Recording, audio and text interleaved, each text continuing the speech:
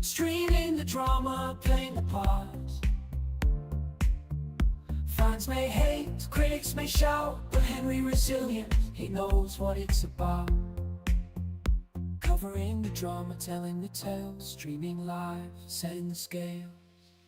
Henry resilient, streaming through the night. Covering the drama, telling the tales, streaming live, setting the scales. Henry the drama shines so bright. Then some millionaire, but the fans say nay. Henry's the star, leading the way.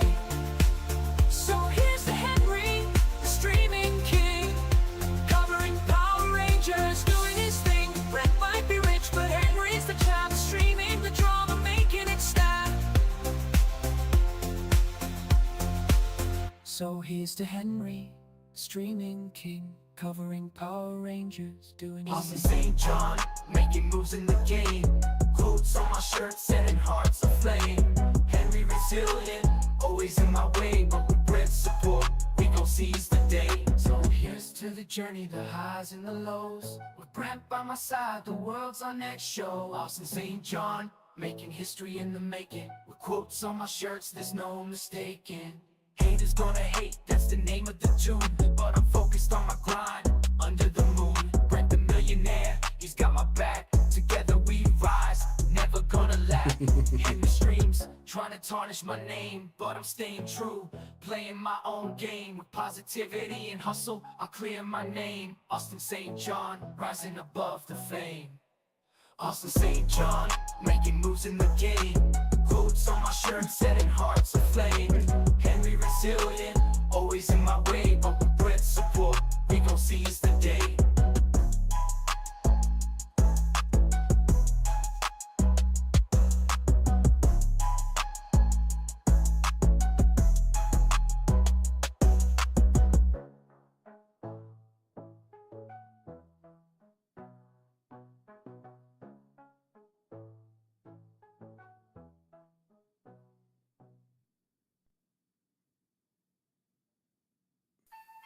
Yo, Alter Joe.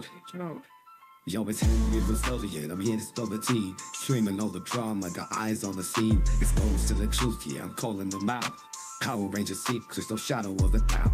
Karen Ashley, she played the Yellow Ranger. Raised cash for her movies, and now she's a stranger. Any global funds, straight up disappeared. Says left hanging, dreams interfered. Walter Jones, he was Zach on the street. Stole money from a fan, man, that's just a scene. Austin St. John played Ranger in the flame. PPP loans took the cash and rental. Henry resilient, I'm shining the light.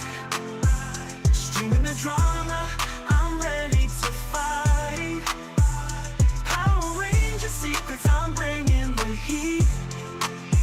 Exposing the lies, can't handle defeat. I'm on the watch here, I got my eyes wide. If they mess up, there's nowhere to hide. Karen, Walter, Austin's all in the mix. But I'm resilient, steady catching these tricks. From $80 fiends to PPP lies, I'm the truth teller. I'm covering the disguise. Science deserves better, they deserve the facts. And Henry resilient got the backs. I'm on the grind every day, every night. Streaming the truth, keeping it tight. Rangers in the blog, they better beware. Henry's on the case, justice in the air. Henry resilient, I'm shining the light. Streaming the drama, I'm ready to fight. Power Ranger secrets, I'm bringing the heat. Exposing the lies, can't handle defeat. From the moving grid to the real life scandal, I'm the truth bringer, too hard to handle. Karen took the funds, Walter took the cash, Austin took the loans, all in a flash. I'm resilient, it's in my name. Exposing the lies, it's more than a game. Power Rangers legacy, I'm holding it tight. For the fans out there, I'm bringing the light. Henry resilient, I'm shining the light. Streaming the drama, I'm ready to fight. Power Ranger secrets, I'm bringing the heat. Exposing the lies, can't handle defeat. She stepped into the spotlight, Power Ranger pride. Karen Ashley in the mix, yeah, she took us for a ride. Said she's making moves.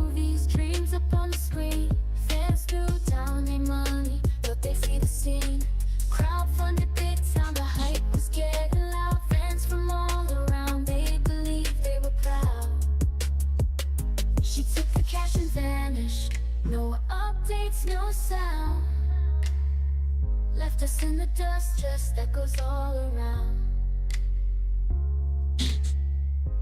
Carrie and Ashley, what's the deal? You promised us a bit, took the funds and disappeared. The move was pretty slick, no remorse, no apologies, just left us all to fall.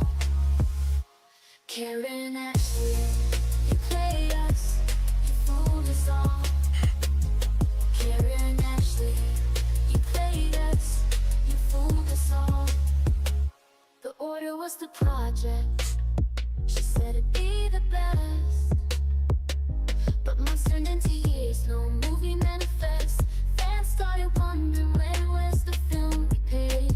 Carrie kept it quiet, in the shadows she stayed. No answers, no nothing, just silence in the air. We trusted in the arranger, but she didn't seem to care.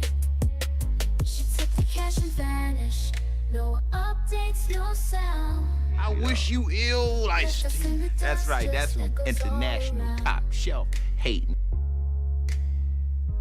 Carrie and Ashley, what's the deal? You promised us the friends and the funds and disappeared. The move was pretty slick, no remorse, no apologies, just left us all fall. Carrie and Ashley, you played us, you do the song. Carrie and Ashley, you played us, you fooled us all.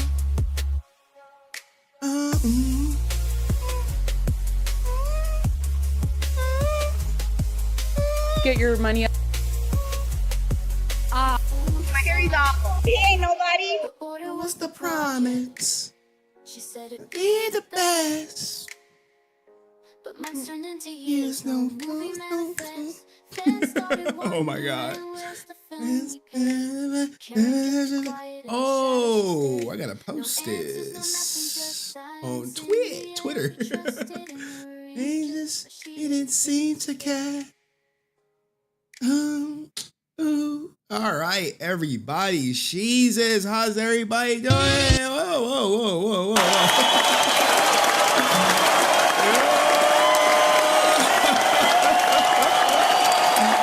Please hold your applause. Hold your applause. Oh my goodness, feeling good. Look, man. Oh my goodness, guys. Hold on. My melanin is dripping today. Lord have mercy, I look good. Woo! All right. How's everybody doing? Hopefully everybody doing good. A lot of good faces in the chat. Salute to you guys. Salute to everybody for being here on this beautiful, what is it, Tuesday, Wednesday? I think it's Wednesday, right? It is Wednesday. Wednesday. What we thinking on the Deoxy vid? Not detoxy vid. Oh, man. We are going to get to that. Juicers, I know I dropped a video today. XQCL in the motherfucking chat. Oh, it's Tuesday?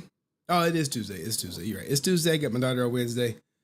Getting my days mixed up. I've been working. I ain't slept in weeks. No, it has been a busy day. I was up till like 3 o'clock in the morning editing that goddamn XQC video.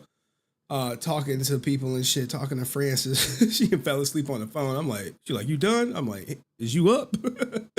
But anyway, I do have a great stream for you guys today. It is going to be, it's going to be one to remember, probably one for the ages, because here's what happens, right? I got to go to Twitter. I got to make sure I go to the right Twitter. Oh no. I gotta go to the right Twitter. You know how Twitter be refreshing. It be refreshing, and that's where it be getting me. It be getting me. We gotta go right here. This is where we at with it. God damn, fucking messages just pop up. Good thing I got me over here. Like, Jesus, Twitter. I just logged in, goddamn. This is what we gotta what we got to get into today. Because what happened was when this popped off, I have my daughter, and I swear to goodness, guys, when things pop off on the weekends, it's always a weekend when I have my daughter, where I'm like, look, man, I got to go to Chuck E. Cheese in the morning. We got stuff to do. We got amusement parks. We got to go bike ride. We got to do so many different little things. So when this popped off, I couldn't do nothing. I couldn't cut a video. I couldn't make a live. We're going to get to this because the DMs tell a completely different story of the goddamn interview, of what batinthesun was saying. You know, oh, I like the video. Video was great. You know, shout out to Deoxy. And then, hold on. I gotta pull up the DMs. Gotta go to the DMs. Like, it goes down. What they say, it goes down in the DMs. It goes down in the DMs. It went from that to this right here. Like, hey, oh man, hold on. All right, there we go. It went from that to this real quick. Can you please remove the video from your channel? People are only seeing that it paints a false picture and creates a lot of unfair hate towards me. Okay, one, this is gaslighting. We know nothing in the Deoxy video was false. This unfair hate, that's an opinion. Who cares about people's opinions?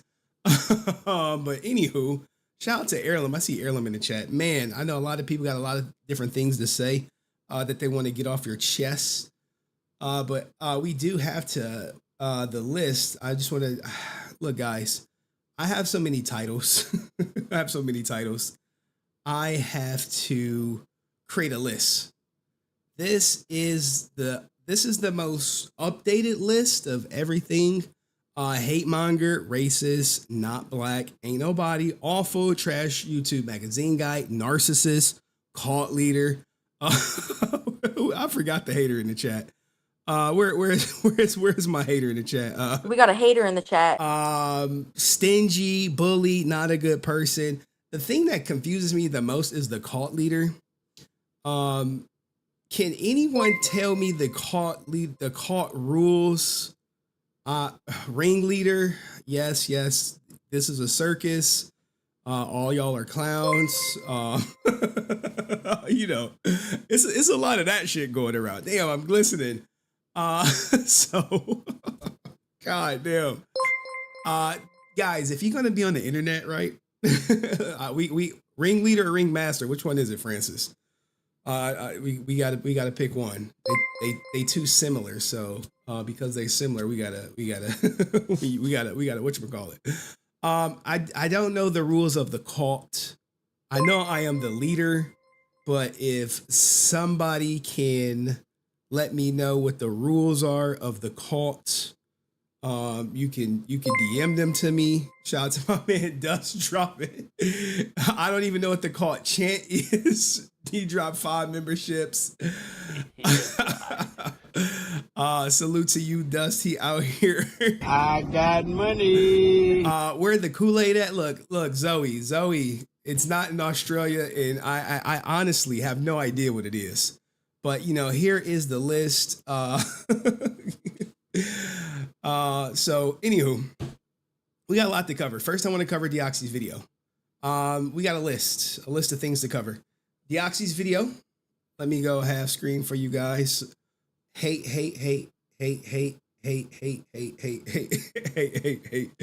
monger. And salute to my man Agusto, man. I appreciate he dropped it 5. Like, I got money from the DR out there, man. I appreciate the support. All donations do go to the Baby Mama Terrorist Fund. Guys, I'm just talking to the men right here. Just talking to men right here for 1 second. If you want a kid, get a surrogate. If you can't afford a surrogate, don't have a kid. But anyway, shout out to my man Dust, who says, everyone like the stream. Hey to all the ninja watchers. Oh man, yes. Snoop Dogg from Baby Boy, right? You like Snoop Dogg from Baby Boy.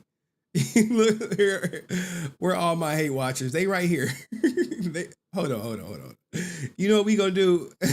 we need to get back to the basics. Yeah, boy. We need to get back to calling out the hate watchers. The I hate Henry hate watchers. Because they are thriving. They are thriving. Hold on, give me a second. Give me a second, guys. Give me a second. Then we're gonna get to some content. I promise. This how they watching the stream and shit. I hate you. I hate you, Henry. I hate you. Look, man. Look, guys. I'm shining too much. Where are my charcoal strips at? Shout out to the young lady who bought me these charcoal strips. She was like, "You be eating charcoal strips because you shining too much." Anywho, shout out to Goddess Div out here. Salute to Goddess Div, guys. Do me a favor, if you were lucky enough to get a Goddess Div membership or maybe a Dust membership, please spam their logos. Also, Yeah, boy. the chat, guys. If you think Aaron is milking it, you won't be timed out for saying it, guys. You will never get timed out for sharing your opinion, but you will get timed out for personal insults. That's always been my thing. I don't speak for others here, so just no personal insults, and you're fine. Hey, if you think I'm a trash YouTube magazine guy, or you may be like, Henry, fuck you and your fake ass. You a fake ass bitch. you can be like that. I really don't care, guys. My skin is thick as shit. And once you start covering some of these Twitch things and other topics with, communities with stronger opinions, you get that thick ass skin. All right. So with that out the way, let me continue to get everyone's donations. Everybody like the stream. Shout out to my ninja watchers. Y'all all look goofy watching my stream, talking about how y'all don't support me no more. All of y'all. And let's keep it going. Goddess Div dropped a membership. Laura, hugs to you and Francis. Much love. No room for the hate in my heart. I love you all. Look, Laura. Love of my life. That's what it's all about, right? Spread love and truth. But sometimes when you start spreading truth, they try to label it as hate because you won't talk to them. You're not being favorable of them. All this other goofy shit. Guys, as a content creator, you owe no one anything, right? If you cut a video on someone and they don't like it, you don't owe them an apology. You don't owe them to lend to your platform. You don't owe it to cut another video when new information out.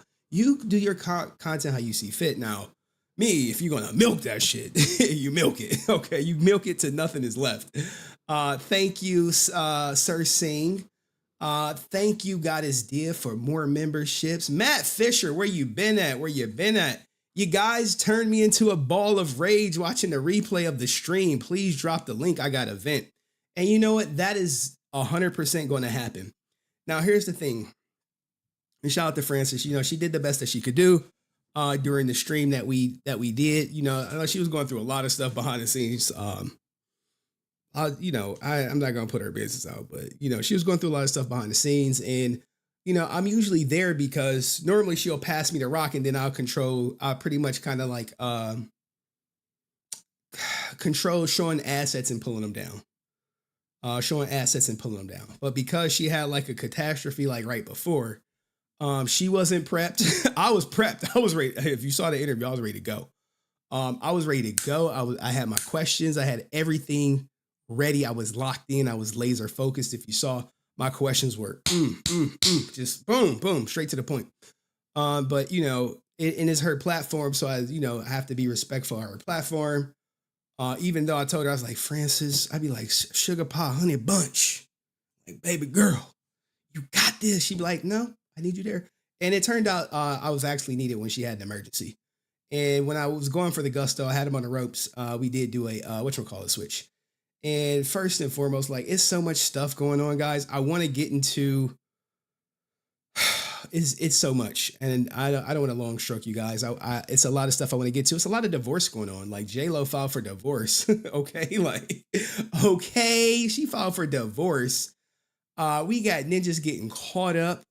We got Tyrese. Tyrese has not learned his lesson, guys. He has not learned his lesson. I know y'all like, we don't give two shits about Tyrese. I know y'all don't, but I do, because you can learn a lot from him. But since it's politics, let's get into some politics. There has been an announcement. Okay, there's been an announcement regarding the Trump and Republican and Democrat Party. It looks like we may have a joint ballot. I don't even know how to break this to you guys, but let's go. Secrets I have held in my heart. I believe that is Kamala and Trump. To hide than I thought. Maybe I just wanna be yours. Oh, congratulations is in order. Look like Trump then put a baby up in her. I wanna be yours. I wanna be. Oh, look at that. A face only a mother could. Wanna be your secret. Look, this is when you reach across the aisle, guys. This is when you put your differences aside. Hey, yo, what the fuck? Okay, now it's rumored that the baby is going to be a libertarian. This is proof that both sides can get along. You know, he probably clapped them cheeks. It wouldn't be the first time Kamala dated someone or let someone clap her cheeks who were significantly older. If you know, you know. And Matt is like, stop, my insides are burning. Look. Can we just be happy? You know, in this world where it's so much hate, when two people come together out of love and have a baby and your eyes are burning, Matt, Matt, you might have some hate in your heart. I have held in my heart. Harder to hide than I thought. Look at that embrace. Oh, man. Maybe I just wanna be. It's the baby for me. It's the baby. I can't imagine what prompt they use. But why is Donald Trump's, why do he got that fresh set right there? You know what I'm saying? They got matching nails. You know what I'm saying? Look at Trump. Yours, I wanna be yours. I wanna be yours. Wanna be yours. All right. We got that going on. Look, guys, love is out there. It could be for anybody. All right. Look now, love is love. And if you can't say something nice, don't say nothing at all. You know what I'm saying? Congratulations. But what the F is going on here? They're wedding, of course. They're wedding. Like, come on. Look, bride and groom. You know what I'm saying? They about to have some babies. The mixing of the races, miscegenation. If you know about that, that's eventually what it's gonna be. We got Captain America coming back from being frozen. You got to remember, right? Captain America was frozen way back in the day. So he did come back. This was deleted from Marvel. I don't know like how we got this. They must have changed the script. It's the year 2013, and you're below New York City in a top secret military bunker. How do you feel? Honestly, Doc, I feel like shit. Boy, can you get me a cup of Joe? I'm literally freezing my nuts off. What the fuck did he just say to me? Coffee. Whoa! Come on, times have changed. Steve Rogers, this is the uncut version, guys. Show some respect, Captain. Come on. Doc, I think we got a spy amongst us. A spy? Like the Jap kid. What? I'm not a spy. He's Korean. What the f does that mean? No, actually, it's quite the opposite. In fact, we now even have a black president and ah! Don't you ever take that tone with me again, you dumb broad. It's not a funny joke. All right, I can only show that once, but this is the stuff that pops up on my algorithm. Lately, my daughter has been on a grits bender. I have been making grits and eggs every day for breakfast. And this is how she approaches me, right? Pork, but where the grits? Where is the grits? The grits! We ain't got no more grits. Bruh, I need some grits and I need them now. Where's the grits? No, relax. Now. No, I ain't no relax. I don't want no oatmeal. I want some grits. I swear to God, my daughter would be like, I don't want oatmeal. I want grits and eggs. And I want to help you make the grits and I want to help you make the eggs. Where the grits, bro? I will tear this whole shit up. Find me some grits. I ain't got no more, Mo. Relax. You got the channel too. Do not ever let me run out of grits, man. She will have a tantrum. I have to put her in timeout. But look, City Girls is down bad. City girls are down. Yo, bro, give her some grits, bro, because she was about to die right now. Pork, but where the grits? Where is the grits? All right, last one. And this is what I do, guys. This is me. I am a bind fixer. I told somebody about a bind I was fixing.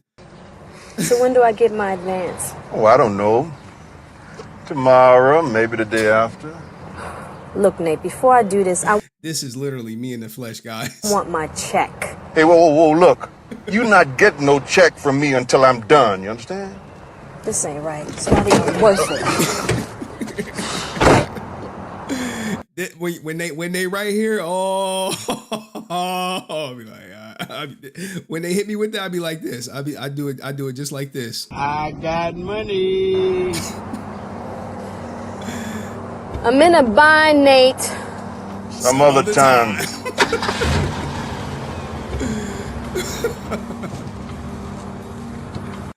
I take great pride and joy fixing these bonds when I can, man.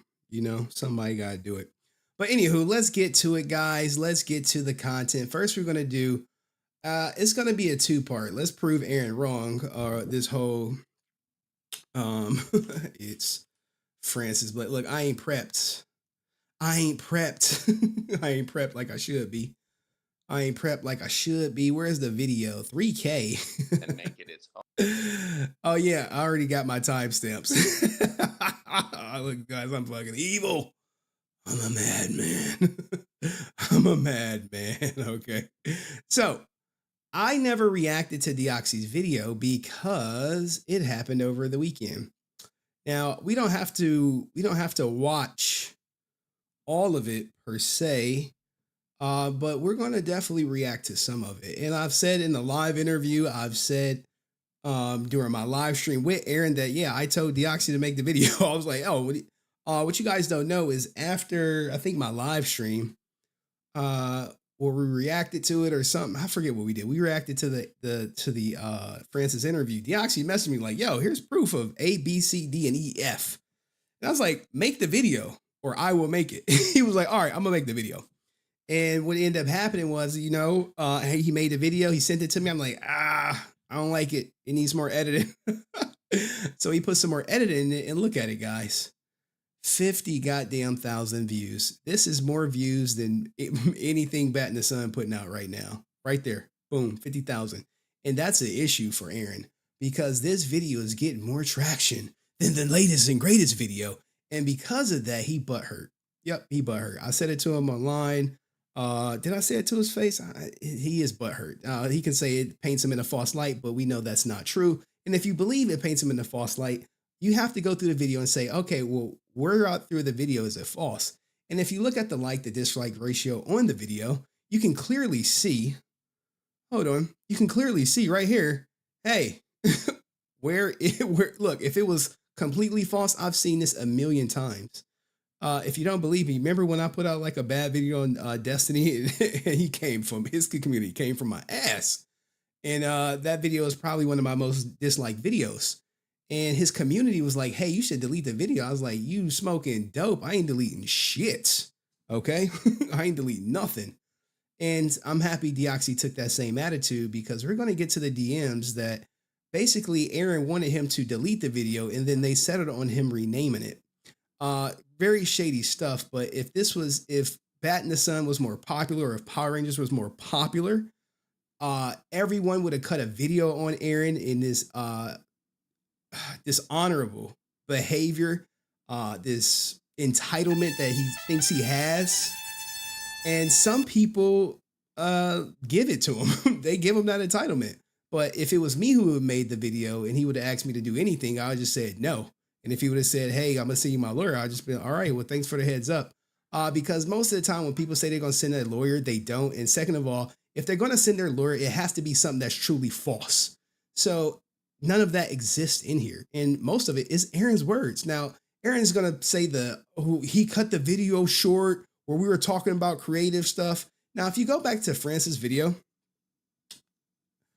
search creative credit or whatever. It's not in this video. And we're going to go, when we get to the part, we're going to go through it all. All right. So this is Aaron going to Francis, basically trying to save face. In my opinion, this is him trying to save face. But we here for the Deoxy video. You know what I'm saying? Let's go with Deoxy. Anniversary of Power Rangers. Okay, so let me get this volume up. Boop, boop, boop. Oh, I don't need to get it up. Now, this is an interesting bit of story. So, around the time of Once and Always, batinthesun, or Aaron running batinthesun, would start throwing shade at most things Power Rangers related. Yeah, I'm sorry, Deoxy, but let me acknowledge Angel Pest. Lawsuit incoming. Allegedly, Wachi subpoena the whole chat. Oh, look, guys, I've covered defamation lawsuits. I've covered libel lawsuits. California has some of the show me a case where somebody won an a defamation lawsuit in California. It typically doesn't happen. And what happens is all these divas, Aaron included, live in California. And, what happened was back in the day, they'll try to use lawsuits to silence the criticism. And you can criticize anyone. If you think he lied, you could say you think he lied. That's not like a false statement. That's your opinion. Hey, I think he lied. I said it to his face during the live stream.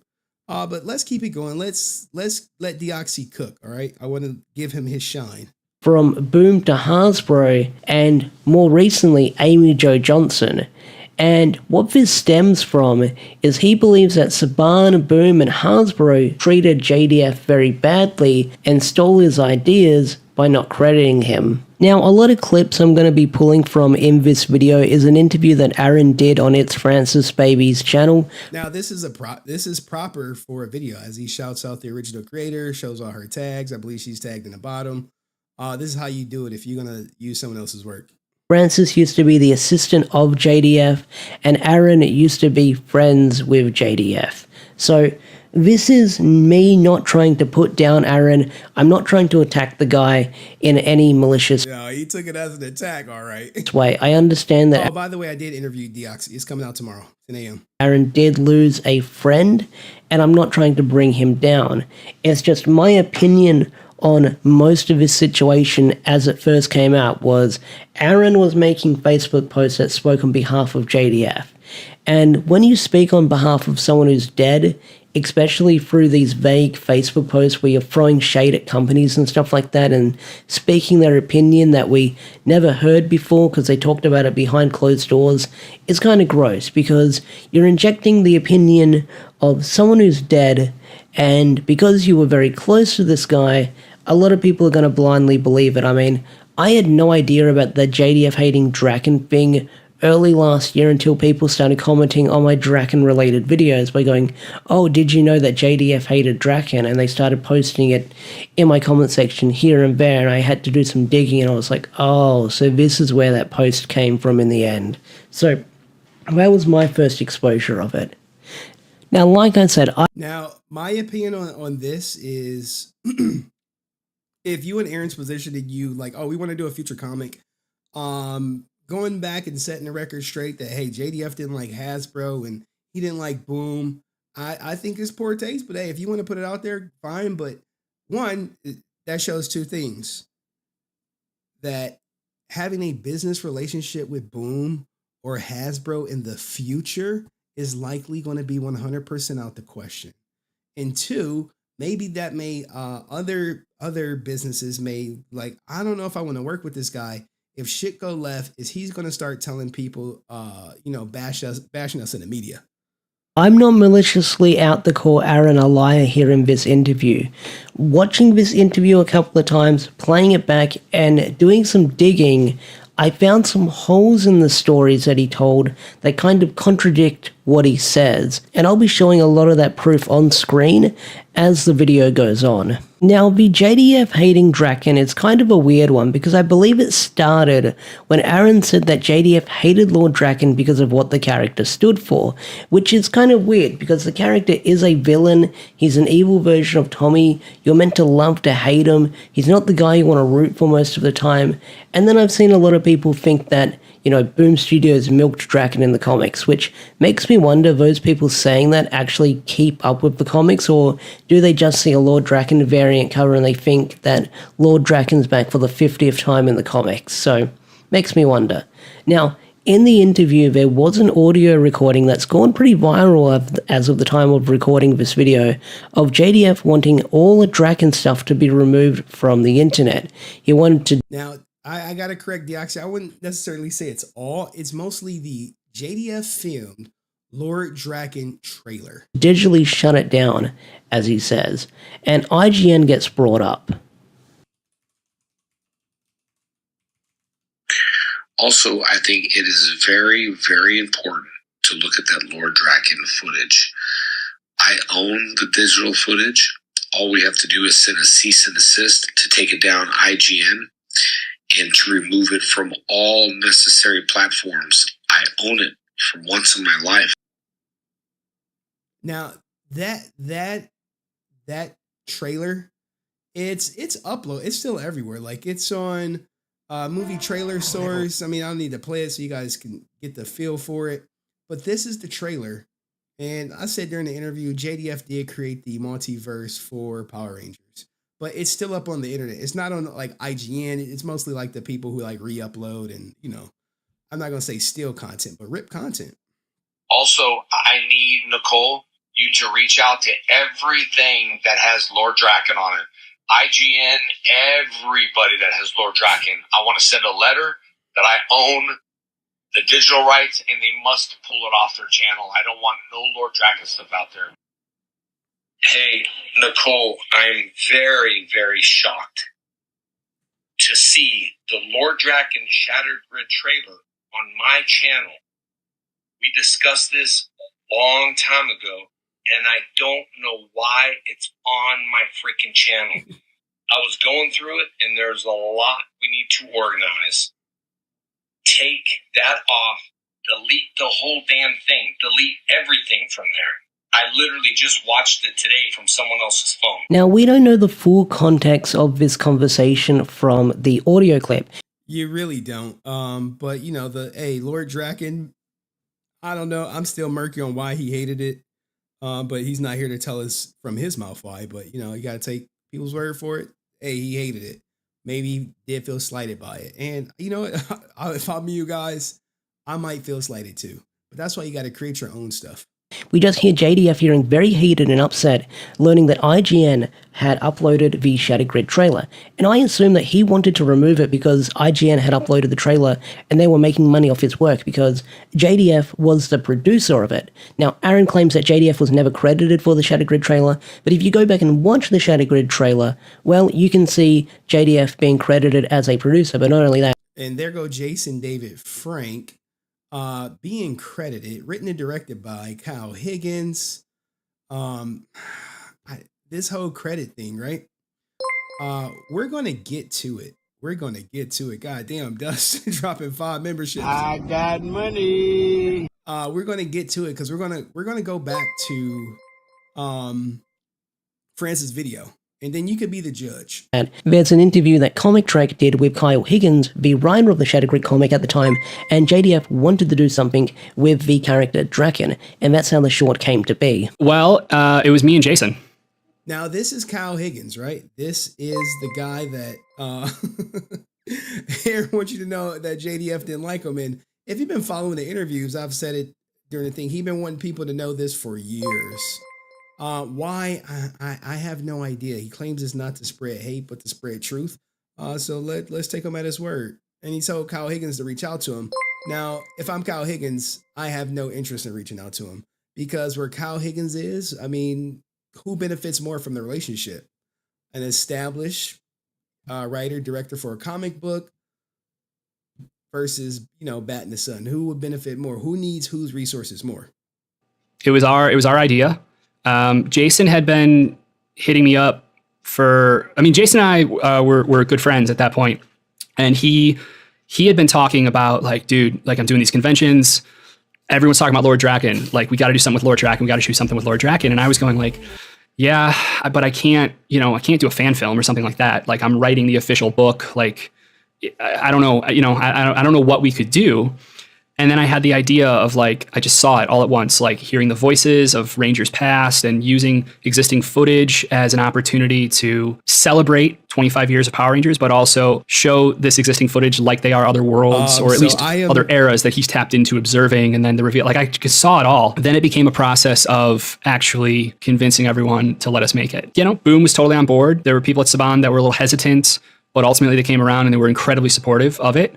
And we shot it in a day, did all the post on it in about 3.5 weeks. The whole short is 11 shots only. And I think 10 of the 11 are VFX shots. So it was quite extensive. I reached out to Ron Wasserman, who had done the music on the original show, and had, he did the theme song, Go, Go, Power Rangers. He did the theme songs for, I know he came back, he did SPD. But anyway, he's very iconic within that world as well. And so he scored this promo for us. We dropped it like a few days before the first issue of the event was coming out. So it was a ton of work, but it was super fulfilling and super worth it. And it was a blast to work with JDF. He was really happy with how it turned out as well. And like I said, I have an awesome helmet. Now, also here is, we can also play the audio, like the new audio, to this was to combat that. But you have to remember, at the time, the narrative is JDF wasn't credited for the Shattered Grid stuff. Let's go to that Kyle Higgins stuff right here. How do I make it? Oh, ready? Go. Yeah. This is Aaron's audio, by the way. It is very, very important to look at that Lord Draken footage. I own the digital. I'm very, literally just watched it today from someone else's phone. I don't want to bring light to Lord Draken at all. I'm trying to kill that character.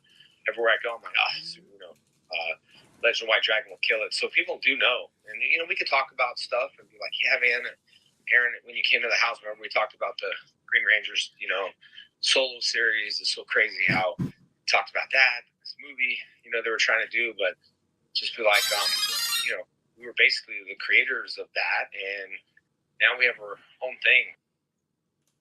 So, and Lord Draken died. I don't give a about this Morphin Grid, but I just posted R.I.P. Lord Draken, and I will rise as the Legend of the White Dragon. So it kind of rhymes. R.I.P. Lord Draken, I will rise as the Legend of the White Dragon. Oh, that's my new poem. I gotta go. I'm on a bike, boys. Like, me and Aaron have been so many times. Aaron, you know that. You've been by Boom. They're using your character design on comic books and making money off you. You know that. Now, this is where I did call Aaron out in the interview. Like, bruh, if you licensed it to Hasbro and Boom has an agreement with Hasbro, they're not making your money off you. You sold it to Hasbro. But, who knows where anyone was at with the contracts. But we did get Aaron to say that. We're going to get to it. I promise you. I really do. It's like, I can't stand Kyle just because he tried sabotaging first. I mean, I talked to him at one point, but I'm not. Wait. Who tried to sabotage you? Let me go back. Sorry. Normally when you play clips, we should play them twice just to make sure we got everything. My bike, boys. Like, me and Aaron have been so many times. Aaron, you know that. You've been by Boom. They're using your character design on comic books and making money off you. You know that. I really do. It's like, I can't stand Kyle just because he tried sabotaging first. I mean, I talked to him at one point, but I'm not talking to him anymore. I can't stand that dude. Hey, buddy, I just missed my flight. So I made it clear with Boom. They offered me a signing for these books. They're just it's not a Kickstarter. It's like, I don't know what the hell it is, but I made it clear. I ain't signing no Dragon books. I made it clear that I don't like Kyle Higgins. I made it very clear to Boom that we have the rights to the Green Ranger series. I also made it very clear if we ever decided to, they're screwed. But I did tell them I'm not signing Dragon books. Anyway, just letting you know, just a heads up. But I made it very clear to them what we've done and what Kyle has stole. So I just thought I'd tell you that. It was a good chance to tell him, All right, so there you have the there you go. The relationship with Kyle. Let's get like Deoxy keep cooking. The interview was brought up that JDF and Aaron worked on this project called Rise of the Emerald Dragon or Emerald Dragon. There was a lot of dragon-related stories that was brought up in this interview that they worked on. But apparently this Rise of the Emerald Dragon comic book or idea, it was stolen from Boom Studios and Kyle Higgins that they turned into Soul of the Dragon. So, and then the dragon thing happened and that all fell apart and Jason was frustrated with that. And I was like, Let's play the whole thing so he can't say, oh, you cut stuff out. No, we didn't. Go back to let's just pitching the comic book again. So then we ended up speaking to Bryce over at Boom, and we were like, hey, let's make Legend of the Emerald Dragon a thing. And they were like, we like this old man Tommy thing, which is what Jason always said. And we started developing it over there. And then they brought on Kyle to write.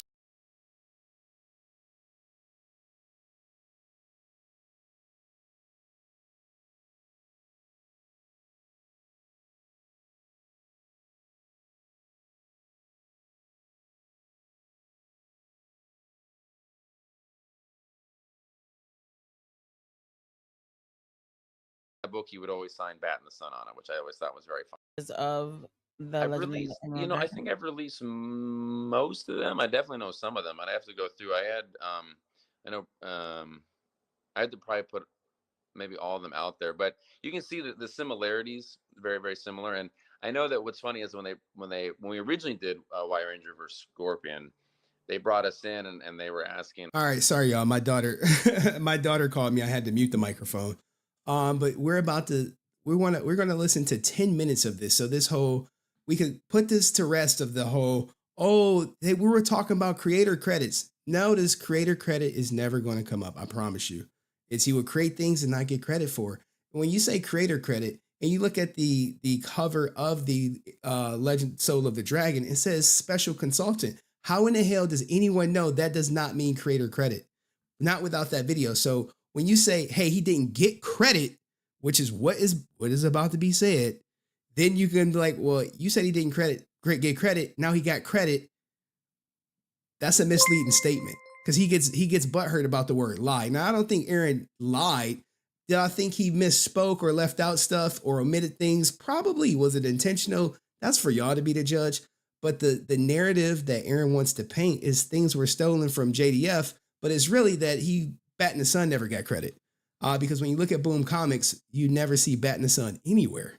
And even when they use the design, there's no Bat in the Sun because they got the licensing agreement through Hasbro.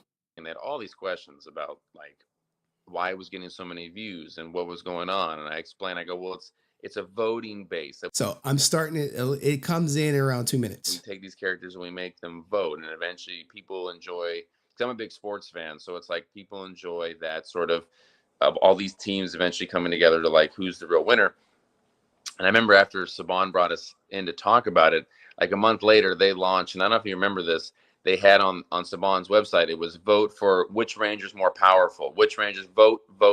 Morphin Madness. Morphin Madness. And shout out to Francis with that. Dust, you leave no choice. I challenge you to MMPR Fighting Edition on Super Nintendo. Let's do it. We'll stream it. Was the name. Morphin Madness. I remember that. Right. And I was like, once again, voting and round robin is not something we created. Like I said, I'm basing this all. Okay, I do not. What do you say? Look, I do not play the Super Nintendo version of Power Rangers. Sega Genesis version, and I will smoke you. Challenge has been set. Off sports, but it was just kind of funny that all of a sudden all these things that we had spoken to Saban about, all of a sudden started just all of them coming out. So, and then the dragon thing happened, and that all fell apart, and Jason was frustrated with that, and I was like, let's go back to let's just pitching the comic book again. So then we ended up speaking to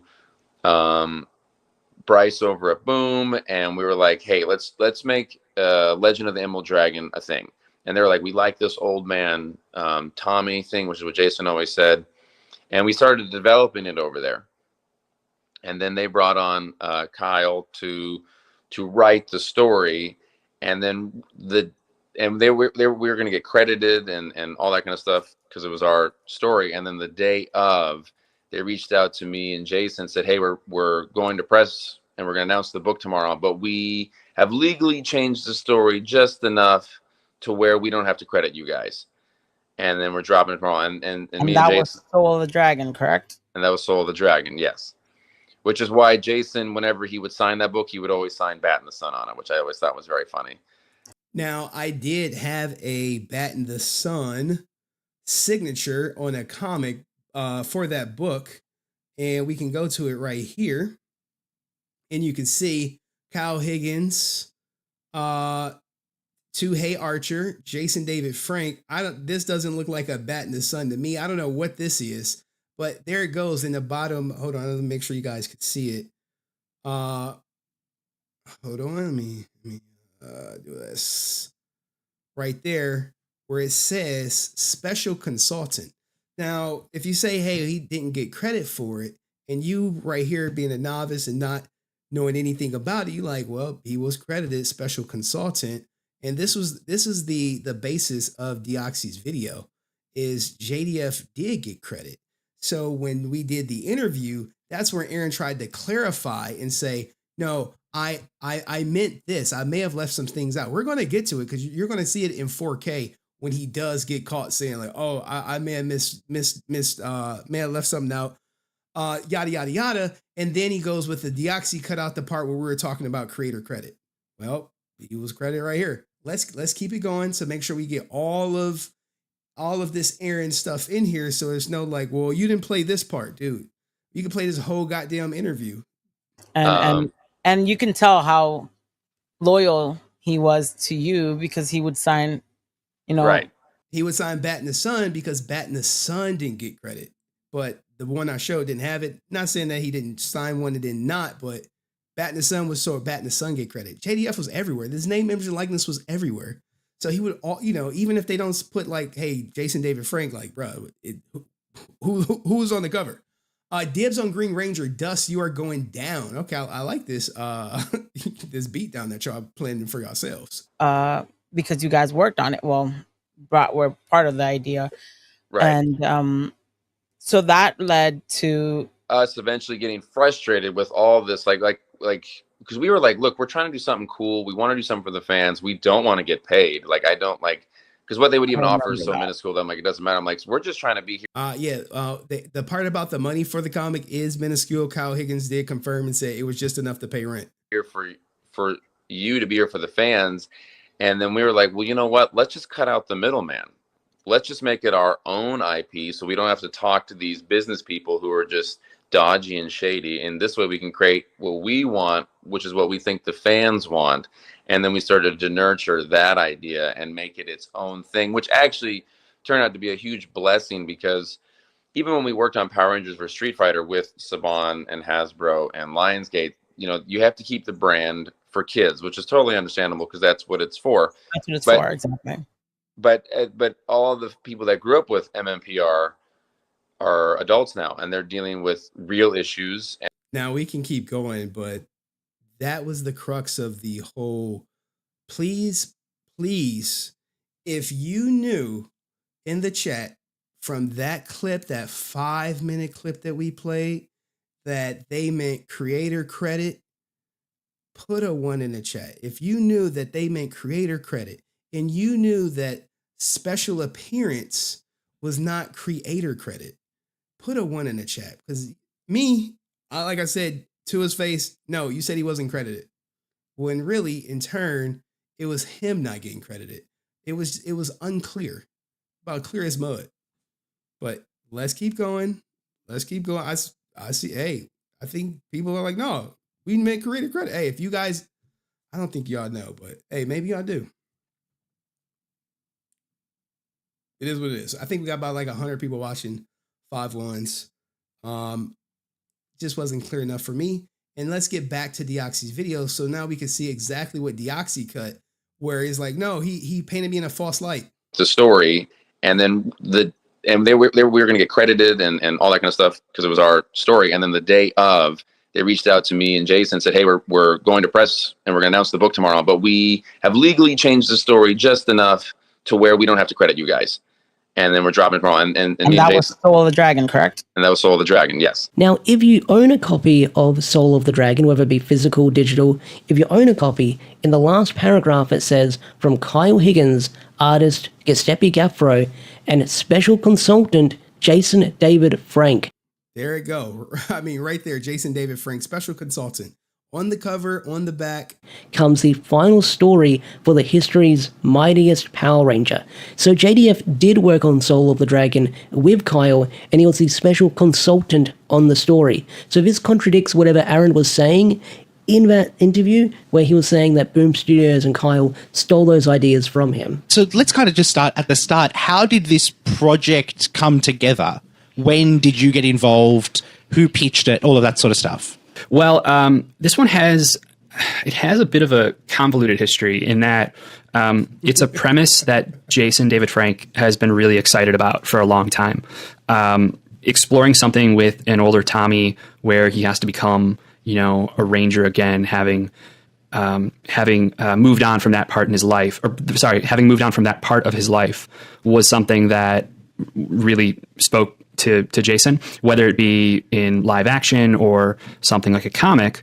And so what happened was, as the Power Rangers comic line really started to blossom, I know Jason was talking to Hasbro, well, I guess at that time it'd be Saban, about doing something like this for an older Tommy. He watched the video.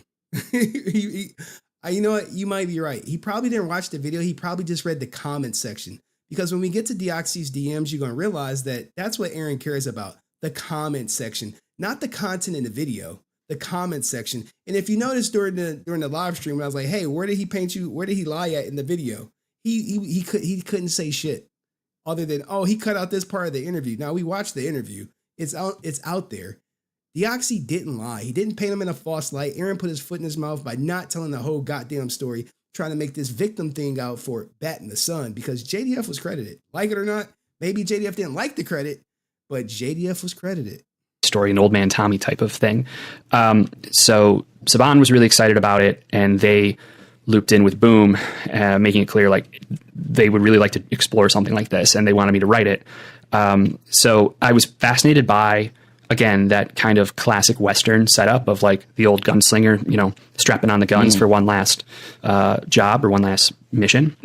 I wanted to do something, again, that was a contained, kind of done in one story. And it's both my way of paying tribute to Tommy, but also paying tribute to Jason and the impact that he's had on my life, both as a child as well as now. I mean, being able to do the Shattered Grid short film and becoming friends and working on something like this has been really, really cool. And so I wanted to kind of treat this as a thank you, again, both to him and the character, and give him a cool vehicle that, if they were to one day want to do something with Tommy Oliver, here's a blueprint for it, or a possible blueprint, right? Not to say that they ever would, but it now exists. Now, the Amy Jo Johnson thing was kind of a scummy thing to do, in my opinion, because when the MMPR The Return comic was first...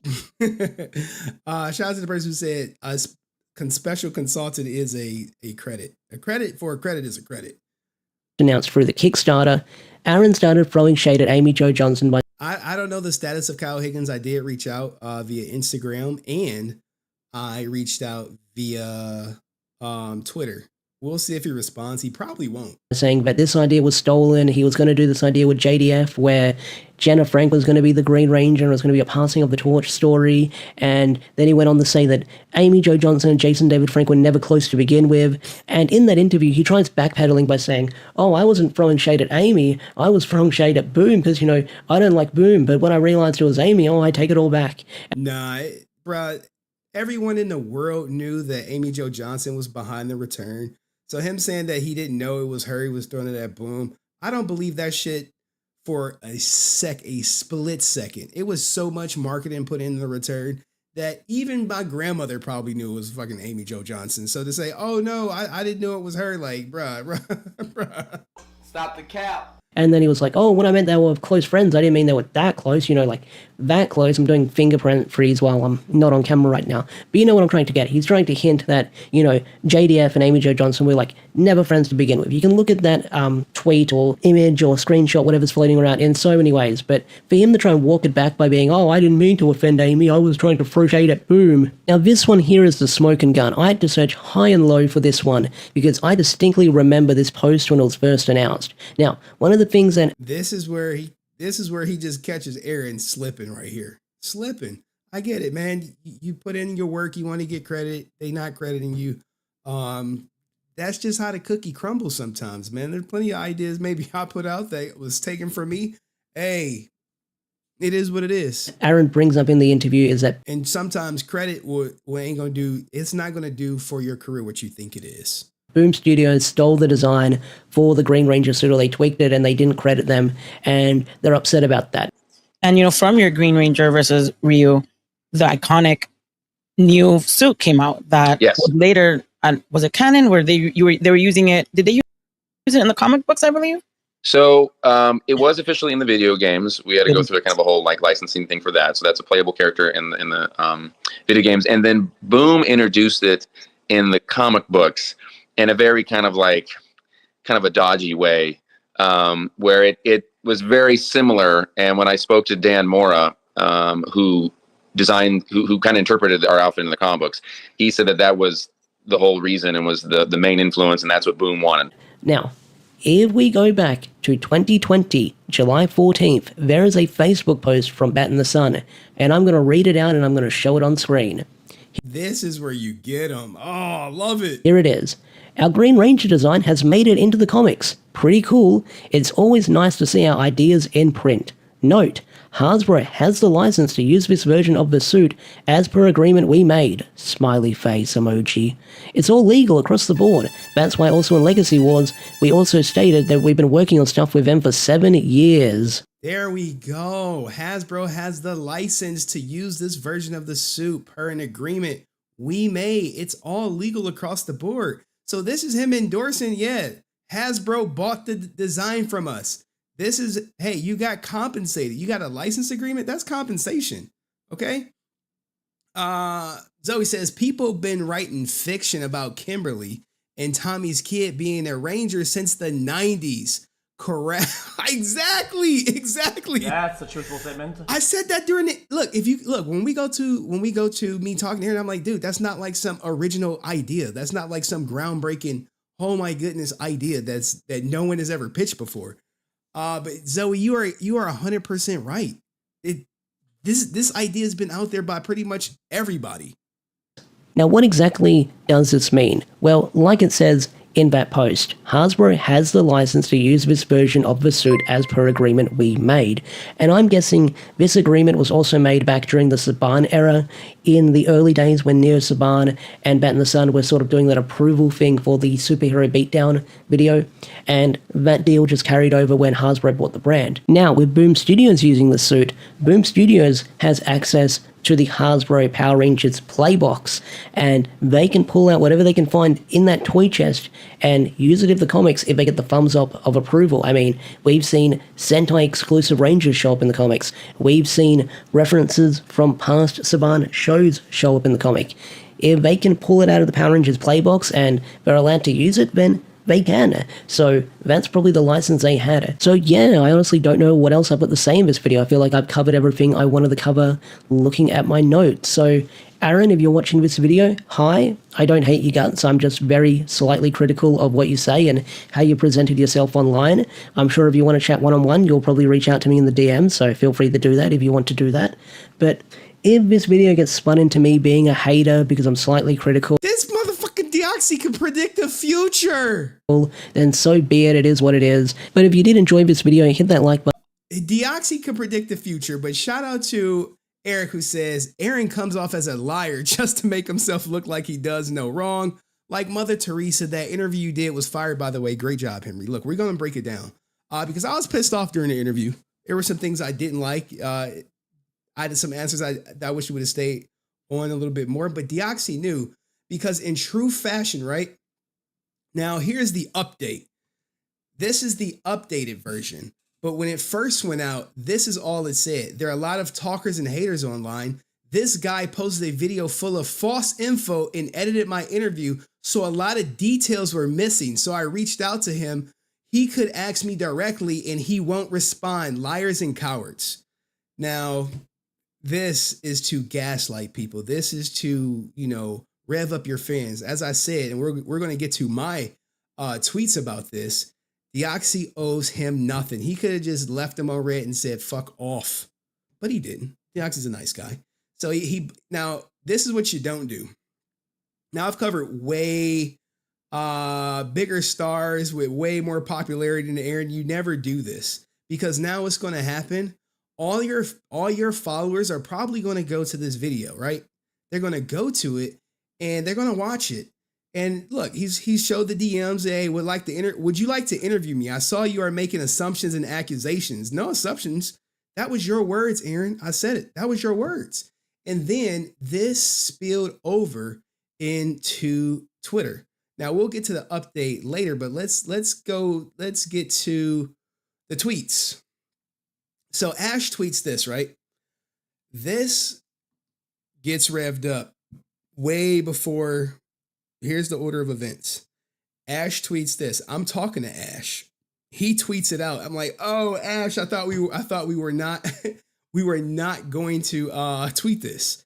But as you see, it's Aaron basically saying, hey, I see you are leaving me on red. You can interview me and ask the questions instead of accusing me of falsity, or I will have my lawyer contact you. Your choice. This is a bitch move 100%. I said it myself. If you go to my profile, shameless plug, shameless plug. Where is it at? Where is it at? All right, here we go right here. Did he delete his responses? I think he may have deleted his responses. Oh,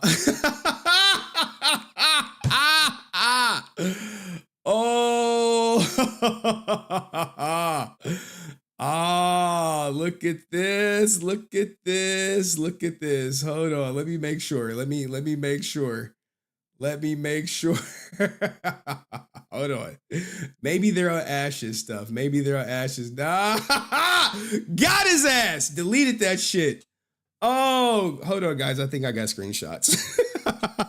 I didn't prep, so I didn't expect him to delete it. Guys, I don't post shit and I don't delete it. I don't delete nothing. All right. If someone got the screenshots of me going back and forth, could they send it to my DMs? Because I was cooking his ass. I know I got a couple, but look, dude, I know how these people play. When they get butthurt, they get Twitter fingers. They get Twitter fingers, and then they like, oh, I shouldn't. Oh, why did I say that? Okay, look, here's one of my messages right here. Here's one of my messages. I'm making myself available to him to clarify his accusations, to explain himself, but he chooses to ignore me. Then I will have my lawyer reach out. I never threatened him to sue. Like, dude, who the fuck says I'm gonna have my lawyer reach out and not say I'm gonna sue? What does lawyer need to reach out for? This is that bullshit. This is like me trying to keep myself contained for friends to stream, but you never say lawyer unless you're gonna make some type of legal action. So anyway, there you go, putting words in people's mouths. Like, guys, if you fall for this, you fall for it. Look at me. You are going to tell your lawyer he exposed you. He hurt your feelings. No lies were told. Deoxy owes you nothing. You have a channel, cut a video. You're coming off as entitled. Threatening a YouTuber with a lawyer is weak as fuck. I stand on that. Like, look, look, man. Oh my God, dude. You don't know how pissed I was. I gotta, can somebody, I was cooking his ass so good because he was responding. I know it's on Henry Court. Can somebody DM it to me? Because we went back and forth for a while. Let me check and see if I got my other screenshots. I don't delete nothing. So when I went to the replies and saw the shit was going, because here's how it worked. Here's how it worked. I was responding to him, but I should have tweet quoted it. That way is there for kind of like forever. But this is how you know. So like it's very suspicious for him to delete our back and forth, but leave the post about Deoxy spreading falsivity up with this update. Oh my goodness. This YouTuber has reached out to me and changed the video title. All good now. He will also be doing a follow-up video now that he has the details. Oh my goodness. I guess I'm not surprised. Now next time you talk to him, say, hey, why'd you delete the tweets at Henry? Why'd you delete them? Why delete them? Because there go one. Let me see. Look, guys. Let me see if I can. Any of my mods who was online that night, can y'all post them in the mod core or DM to me?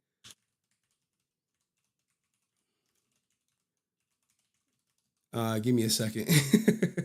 Oh my goodness, I'm so pissed off. All right, but let's go to Deoxy's DMs. All right, let's go to those.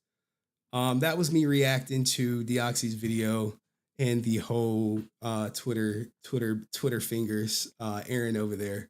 I can't believe he deleted it, man. Like, I'm telling you guys, there's not too many people If you post it, stand on that shit. Leave it out there. But no, he got embarrassed. Now, if this was Twitter, if he was more popular, it'd be crazy. It'd be game over. All right, so let's go to Deoxy's messages. Oh man. Oh, I can't believe he deleted him. Stand on business. If you said it, then leave it up. All right. Okay, so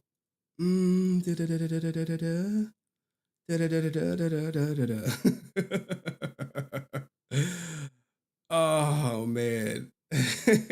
Hey Francis, why he delete the tweets? Maybe someone can chime in. Oh man, oh God. What do you say, liars and cowards? Hey, oh God, come on, Aaron, you better than that, right? Stand on business. All right, so let's go. I don't know if I want to do it like that. All right, we're gonna do it like this.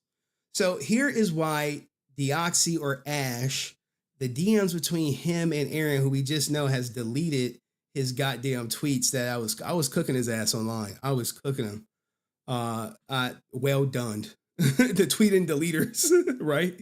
So let's go to the DMs that Deoxy shared with me, but he's like, hey, I have Deoxy's permission to share all this stuff. I would never do it without it. But here it goes, right? So the purple is Deoxy and the other is batinthesun. So, hey, first off, I want to apologize for taking so long to reply. I wasn't dodging you on purpose. I never expected the situation to take off like it did. My goal or motivation wasn't to defame or slander you, your movie or JDF. When I watched the first interview, it made me question some of the statements. So I did some digging and turned out into making a video. I wasn't expecting the video to blow up over the weekend. The video wasn't made to be malicious, just question a few things. I got no bad blood towards you or no ill will. Now, this is Deoxy, and you're going to hear Deoxy's thought on this whole interaction tomorrow. Let's keep going. He responds, all good. Did you watch our follow-up video? Did that clear some things up? Now, me, I'm like, okay, it doesn't matter about if I watched the follow-up video. At the time of my original video, it was clear as mud. It was, JDF didn't get credit. Not, JDF didn't like the special credit. Not, but batinthesun didn't. It was JDF didn't get credit. You guys didn't get credit. Well, JDF got credit. And on the internet, on Twitter, I called him out several times. Like, no, you're pissed off that batinthesun didn't get credit. He was like, shook his head, whatever. Let's keep going. All good. Did you watch the follow-up video? Did that clear some things up? I did. I am curious about the JDF and Kyle Higgins fallout. Two sides of every coin. But once both sides out, I'll probably want to make a video giving my opinion on what happened, viewing it from both angles. But short answer, yes, did clear some things up. Now, this is the sucker move right here. If he was more famous, Turkey Time would have did a video on him. Penguin Zero would have did a video on him. Asmongo, all your top commentary creators would have 100% did a video on him. Like, look at this guy. He can't take criticism. The video was not a lie, and he wants the guy to delete it. So he's like, yo, can you please remove the video from your channel? People are only seeing that, and it paints a false picture and creates a lot of unfair hate to me. This is gaslight. Because when we get to the interview, when I say, hey, what was false? He had nothing. It was crickets. Quiet as a church mouse pissing on cotton. Okay. He had to think I called you by accident. I went the train at the moment. Oh, okay. I would greatly appreciate it if you remove the video as you see that I wasn't lying. Now, this whole wasn't lying wasn't cleared up until the Francis live stream, where he's like, oh, see, what I meant was, what I wanted to clear up was, what I should have said was, when you start saying what I should have did, what I did, that, blah, blah, blah, you're like, hey, that admits that the first video wasn't clear. I've interviewed hundreds, maybe thousands of people. Words matter. I hang on to what is said, not what you meant.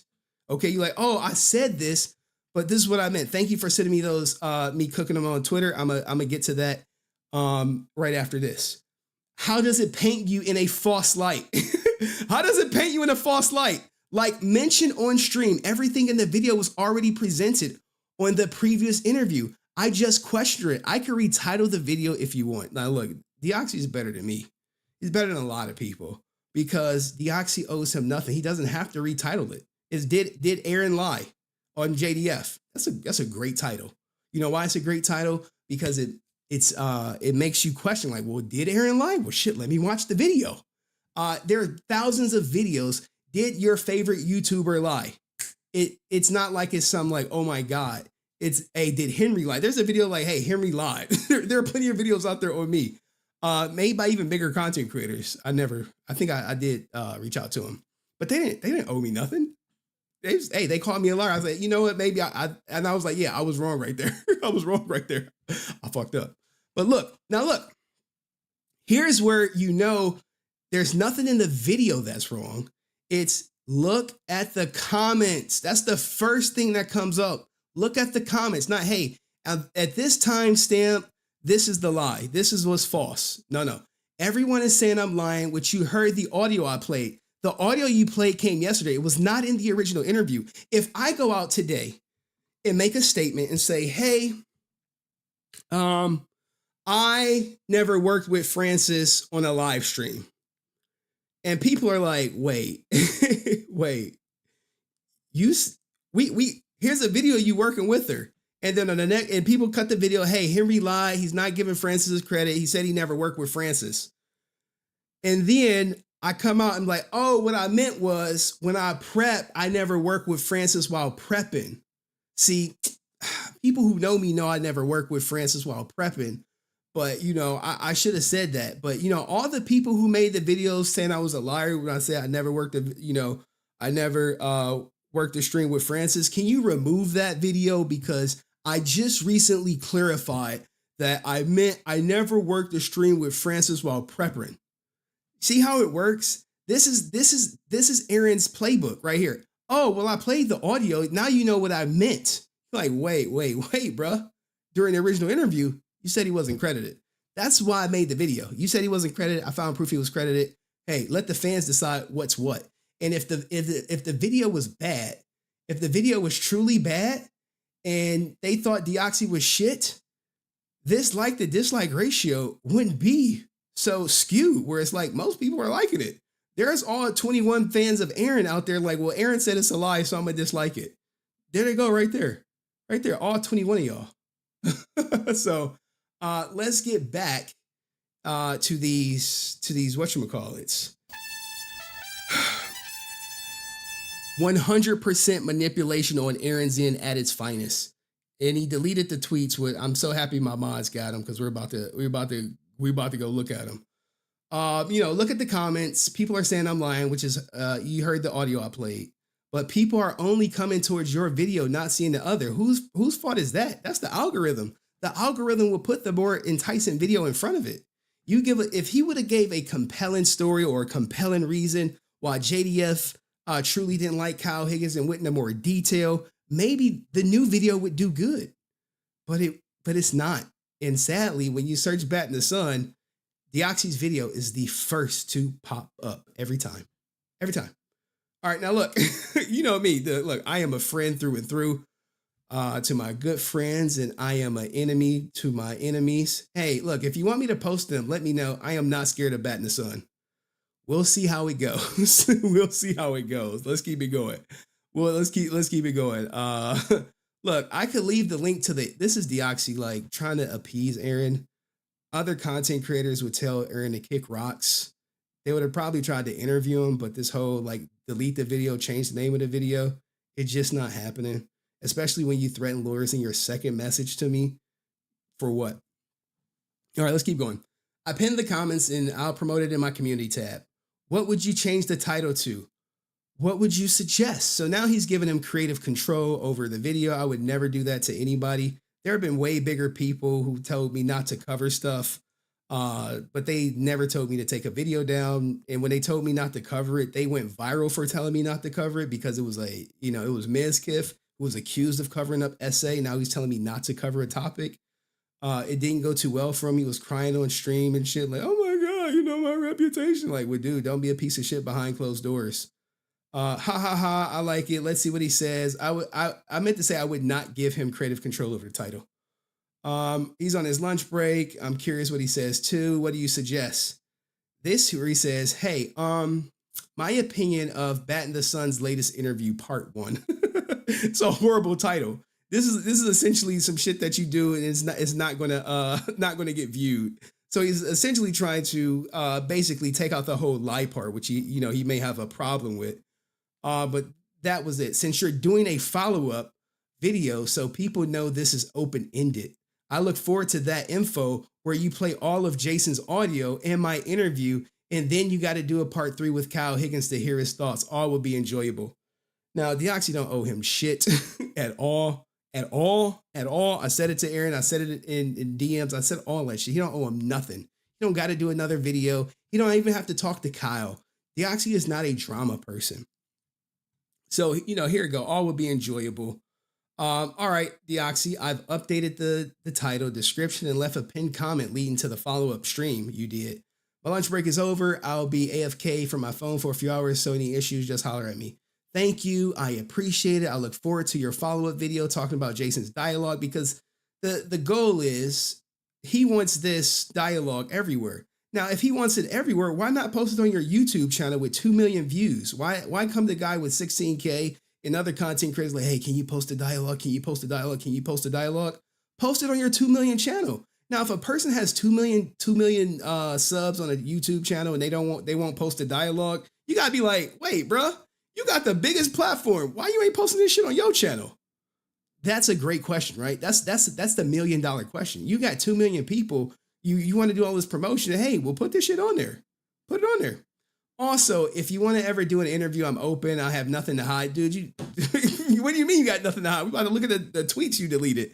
I am happy to talk about my friend. I mean, I don't know how many people. Look at me. He cannot get the video taken down if he tried, It is what it is. He got plenty of stuff to hide. Now, what do you guys think of this whole back and forth between Ash and Aaron from BatintheSun over the video? We got clips to galore. My editor is gonna be working overtime tonight. God damn. What do you guys think, yo? Now let me pull up. Let me see what the people then found. Holy! Oh, we got him. We got him. I'm laughing because we got the deleted tweets. Oh man, you gotta love it. I'm shocked. Shout out to all my historians who got the goddamn deleted tweets. Oh, much love, much love, much love, much love. What Drake say? Twitter fingers. Twitter fingers. God damn, guys. You dig, bro. You like to dig. All right, I gotta set it up. Man. Look, man, you gotta look. Oh God, we need Tammy's opinion. I mean, I imagine she's gonna side with Aaron. I don't know. I don't think all right, for the people who would have threatened lawyers, put an L in the chat. Put an L in the chat if you would have threatened lawyers. Put an L in the chat. I need to see all the people who say I want to threaten lawyers and shit. Oh God. Look, we got so much stuff I got to pull up. Because we were going at it. Also, Travis Wilson, yeah, I'll send my lawyer at you. All right, bro. Look, guys, let me give you a word of advice. Unless someone is saying something blatantly false, like overly false, like something that you don't have to explain why it's false, then you never send lawyers, because you will get canceled. There have been so many YouTubers that have threatened legal action that have gotten canceled. There's actually been YouTubers who have tried to go against other YouTubers for similar claims as Aaron and lost major in court. One of is the H3H podcast. They tell people like Aaron to fuck off, and they pray for a lawsuit because it's content. So I appreciate everyone who got all his posts and deletes. Oh man, my heart is whole. Look, because I didn't prep. If I would have prepped and known that he deleted it, I would have been like, oh, brother, no, brother. Ugh. What's that, brother? Brother. One. I gotta make sure they're in order.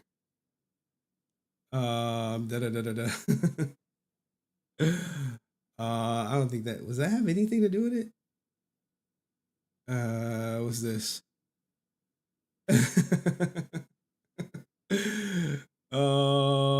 Two, open link. 3, hold on. Open link, open link, open link, open link, open link, open link. These might be a little out of order. Thank you for the people who clipped them. God damn. I am an asshole, guys. Do not ever get into any verbal arguments with me. Especially when you're doing, when I know you 100% in the wrong. All right.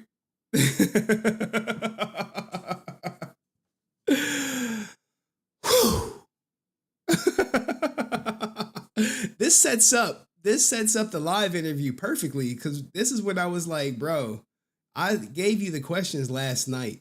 Like, he knew what I was coming with. Okay. All right. This Aaron guy, he's a piece of work, man.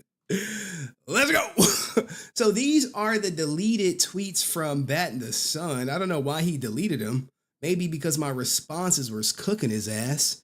And, you know, or maybe like, I'm not, you know, this is what they're going to say. I'm not about drama, guys. I'm not, you know, I don't like to sue people, but I do have my lawyers. It's shit like that. Like, it's disingenuous shit like that where you say, the video's fine, but then the comments are roasting me. Can you delete it?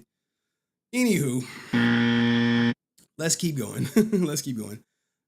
He responds, exposing what exactly? Please bring all of it tomorrow during the live.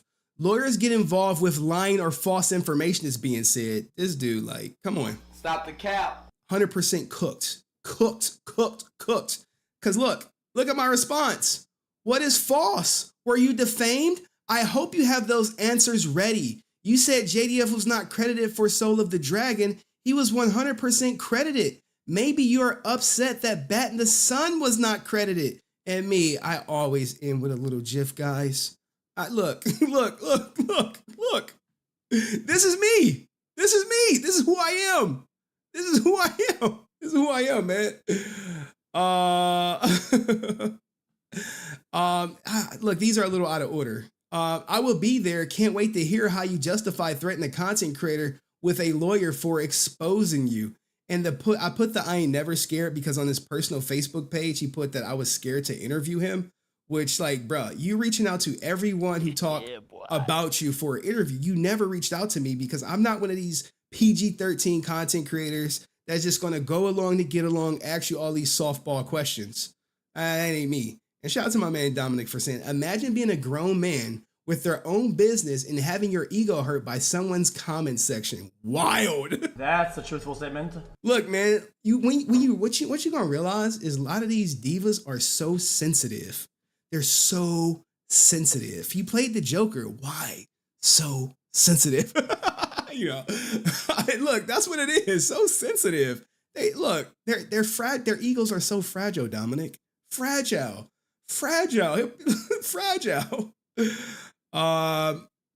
Okay, here we go. This is my original one. You're going to tell your lawyer he exposed you. He hurt your feelings. No lies were told. Deoxy owes you nothing. You have a channel. Cut a video. You're not coming off. You're coming off as entitled. Threatening a YouTuber or lawyer is weak. Reality says can't sue someone based on an opinion, which isn't an accusation. The titles have a question mark, which isn't an accusation. It's a question. Your lawyer will probably tell you the same. Okay, yeah, she's well versed. I'm familiar with defamation lawsuits. You don't have a case. I mean, he can still sue and then just get tossed out because it's California. He's making himself available. Blah blah blah. I think this is more so the same. Hold on, I'm making myself available to him to clarify his accusations. What his accusations don't need to be clarified to explain himself. But if he chooses to ignore me, then I will have my lawyer reach out. I never threatened him to sue. There you go. Like, dude, you mentioned a lawyer. You mentioned a lawyer. I hope you are both in the live tomorrow. And the reason why Deoxy wasn't in the live is because he was at work. He should be at work right now. He's 12 hours ahead. What's this one? I don't know what the heck. What is this? What is this? Brother, what is this? I don't know what that is. This is more so. Oh, here we go. Global Nerds Pod. Ooh, shout out to them. They verified too. So you think a threat of violence or a threat of an attorney is a crazy, truthful reporting is absurd. If you want to cover up your stories, you put out threat for an interview is fool's work. Put out your own story and see how the narrative resonates. The truth always shines. It always does, guys. Generally, when you say false things, a lawyer gets involved. I'm giving him a chance to explain himself before action is taken. Notice when he says false things, like, bro, this is, you're trying to gaslight. What did he say that was false? You can ask him today and be like, hey, what was false? And he'll say, well, he cut out some of the interview. Okay, well, that doesn't mean it's false. Did he say false? What did he say that was false? You have to hammer home on these guys. This is more of the same. We must respond with our deadliest weapon, the lawyers. Deoxy was trolling him. This is more so response. I'll be there, making sure. This guy is really whoa. I think we got more. So you think he's defaming your what? Brand? Bruh, you're damaging your own reputation. Nothing he said was false, and you know it. He spoke on all information that has been made public. Just because it's not positive doesn't mean it's defamation. Come on, dude. We spoke before, Aaron. Put your boss hat on and get out of the sandbox because your butt hurt. You can't force your way into an interview to speak to the fandom regarding this Legend of the White Dragon thing. Facts, god damn. That's the truth. Let him cook. Holy shit, we gotta reach out to Global Nerds Podcast. We gotta reach out. I gotta talk to this person. I gotta talk to them. They was cooking them. If I was him, I probably would have deleted too. This is more Global Nerds. I just want to make sure I'm just cleaning the look, everyone was like, hey, what was false? What's this? And this is the other one. This is the other one that he tried to play off like, oh, they were faking. This is someone's response, and I know Airlim commented on this. We have their names, we ride. Let's send that thing to the deepest ring of the internet hell. This is our time to prove our loyalty and our grit in the face of such blasphemy and defamation. Oh. Stop the cap. Oh my goodness. Defamation. Show Deoxy 360 no mercy and he shall have no quarter. This is not just for our honor of batinthesun, but it's for our memory of the man that gave most of us so much till his final breath. And this is a common issue, right? If you diss batinthesun, some people will say it as you're dissing JDF. You got to separate the two. This is what batinthesun did. This is not what JDF did. And a lot of times people, they can't separate the two. Like, when you're critical of people who are close to JDF, people are like, oh, are you dissing JDF's legacy? No. I'm dissing the person that's close to him that did some fuck shit. What do you want me to do? Excuse it because they were close to JDF? They were related to JDF? Nah, no free passes for nobody. Right is right, wrong is wrong. Everything Aaron did about this situation is 100% wrong. And by and large, only a small minority agreed that he was doing the right things. And these are the people who refuse to even watch Deoxy's video, to look at what was available then. If you got to say, hey, watch my next one, then bro, you wasn't clear. I cut a video. Hey, this is what it is. If new information become available, I'm going to do it. Not, hey, let me go clear some things up. Look, guys, as an investigator, you're supposed to leave no room for interpretation when you talking to people. They need to know exactly what you say and exactly what you mean. But Deoxy wants war. We give it hell. Who would join me, my dear brothers and sisters in nerdom? And someone said, yeah, don't do all that. batinthesun, why are you liking a harassment of someone? You know how the internet works. Even if it's a joke, you should be saying, don't do this. I strongly agree. Let me see. We got some follow-up messages. Look, man, I love the community that we have built here. It is it is great. It is great. Okay. Let's see. Look. Oh, that's Airlim. Love your energy, devotion, and passion, but no violence. So batinthesun did follow up on his word. You know, he said he was gonna say the no violence, which is great. Let's see, what's this one? I'm calling. Holy shit! Holy shit! Holy shit! This guy said, "I'm calling for violence. I'm calling for all of us to assault his YouTube channel." In that video with reports of defamation, harassment, libel, misinformation, etc., till the ether leaves or is removed from the platform. So you see, now this whole, I thought this guy was not talking about that. Nah, man. He let him know exactly what type of time he was on. Dang. The guy deleted his post, but Aaron didn't say anything after that. Look, the tweet and deleters. Jesus. God damn, man. Twitter fingers. Type of fingers turn to Twitter fingers. Oh, Jesus. All right, what'd you guys think of the the post and delete from Aaron batinthesun? God damn, man. My editor is gonna have a field day. A field day with this shit. Oh, we got a deleter in the chat. Oh man, hate. This is hate, right? Or is this truth? Am I spreading truth or am I spreading hate? Is it true that he deleted the messages? Is it true? Is it true? Yes or no, goddammit? I need answers. Oh man. Oh my God. All right, guys. The moment we've all been waiting for. There we go. Truth seeker. You know, that title just gets overlooked for like hate monger. Yeah, I'm spreading hate, dog. You deleting messages that paint you in an unpopular light. Whatever you want to say, man.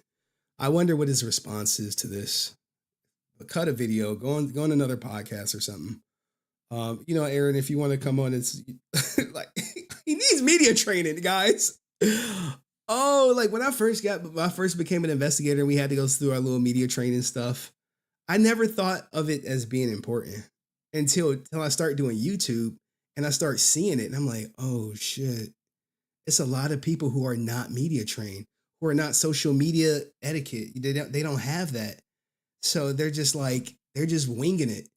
And it's just like, bruh, there's no way if I invested $2 million into this movie, do I want the face of the movie, the director, editor, the basic mascot of the movie out here doing shit like this?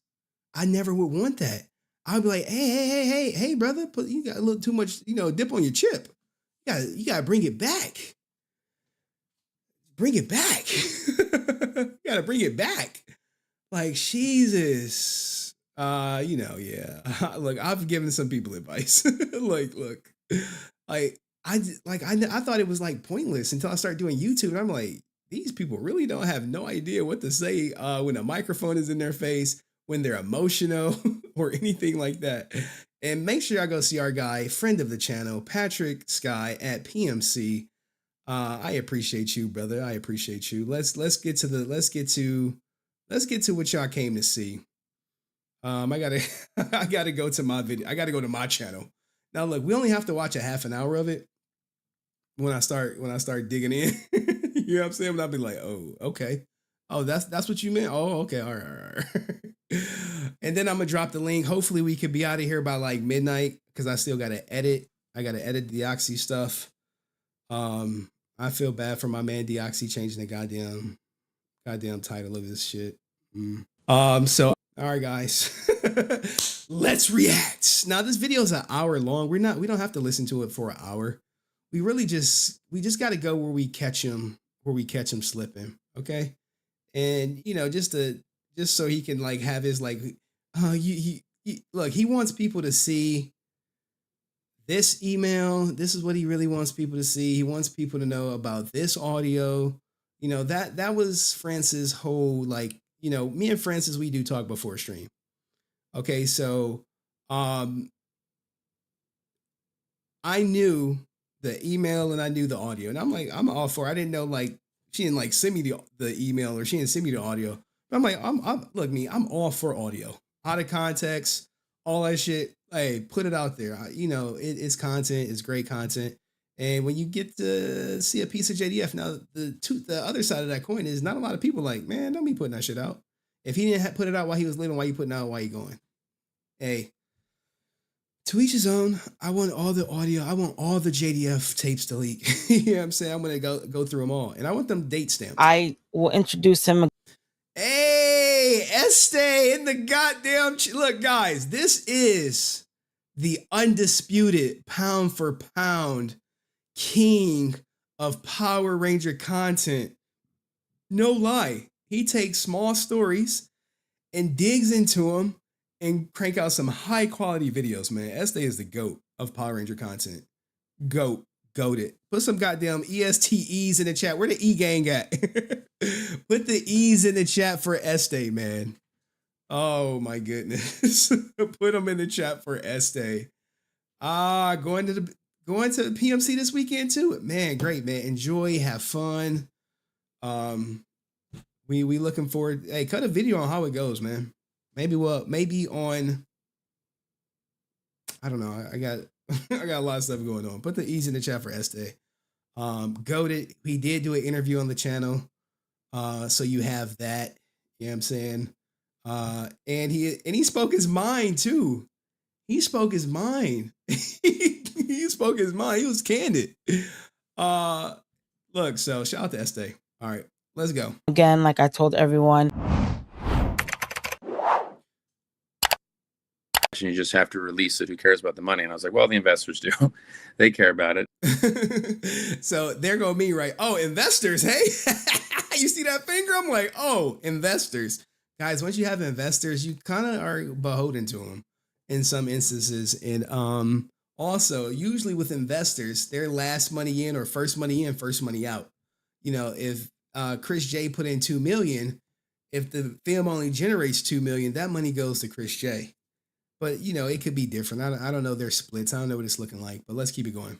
And I was like, and there's certain things that, you know, they come in and they want to invest. And the thing is, they don't have to invest, and they're not the bad guys in the situation. You know, now here's the thing. Aaron is so long-winded, guys. So long-winded. Now, that's not like a slight to him, but some people are long-winded.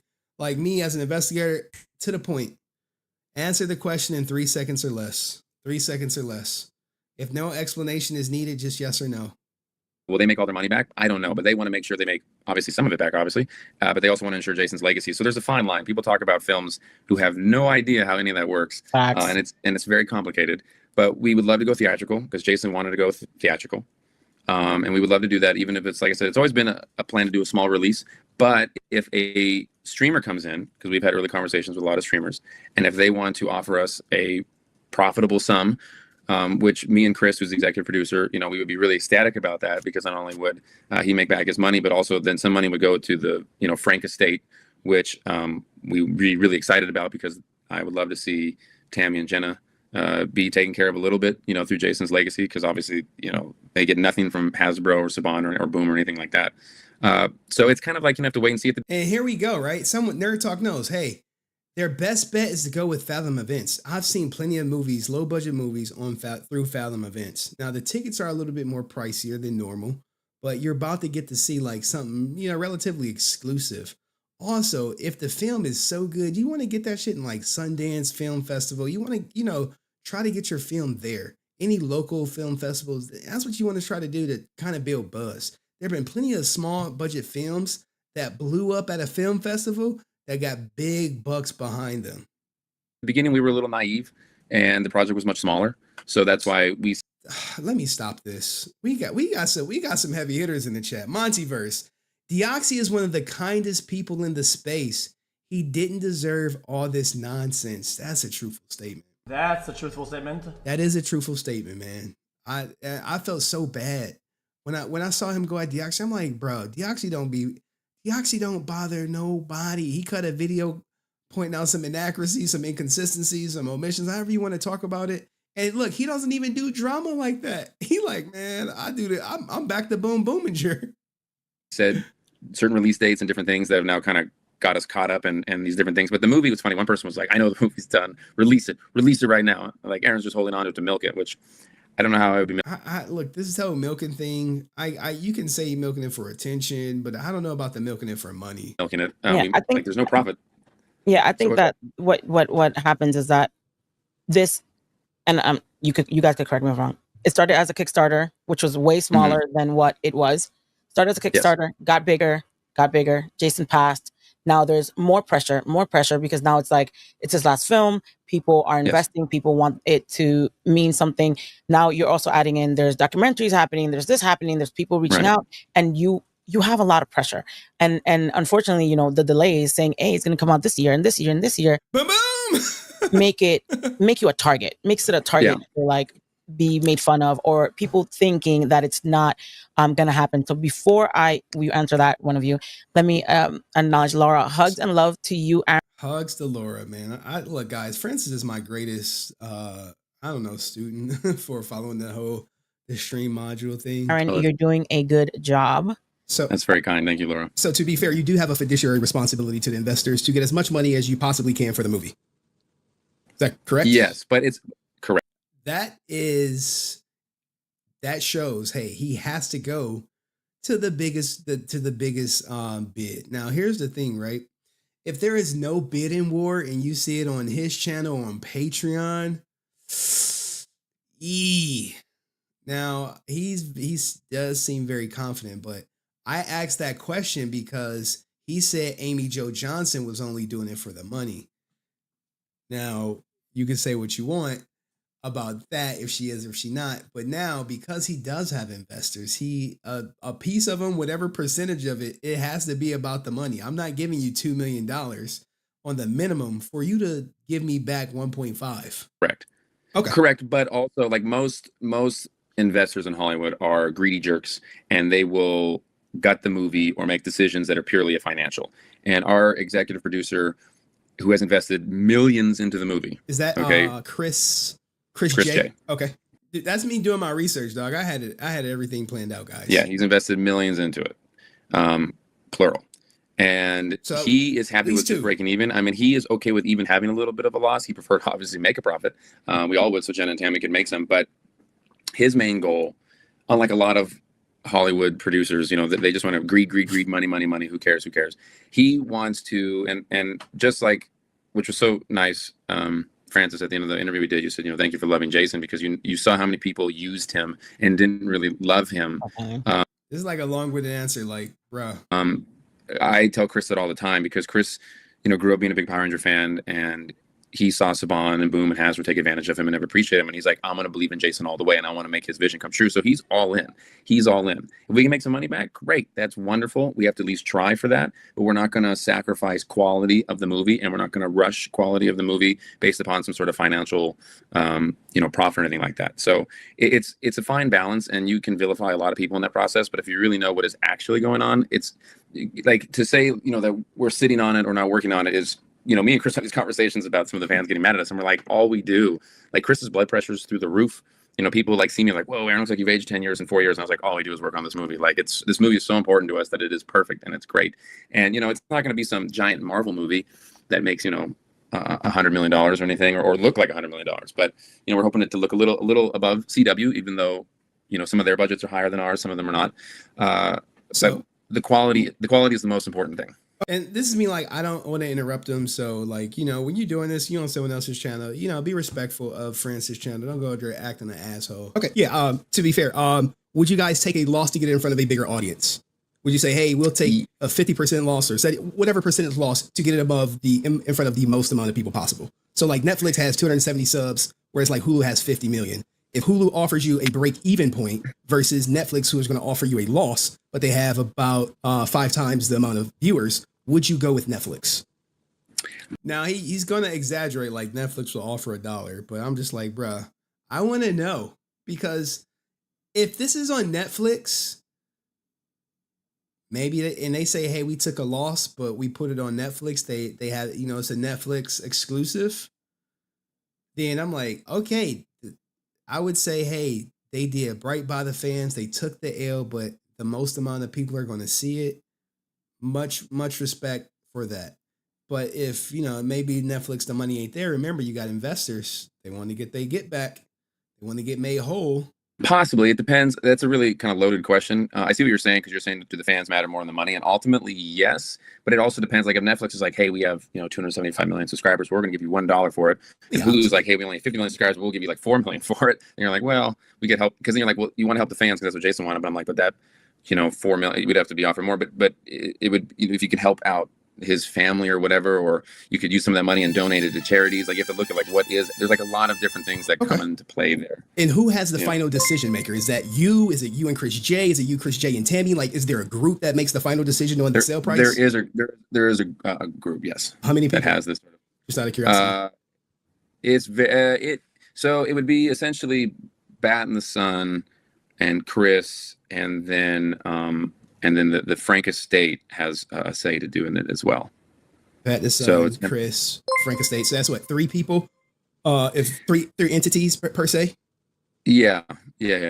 Okay. All right. Are they weighted equally? So everyone owns 33%, or does Chris J have a bigger say because he invested way more?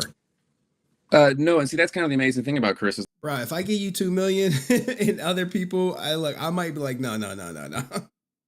I got 51% say, but it is what it is. You got a personal relationship with the guy. Cool. Can no one see me in chat? I see you. Oh, chat froze. Let me check. Test. Nope. I see you. Oh my God, y'all tripping. All right, let me acknowledge some contributors. Acknowledge me. Why is Chris' blood pressure up? If he's all in, not wanting to profit, why is he not worried? That's so yeah, look, I don't know. Blake 8043, Henry, you were great. Good questions. Would love to hear Tammy and Jenna perspectives on Aaron, assuming they need money. Terrible, Aaron, terrible. Oh yeah. What if they do? I don't know. I don't know their financial situation. I do know Tammy is selling her house, or the Frank family house. Maybe we can cover it after this. A lot of times you come in with like you're the sole investor, you get all the say because you have all the money. And Chris didn't demand that. He wanted like when Jason was here, it was 1/3. Okay. So he wanted to be fair. He wanted to be fair to Jason, and he never wanted to feel, because Jason always felt like he had no control with Saban or Hasbro, and they ignored him. And Chris thought Jason's ideas were great, and he never wanted to ever feel like Jason was being cast aside. Like Okay. Are we going to get to Deoxy? Yeah. I'm like, hey, let's get to the Deoxy shit. Yeah, let me get to the yeah, we will. But let me ask this question from Intestified. Because remember, this is not my channel. Like I can't just jump to the Deoxy. Whatever flow she got set up, that's the flow we on. He said, hi. Was the ending changed with JDF's passing? Not at all. Not at all. It's exactly as it was planned with. It was written with him. God, because you've read it online. We've all seen it. How people have said, well, you're milking it. You're changing the movie about you. You're adding more. If you're still filming after he's gone, it's because you're adding more parts of you. Are you changing the movie so the prequel and the sequel are about your character? I think that's it's good to know that. Hey, I said that shit. I was like, yeah. I mean, if I'm him, I gotta make sure my character live at the end. What if it's a smash hit? It's a smash hit. Thing has changed despite his passing, because I think there was rumors or things going around that you're cutting Jason's parts down. No, that was almost like the one stipulation. We went back and had to kind of. That's actually a great question on Francis. But look, I said that shit. I'm like, bruh, if I'm him, I love JDF, but I'm like, Dragon Prime gotta live, bruh. If this shit pop off. Yeah, I'm saying. Appreciate the movie because we were still missing some stuff from it. Was to cut as little, if anything, of him in the movie. Like keep as much of Jason in the movie. And what people also should remember, because when they watch it, there's gonna be like, there's a lot of you too in it, Aaron. Which like in all the posters released, like the Boss Logic poster or the print on Sideshow, it's always both dragons. Someone said, I'm curious how he's able to edit the movie and work on it full time if he's not making money off the movie, because he likely has a salary. I can imagine he has a salary. I don't know if the salary is coming from the investment, but he has a salary somewhere. Everyone has to earn money. His YouTube is not generating money. I don't think it is. So the movie is very much about two people. When you watch it, Jason is clearly the star. Because like if you watch The Dark Knight, right? Like Batman's the star of the movie, but Joker's a really big part of that movie. So But you don't think? I think Joker stole the movie from Batman, even though he had about I think 20 minutes screen time. Like I didn't want to get into no argument about Joker and Batman, but Batman, like I know about that Dark Knight movie. I haven't seen it about a million times. Joker is only on screen for 20 minutes, guys. Yeah, well, I think Joker was just written and acted better. I don't think Christian was given a lot to dive into with those movies. I think, Heath Ledger was so great. And I'm not comparing myself to Heath Ledger at all, but I'm just saying that, when you have a superhero movie, the villain is also, he kind of defines the hero. So in a weird way, there's a lot of screen time of the villain, but he is purely building the hero's journey. Okay, who has more? But that was... Oh, I'm sorry, go ahead. So that was always the intention. So when you watch it, they're like, "There's a lot of Aaron in this movie." And I'm like, "Well, that was always the plan. That was always what was written." So you have more screen time than Jason in the movie, or who has more screen time? It's pretty even. I haven't actually gone through and done the math on this, and I'm sure when it comes out, someone's gonna be like, "Aaron has a minute and a half more." He, whatever. I don't. That's probably true, but as far as the social blade goes, this is what they're projecting. Sometimes these are way high, sometimes these are way low. I mean, his views stay pretty consistent. About 40,000 views today, 50,000, 50,000, 50,000. I'm not going. Let's see. All right. So for about 100,000 views every 2 days, I don't know, maybe $500. $500 times 15 for, what's that? About 5,500 a month, which right here. There you go. But not like 100K or anything like that. Let's keep it going. Have never looked at that. So, but what I would say though is that I don't want to give any spoilers away, but my character is all about Eric Reed in it. So even my scenes are still building Eric and building his character and that sort of stuff. And that's what, all heroes are defined by their villains. So you can't have just kind of a lame villain that's just barely in it, because you need to have those steps. Like yin and yang. It has to be together. It's yin and yang. Yeah. But Jason also always wanted that for me. He always wanted it to be, because originally, here's some interesting drama, or not drama. That's not drama. Info. When we were working with Johnny Fosh, and I think Johnny wanted it. Yo, this Isley Iraq guy, he really had some disdain for Aaron. He wanted to go get Austin, and then Jason's like, "No, I want Aaron to do it. I believe in Aaron. He's such a good Joker. I think he'd be a great villain for this." He's like, "Aaron, I want you to do it." So I was like, "Cool, if you believe in me." I was like, because if he was like, "No, Aaron," bro, Austin can't fucking act. Oh, I think is this Johnny Young Bosch wanting to get Austin? And I'm gonna go, because originally Jason asked John Berthenol, because he was Berthenol. I said that right? He's friends with him. And he was like, "Hey, if Aaron, if we can get John though, I think that'd be better." And I was like, "Yeah, get John." I know, guys. A lot of people do not like when Aaron says JDF always wanted XYZ. I mean, there's no confirmation. I get it. It's always going to rub some people the wrong way. Now, if I was to pass and I was to have a funeral, and y'all better be like, Henry always wanted his ex-wife not to be at his funeral. Make sure y'all say that shit. Do that, but that didn't work out. But it's always was a mutual thing as far as what Jason wanted and what I would think was best for the project and so forth. So it's like a very much a group choice of what we think's the best. And I mean, it works a lot about, if you think about it, all these people, even after Jason passed, still came back, reshooted. They did, you guys reshot, you did ADR, Mark Dacascos, David Ramsey, everybody came back. And, you can say that Mark Dacascos and David Ramsey are bigger names, right? And they came back, and it speaks a lot about the love of Jason, and also with you, right? Because if you were like this person that wasn't honest, or a good person, or someone that had a good connection with people, then they wouldn't come back. It's done. The star is gone. You know what I mean? And that speaks volumes, I think. So I know that you're on limited time, and so all right, now we're about to get to it, guys. So I want to get through what happened, right? What happened in the last 24 hours with the Deoxy interview, because I think you were basically called a liar, and that I can imagine how that affects people, especially when you know that. Bro, people call me a liar all the goddamn time. Shout out to the I Hate Henry Ninja watching group. You don't feel like you're lying, and especially when people kind of just go out and attack, kind of, right? I don't think Deoxy, to be honest, I don't think Deoxy attacked you. I think he just had, receipts. He's like, wait, that didn't happen, or he feels that didn't happen, or this was that, or this and that. And I think that there's a lot of things that weren't clear, and I think today we should just leave them clear, and it's done, right?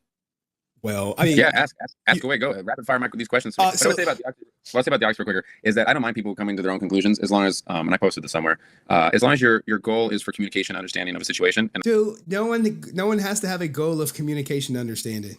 No one has to, whatchamacallit. Francis, why you dropped the ball? Johnny Young Bosch did at Austin enjoying Legend of the White Dragon, which ASJ has mentioned in convention Q&As. Yeah, it's true. But let's not interrupt Aaron as he talks about this is basically like, if you talk about me, I should be able to come on your platform, which that's no one's doing that. Well, I mean, yeah, ask away. Go ahead. Rapid fire, Mike, with these questions. What I would say about the Deoxy real quicker is that I don't mind people coming to their own conclusions as long as, and I posted this somewhere, as long as your goal is for communication, understanding of a situation, and not taking certain facts and building a toxic, hateful environment. Which is why I reached out to him. I was like, hey, if you have any questions, when you start a toxic, hateful environment, that let some people tell it that's Discord. You want to ask me, and I'm a big fan of just talk to me. I'll explain everything, and everything's cool. And then when you ignore and then repost and retweet other things, I was like, well, it seems like your goal is not for understanding and information; it's to build a like a negative rapport. And I was like, well, I don't like that. Like, dude, no one has to have a positive rapport. Like, trust me, if TMZ was running a story on Batinthesun, they would reach out, but they're still going to run the story. They don't care about the rapport. But what happens is people think they're bigger than they are. He may have some deference at PMC because he's doing Legend of the White Dragon, Jason's last film. But if that film was not coming out, or if it came out, maybe if it was not coming out, would they invite him? Why would you do that? But that would be my like, oh, just talk to me. But I saw something like that. He was complaining online. He's like, look what he's doing. And someone's like, why didn't you just respond to him and talk to him? And I was like, yeah, why didn't you just do that? Well, one, he doesn't owe you a response, and two, you did threaten a lawyer if he didn't interview. Is that correct?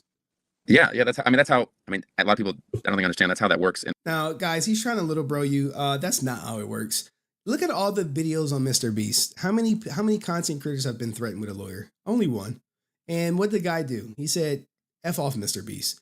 If you get outside the Power Ranger sphere and cover, like, you can go into bigger content creators, when people call you a liar, unless they say like something like overtly false, no mention of lawyers, especially on YouTube. In the industry, so like that's the advice I get from the lawyer. Because basically, if someone is calling you a liar or whatever, it's best to say, hey, my lawyer's going to reach out. Now, someone put out the word sue or whatever, which I didn't say that. But what happens, a lawyer will reach out and be like, hey, it's basically like a mediator to make sure that things don't escalate. Although people, I think, young fans don't know that's kind of how it works in the industry. Okay, young fan, like, guys, come on, man.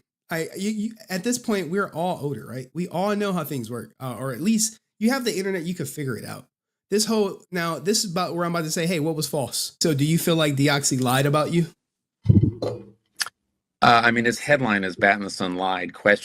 And then if you read all the comments, everyone just is agreeing with him that I'm like garbage. Is that a yes or a no? Like, do you think Deoxy lied about you? I think he used information to portray things that were incorrect. Is that yes or no? I'm like, all right. This is me going on because he doesn't want to say no. Okay, this is like, you asked a direct question. Now, if he was just on my stream, I'm like, bro, I need a yes or a no from you. I need a yes or a no. I don't need an explanation. Did Deoxy lie on you? Yes or no? Well, I feel like he did this. Dude, if we were in court, the judge would say, can you answer the question? I know this because I was in court and my ex was trying to give like some explanation. It was like, ma'am, it's yes or no. So this is why I ask yes or no questions, because they hold up in court. Hey, did Deoxy lie on you? Yes or no? Because if he says no, case over. If he says yes, then you say, well, where did he lie on you at? So this whole explanation, and I just moved on because I'm like, this Francis channel, I don't want to like just take over like this and just be like, dude, I need a yes or a no from you. Because I'm like, did he lie on you? Yes or no? And you ask him that right now today. Did Deoxy lie on you? He'll give you an explanation. He won't say yes. He won't say no. Because the answer is he did not lie on this guy. But he wants to paint the picture as, oh, well, he painted me in a false light, dude. I was going crazy inside, but it's Francis. She's smiling. You should ask Francis, like, hey, did Deoxy lie on him? Yes or no? Let's go to another question. What did he say was false? Because you posted specifically that, and I could read the post. Now, here's the thing where like the whole Francis comes into play, where you can basically show the post, right? So because people are on the outside who are watching a stream that has no idea that this is the post that I was referencing.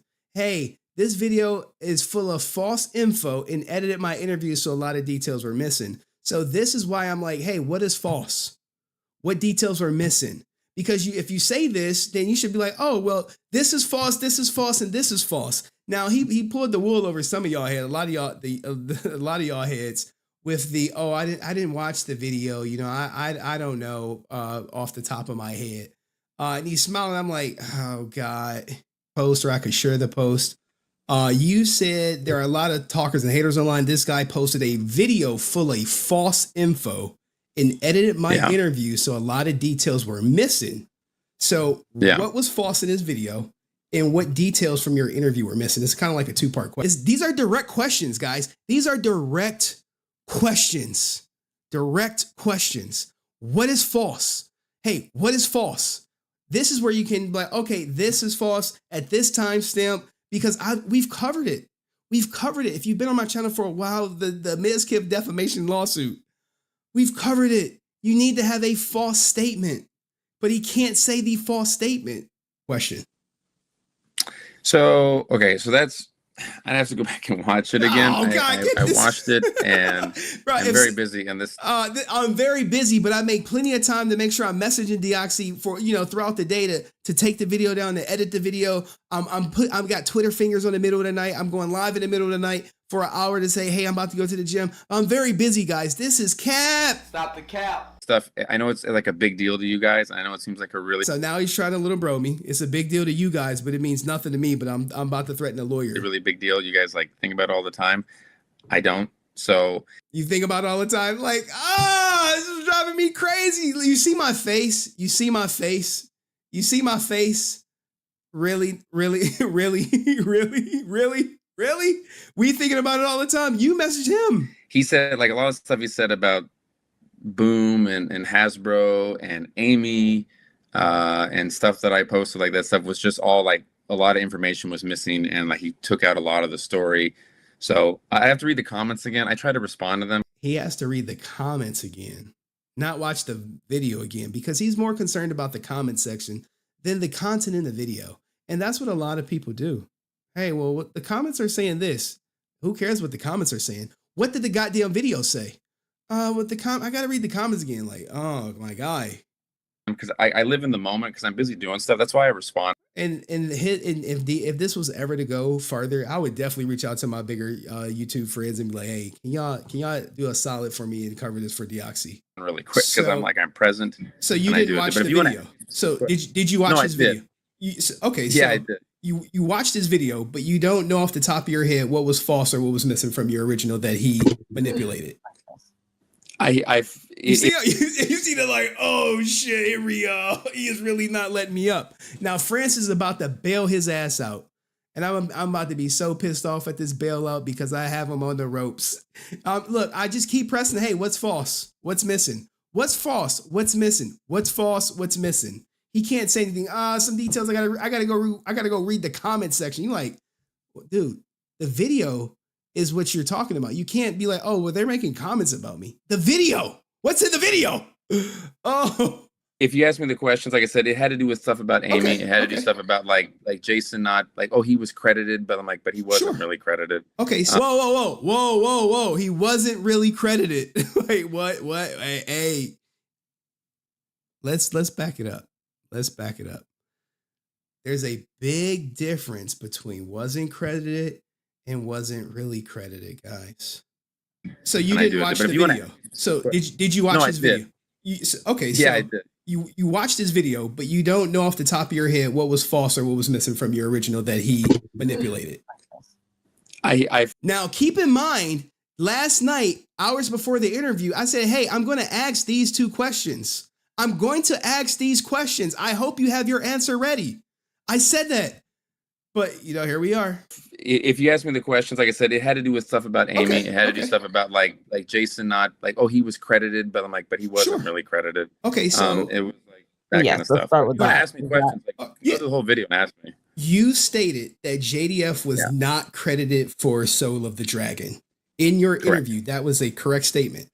Bam! That's it! It's done! You stated he was not credited. It's over. It's game over. Okay, we could pack it up. We got him. He admitted that he said JDF was not credited. Deoxy showed that JDF was credited. Game over. Look, if this was to go to a lawsuit, and they showed this video as evidence that, hey, he said he was not credited. Let's keep it going. However, Deoxy unearthed proof that Jason was credited. So would that make your original statement a lie? No. So now look, he was not going to say he lied, but now he's about to try to say like, well, I should have said something. What I was saying in the original is that Jason was not created as being a co-creator of the project. And for those people you see me like, whoa, co-creator never fucking came up in the original interview. Did it? Did co-creator come up? The answer is nope. No. The industry, what? You did no. If you're saying that, if now you're trying to switch your original interview to, hey, he wasn't credited as a co-creator, that's different from saying he was not credited at all. Because now you're misleading fans to think that, hey, they just stole this idea from Jason. And then without Deoxy putting out this video, I don't think we'll have this interview where you're saying, oh, he wasn't credited as a co-creator. You see it? You see it? I got him. But Francis is about to bail him out. And she's like, well, let's move on to this email. And I'm like, no. We need his response.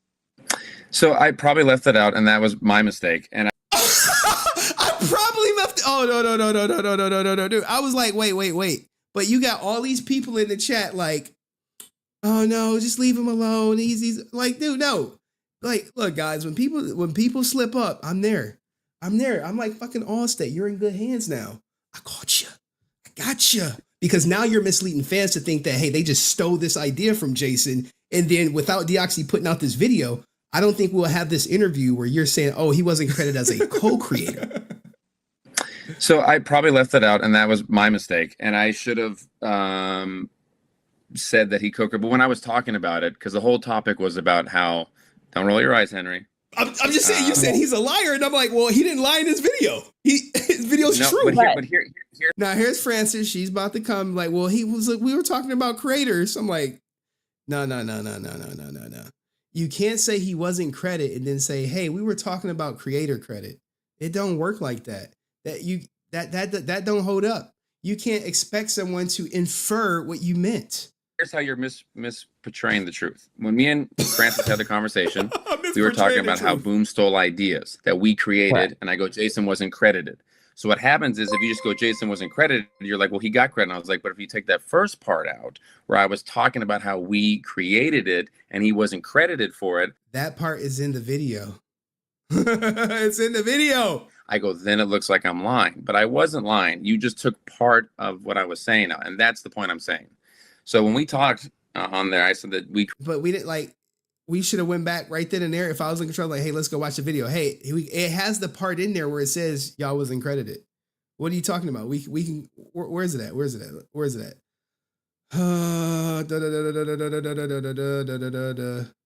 Let me make sure. Let's go back to Deoxy video. He just said, oh, he cut out the part where he said we wasn't credited. Let's go back to Deoxy video. This is Deoxy's video. All right, this is Deoxy's video. Let's see what was cut out. What was in there? This Rise of the Emerald Dragon comic book or idea, it was stolen from Boom Studios and Kyle Higgins that they turned into Soul of the Dragon. So, and then the dragon thing happened, and that all fell apart, and Jason was frustrated with that. And I was like, let's go back to let's just pitching the comic book again. So then we ended up speaking to Bryce over at Boom, and we were like, hey, let's make Legend of the Emerald Dragon a thing. And they're like, we like this old man Tommy thing, which is what Jason always said. And we started developing it over there.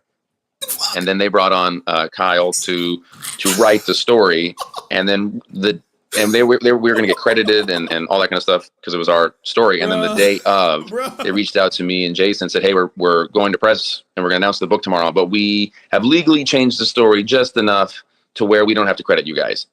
And then we're dropping it from and me that and was Jason, Soul of the Dragon, correct? And that was Soul of the Dragon, yes. Now, if you own a copy of Soul, all right, so they're going again. Like, oh, he cut that part out. No, that part was in there, brother. Created a bunch of the stuff, and Jason wasn't credited for it. He was credited as a consultant, which also, just to put into reference real quick, in the industry, when people are labeled as a consultant, that's like you being written off as if you haven't really done anything. But yeah, as we fans, we're taking this at face value. If you say he wasn't credited and you don't come back to say, hey, he wasn't credited as a co-creator, then we're right, and we're weaponized against Boom Comics to think, hey, they just stole this shit from a lot of people's favorite hero, a lot of people's favorite Ranger. Right, but okay, so here Francis brought up an email. Look, you see, hey, this is deflection. Francis brought up an email. Let's go to the email. Where I love how it's to Aaron and not to like JDF, but maybe he's managing JDF, maybe he's handling all the shit for JDF, but it's to Aaron. So this is where it's like, okay, well, let me clarify what I really meant when I said he wasn't credited. I think, right? Yeah. So this, you know what happened was we were talking, right? We were talking, flowing. I personally knew what Aaron was talking about because I knew that Jason had more of an effect, more of just a consultant in Soul of the Dragon. But you know, we didn't go in depth. We were just talking. We're trying to get through all the points, but I understood that, right? But we didn't understand. And I've talked to Francis about this behind the scenes. Like, you can't be like, well, I knew what Aaron meant. Deoxy didn't know. He just said Jason wasn't credited. And we like, wait, he was credited. But I understand where Henry's coming from because it makes it seem like he wasn't credited at all. So of course, you go to the back of Soul of the Dragon and there is of course a credit as a consultant. And you know, the good thing that Aaron speaks about, hey, like the day before it came out, I got an email and they basically said that they weren't going to credit, you know, Aaron and Jason, and that they were going to give Jason, and this is the email, they only gave Jason let's say a BS to me, right? A BS credit because they didn't want to get on Jason's bad side. At the end of the day, if Jason would have been like, hey, I worked on Soul of the Dragon and I didn't get not one credit, people would have probably lost their minds. And let me just go through the email. It says, hi, Aaron. Thanks for checking in. A quick update on the OGN. The book, which has been titled Power Rangers Soul of the Dragon, has significantly changed shape over the last several months and become something wholly unique, a story about Tommy Oliver that explores all of the... Did I skip something? A story about Tommy Oliver. So that's what the story was all about. They changed it to what our pitch was A story about Tommy Oliver that explores all of the different... I mean, I'm only playing this for like, you know, everybody, you cut out the part with the email. Like, bruh, look, you could however you want to spin it. Just try to make it look like they took it, whatever. JDF didn't like the credit. That's fine and dandy, but the fact remains, in your original video, you said he was not credited. That's a clear-cut fact. Now you come back and say, well, he didn't like the way he was credited. That's completely different from he didn't like how he was credited. Now, I don't really got no beef against Aaron other than the fact that he came at Deoxy. Can he have some redemption? Probably.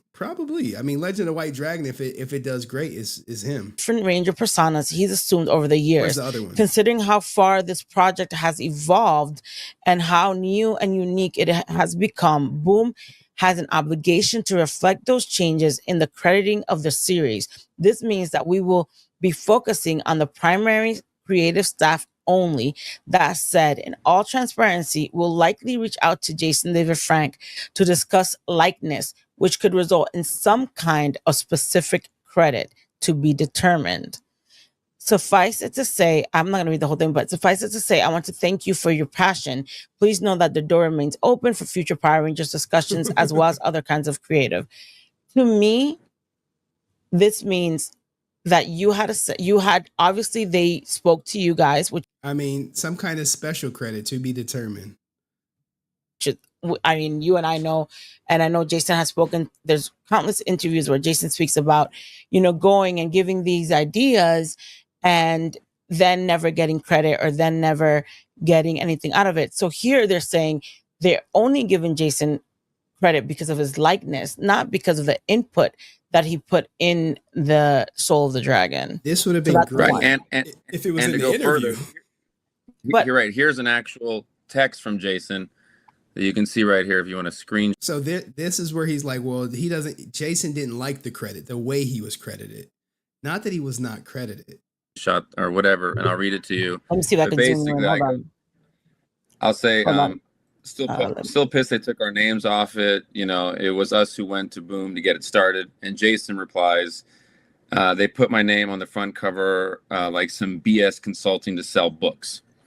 You can put it did up. the same thing with Amy. There you go. So, batinthesun, still pissed they took our names off the book when it was us who went to Boom to get it started. They put my name on front cover like some BS consultant to sell books. They did that to Amy on the big 25th yearbook. That whatever, tired of all this free-ish. Oh, really? Don't trust Brian. Goddamn. Now look, guys, let me stop kicking Aaron's back end for a second, for a split second, and give him some grace. I know what it's like personally to have your ideas stolen from you and not credited. It happened to me before. I felt like I was so pissed. I wanted to scorch earth. I wanted to scorch earth. I kid you not. And then I talked to my uncle, and he was like, nephew, I'm like, Unc, they stole my idea. They won't even give me credit for it.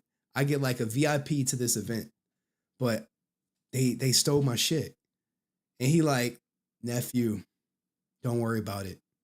Your ideas was for the people, right? And I'm like, yeah, but I wanted the people to know it was my idea. He was like, nah, that ain't the way to go about it. It was for the people. You deliver to the people. Now they're going to continue to do the event that you created every year. But you ain't going to get credit. It's all good. But it's, for the greater good. I was young. I was not feeling that shit at all. I was not feeling that at all. But, I get it. But it could be different for Aaron if they pitch him an idea, like as in So Little Dragon. And then they're like, this is a great concept. Great concept, batinthesun. Great concept, JDF. And then they take your shit. And they say, well, you gave us the concept, but we changed the story 100%. But we gonna give JDF his credit for his likeness. That is low. I would be pissed. But at the end of the day, on Boom side, say you did give us the concept and you gave us a crappy story. And we like the concept, but we don't like the story that came with the concept. We think it would be better if we go in this direction. And because of we're not using your story and we're going to use JDF's likeness, we're going to give him a special consultant credit. We took none of the batinthesun story. But here we go. This is me giving Aaron some grace on them taking the concept and legally changing the story. Because that's likely 100% probably what happened. That's why you got to be very careful when you start telling people your ideas, especially in the entertainment industry. Hey, I got this cool idea. Let's go to it. Now let's get to the last part, the licensing agreement. Then I'll show you my questions that I had planned right here. So this was the whole, he was upset about this batinthesun not getting credited. This was part of the, whatchamacallit, like, hey, you're upset batinthesun didn't get credited. They wasn't credited, but if they bought if you licensed it to Hasbro, right? You licensed it to Hasbro, probably in perpetuity. See, he like, oh shit, yeah, you're right. If you license it to Hasbro, so they can use it for forever, right? To the game. So we license it to, I believe it's actually Lionsgate who owns that game. Lionsgate. Okay. So that's actually, I think how it gets, I think it's so long or not, I forget, but that's how it works out. So if they took your idea and didn't credit you, you could technically sue them, correct? Or is it because they got the license from Hasbro, who did pay you for the idea, that they don't have to talk to you to use that? I don't know. I'm not a big fan of suing people. I've never done it. I don't want to do that. I've never done it, but we get the lawyers involved when people are saying stuff that are false, even though it's not false. Yeah, okay, Aaron. Because they say that when Confucius say if you seek revenge off someone, prepare two graves, one for the person you're seeking revenge off on yourself. So I'm not a big fan of actually doing that. I showed my lawyers all the stuff about the Green Ranger costume, Soul of the Dragon, and the lawyer was like, yeah, you can sue them. He goes, you're not going to get any money out of it because comics make so little money. This is true. Now, I wonder, did he show the license agreement? Because the license agreement was so old, and then they start using it. Hey, I forgot I got the license agreement. You never know. And he's like, it's going to end up costing you so much money. And I was like, I don't really want to do that. And it's just a lot of time. I'd rather just create positive things than do that. My biggest thing is and recently what's kind of funny is that Boom even reached out to me recently to they were doing a Kickstarter and they wanted to put a lot of Jason stuff in there. And I said, just credit Jason. I go, just credit Jason. And they were like, no, we can't do that. And I was like, why? We don't want any money, like no money. Just give him the credit. You can even leave me out of it. I don't care. Like, I just want my friend to be acknowledged for his love and passion for these projects that he is clearly affected. And so that's what I'm saying. It's very dodgy. Dude, it's business. I said it in this interview. It's business, man. It ain't personal. Now, is it a nice gesture to credit him? Absolutely. You can say, look, man, we're going to credit you for this. And, it's great. It'll go on to do fine. But if the relationship with Kyle has soured or anything like that, I mean, they don't gotta credit you for shit. They're like, dude, you sold it to Hasbro a while ago. Okay. You licensed it to him in perpetuity. Now we have access to anything Hasbro has. So it's like, this is where that entitlement, you could say, it comes into play. But this is more nuanced than the whole credit versus not credit. On one end, crediting JDF could have been a nice gesture. On the other hand, they doing business like, no, we're trying to get away from the JDF stuff. Okay. All right. And does actually, that make sense? Did that make sense? Are you happy with that answer? I mean, I would love to know this to the extent of how much Hasbro owns of the image, because the way it was explained to me that Boom has access to everything that Hasbro owns. So if you license them, I don't know that I'm trying not to get too much up in contracts, but if you license that iteration of the Green Dragon to Hasbro in perpetuity or for a specific amount of years, in perpetuity means for forever, guys. Years. And Boom is working with Hasbro and they can use any Power Ranger design as they see fit, then technically they would not have to credit you or credit Jason because they got the license from and that's Hasbro. true. And that's true. And there's nothing, I don't think there's anything untrue about that. What I would say is, and this is just among people, is when I reached out to the people at Boom and I said, hey, you're using our design, it looks super cool, can you send us some comics, can you give us credit? And for them to be like, I don't know what you're talking about. And I was like, you can say, hey, we're not going to credit you because we legally don't have to, but everyone. Hey, that is a tough thing to tell somebody. That's when you know it's business. I was loving the design. It's so cool. Like, great job. And be like, all right, just the total blow off. And then speak to Dan. And Dan's like, no, he totally told me to do that. And I was like, well, like, why? It just adds to all the shadiness and dodginess that Boom Hasbro's always done. What Aaron was saying, like, it wasn't about money. It wasn't like, pay me for the costume or whatever. It's about acknowledgement. And I think what Aaron is saying, right? What I know Aaron is saying is that Jason was very about appreciation of, getting the pat in the back, and he never got that. Yeah. That costume, like I said, that I don't want to say costume, but that design was probably the most cosplayed Ranger right after you guys introduced it, right? And it was even more so than the original Green Ranger. And I think what was important is like Jason wanted acknowledgement, thank you from Hasbro, Saban, whoever, like, because you're so relevant, Jason. You're such a iconic character that you built this, and that was never the case. That never happened. And I think that now, I heard people saying, well, Jason didn't hate Lord Draken. No, he didn't. I know that, he did not hate Lord Draken at first, right? Correct. Because that he saw Lord Draken as the opportunity of coming now and being like, they're going to give him something for him to work on, a more adult theme, something better. And that didn't happen. And they strung him along, and then it didn't happen. And while it not happening, I believe he resented the character. And it's not something that everyone's hearing new from my mouth or Aaron's mouth. It's something that he obviously shared. If you go back and scroll through Jason's social media, the last post with anything Lord Draken was in 2020.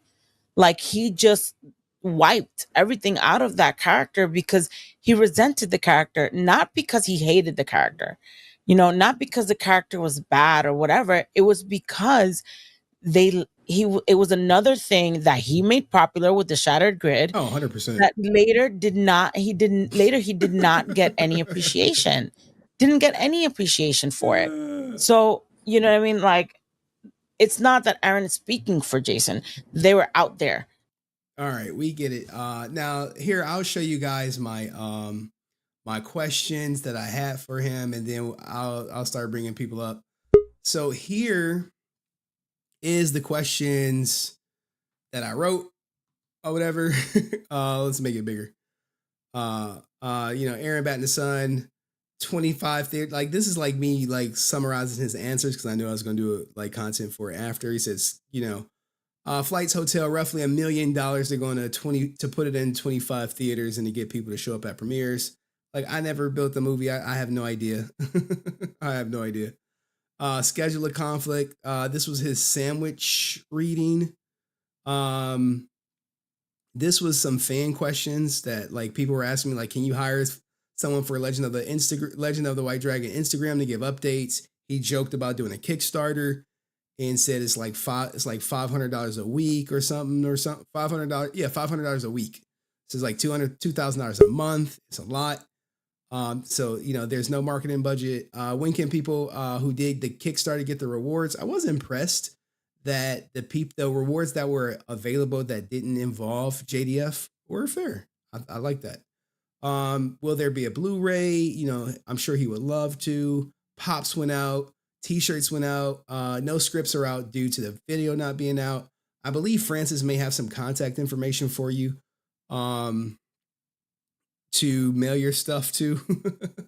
Like if you didn't get it. So I was impressed with that. So, he's making good on the Kickstarter.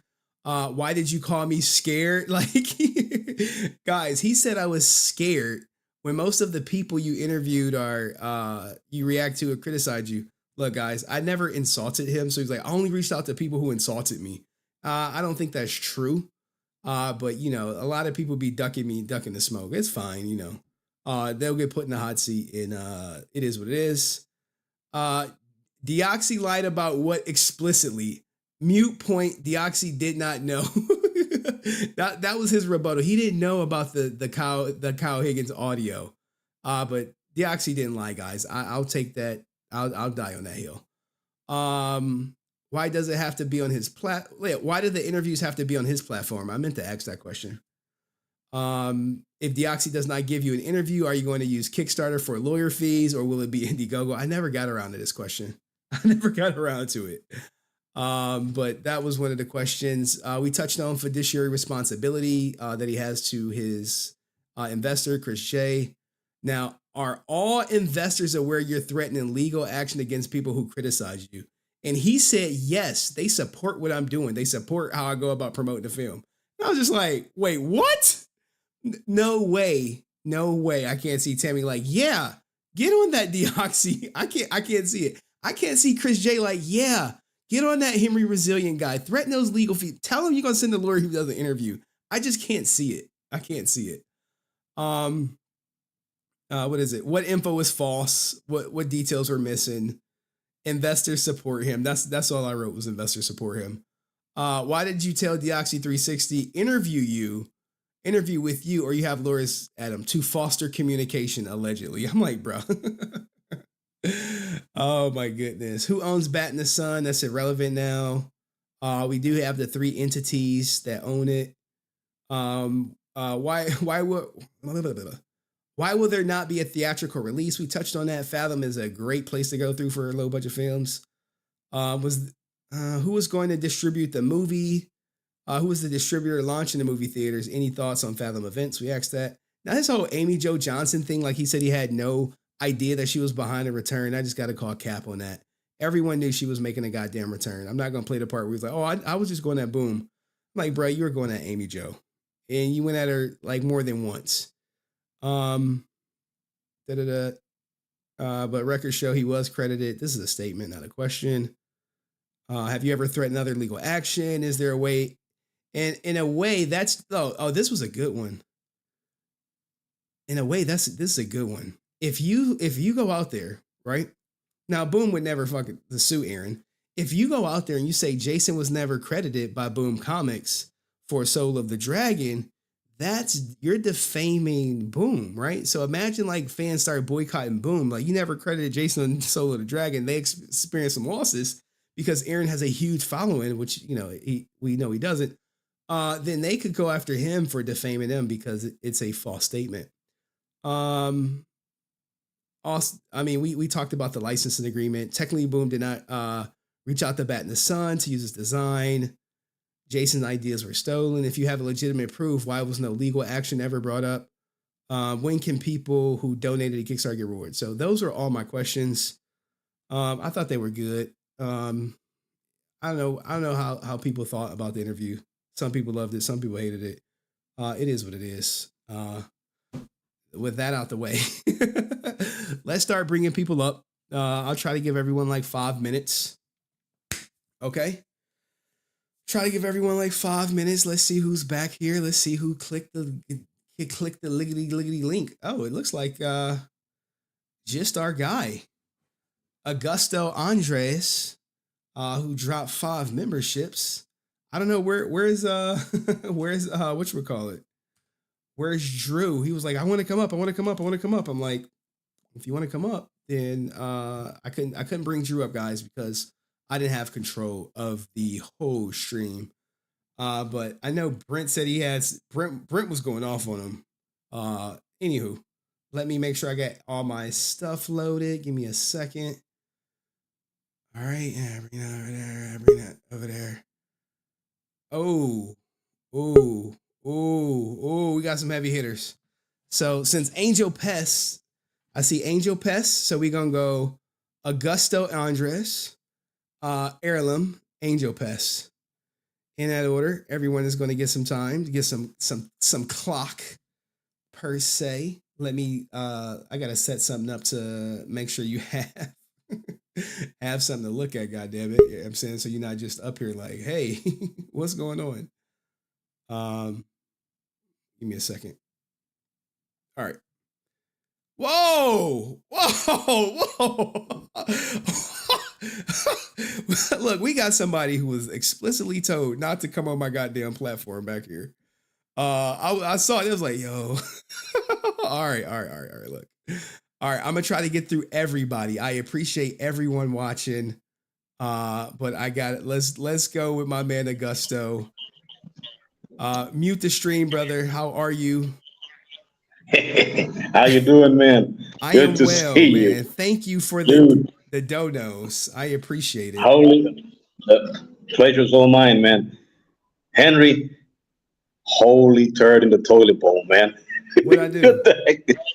I'm not. You didn't do anything. It's just, everything. I was just waiting for your stream, man.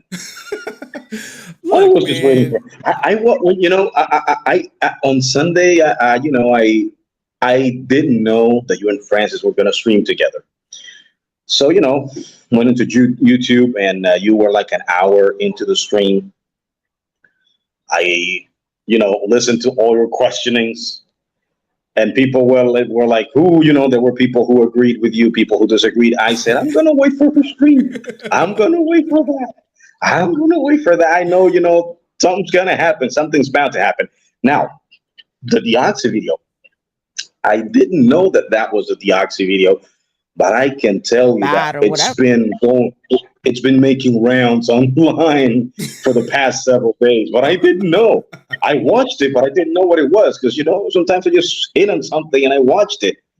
Anyhow. It's a great video. It's a great video. Yeah, it's a great video because lately, any Power Ranger, I barely follow any PR content. It's dead. I've said it before. It's been dead for a while. It ain't coming back. PR ain't coming back. I think, Henry, that you're doing more for the PR community than anybody else. I'm keeping it alive, guys. Like, people don't appreciate that I'm keeping it alive. I'm keeping it relevant. It is my personal. Yeah, go ahead. I was going to say, Blake said, Amy is the only one that should have the right to produce a story. She is Kimberly. Her character was carried a franchise. What have you done, Aaron? Goddamn. Well, Amy Jo delivered. She produced the comic and she delivered expediently. Nobody can deny that. 100%. Nobody can deny. Other, great story, great artwork.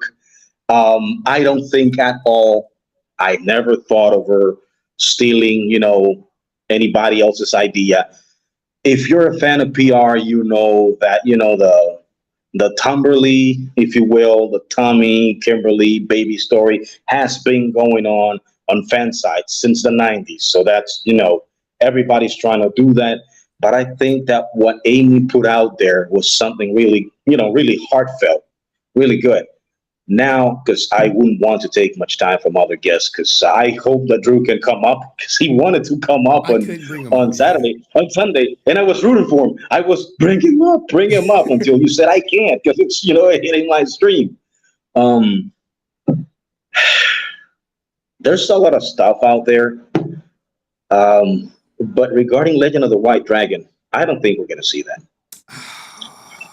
Ever since it was delayed the first time, for me, it was a red flag. Again, I think that something might have happened. Something went south. You said something during Sunday stream, something that I had never thought about before. You said creative control. Remember? Yeah.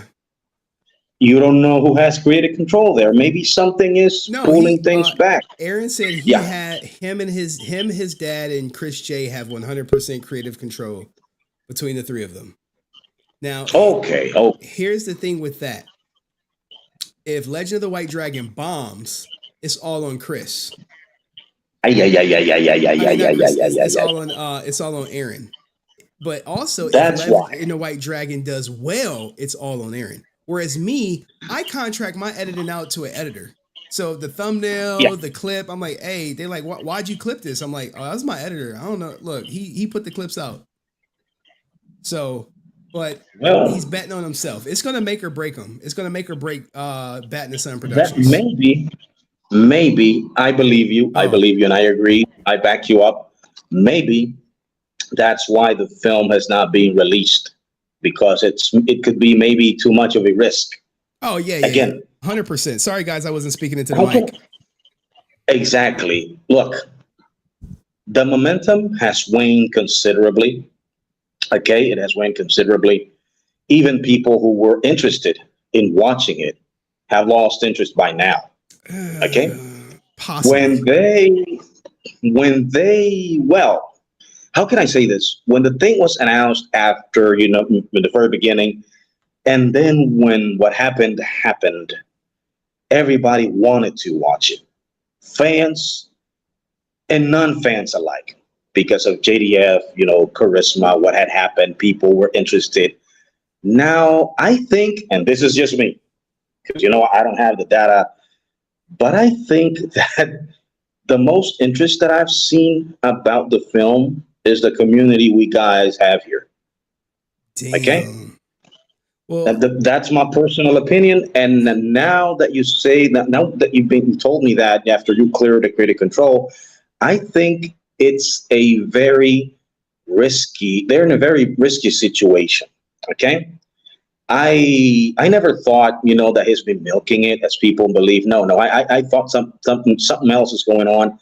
There are films. I have seen YouTubers that have, set out to do their own films, and their films ended up breaking them badly. There is this YouTuber, the Angry Video Game Nerd. Shout out to the Angry Video Game Nerd, who, he was prepping a movie about his character, and it took him like 4 years, I think, or so to, prep everything up. And when the movie finally came out, it broke him. Because people don't understand. I'm sorry? Oh, yeah. Sometimes people get too invested in a project. Exactly. And maybe Aaron needs to take a step back. Maybe he needs to hire an editor. Maybe he needs to contract some of that stuff out. Exactly. That's what I believe. I think that I don't think there are any ill intentions. It's just that maybe things went south, and by the whole project losing momentum, it's a risk. If they go for the theater, that's very risky money-wise. I don't think personally I don't think any streaming service is going to pick it up. Oh, all right. Look, all right. I don't think you got 30 seconds left. Why do you think no streaming service is going to pick it up? I mean, come on. I mean, I'm sure it's a quality film, but it's not a commercial film.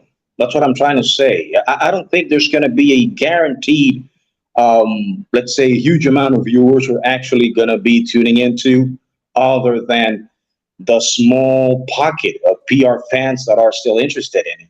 Maybe Hulu, perhaps, but I don't see Netflix butting in. Oh, all right. Hot Disney take. Plus, forget it. All right. Okay. I got to let you go. 30 seconds off. Yep. My man, always nice talking to you. Take care. Tay, thank you. Now, look, I normally don't let people just skip the goddamn line. But when we have someone who is a friend of the show, who I consider a personal friend, look, I've talked to this guy plenty of times. I've even made an order for him to get some merch.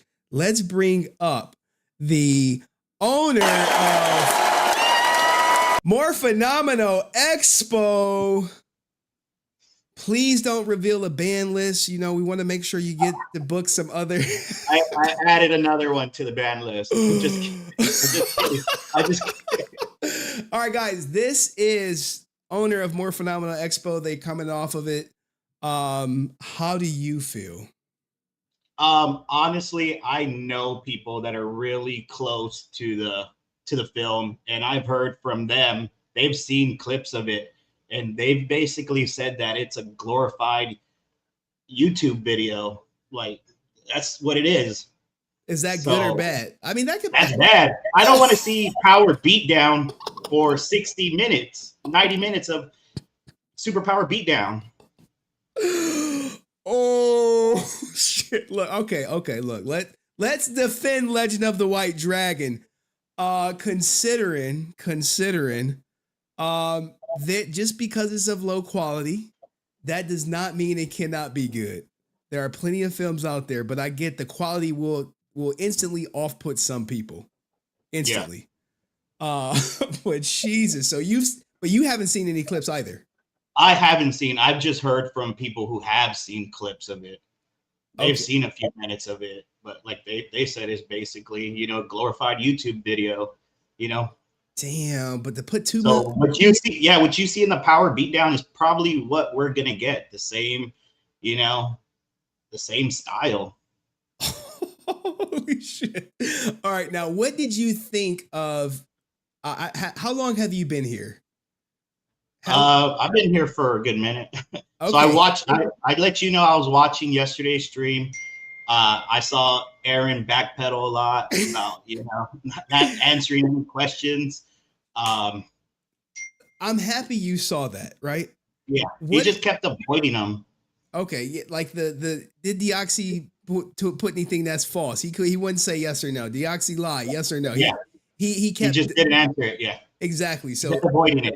I'm happy that you see it because other people like, oh, you're being too hard. I'm like, no, you accuse someone I consider a friend of lying on you. I'm going to ride for my goddamn friend. If you said, hey, More Phenomenal Expo is a scam, I'm like, yo, well, how's it a scam?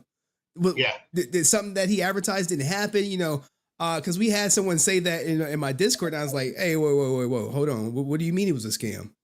And they backed down, but yeah. So what did you think about him threatening a lawyer? That's what people do. You know, it's just to scare somebody. It's like a scare tactic. Oh, let me get my lawyer. You know, my lawyer's gonna. At the end of the day, that costume belongs to Hasbro. It belongs to Toei. You know, you add some gold flakes to the Green Ranger helmet. It does not make it yours. You know, it is what it is. It belongs to Toei. It belongs to Hasbro. You know? Oh my god. So what about? I did not expect you to come in here to cook, guys. It's not every day you get a convention owner keeping it real. Now this is up there with Fayetteville Comic Con, who also did reveal their ban list with ease. Oh wow! they just flat out said, "Hey, no, yeah." It was similar to yours. What did you think about the whole Amy Jo Johnson, him not knowing anything about who was behind the return? That's a lie. she clearly was behind it. You know, they had the Kickstarter. She came out like say, hey, I'm gonna do this, you know. So he had to know. It was all over social media. You know, there's no saying you don't know. That is exactly what I was. That's exactly. I'm like, bruh, it was so much marketing for Amy Jo Johnson. Everyone knew she was doing it. Even my grandmother who watches the stream is like, oh yeah, I know she's doing the return. That's why it got backed so fast, because she was behind it. Oh, yeah. I mean, anything that Amy Jo is behind, because she has a track record of delivering. Because without that track record, then I don't know if it gets that back. And she's done several Kickstarters. She's done several things. It is what it is. Maybe you, I see your dad like, Dad. Hey, I'm on the stream right now, son. Hold on. You need to get that. Get it yourself. All right. So on a lighter note, how did More Phenomenal Expo go? We don't have to stick. Yeah, I could. So like I said, like any convention, there's a few hiccups. You know what I mean? We clearly knew what we did wrong. Like I said, $10 to enter the celebrity area, that's not bad. You know, we messed up by not having as much signage as we wanted. You know, people couldn't find where the panel room was. That was one of the big deals. But other than that, everything went good. Really no complaints. I sent out surveys to vendors. Nobody made any complaints. So I think it went pretty well. Okay. And you also had the JDF experience out there. How was that for fans? First day was horrible. Saturday went horrible for them. I think they only had maybe 4 or 5 people go through that exhibit. Okay, what about Sunday? Sunday went a lot better because they actually made it free, or they were accepting, you know, any donations that day. So okay, it went way better Sunday than it did Saturday. All right, now, any message you can give to Aaron right now, because he's watching. He know who you are. He's gonna deliver. Just deliver. You know what I mean? Shut everybody up and deliver with, the film. If it's YouTube, Tubi, whatever, just, let's get it done. Tubi. The fandom's been taken advantage too many times already. Oh, now he's gonna be at PMC, and I know you're gonna be at PMC, working with Toku Spirits. So you may get to see him in person and tell him this. I don't know if he's gonna take your advice. No, it's just my opinion, don't hit me with the lawyer. Don't sue me. I have no money. Oh, well, look, man, I appreciate you coming up and giving your piece. You should get your merch in about a week and a half. Okay, cool. I'll ship out what I got for you. I'm looking forward to it, and no more announcing your goddamn ban list, okay? So you can book the bigger acts. All right. Peace. Look. All right. Now let's get back to it. We got some heavy hitters. We got Janara back there. Remember, she's with child, but we gonna bring up Airlim because it's late for him. I'll just say that. It's around almost 4 a.m. in the morning. Now, you have been very critical of BatintheSun, and you are friends with Deoxy, and you've actually interviewed BatintheSun. Yep. Let's go through this very slowly. All right, because I know I want to make sure everyone gets up, and maybe you might want to go to sleep. Let's go through it very slowly. What did you think of the Francis interview overall? The first one, the first part.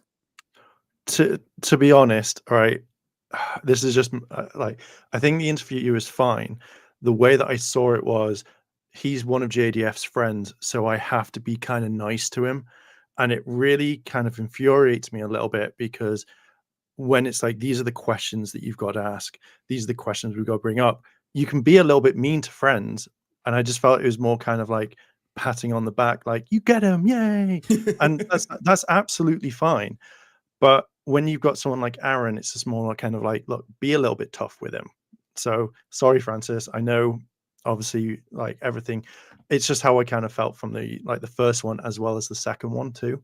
Oh, okay. All right. So Airlim was like, hey, ask her test for questions. Hold on. Let me acknowledge Eric, who says, Aaron says he's not making money yet.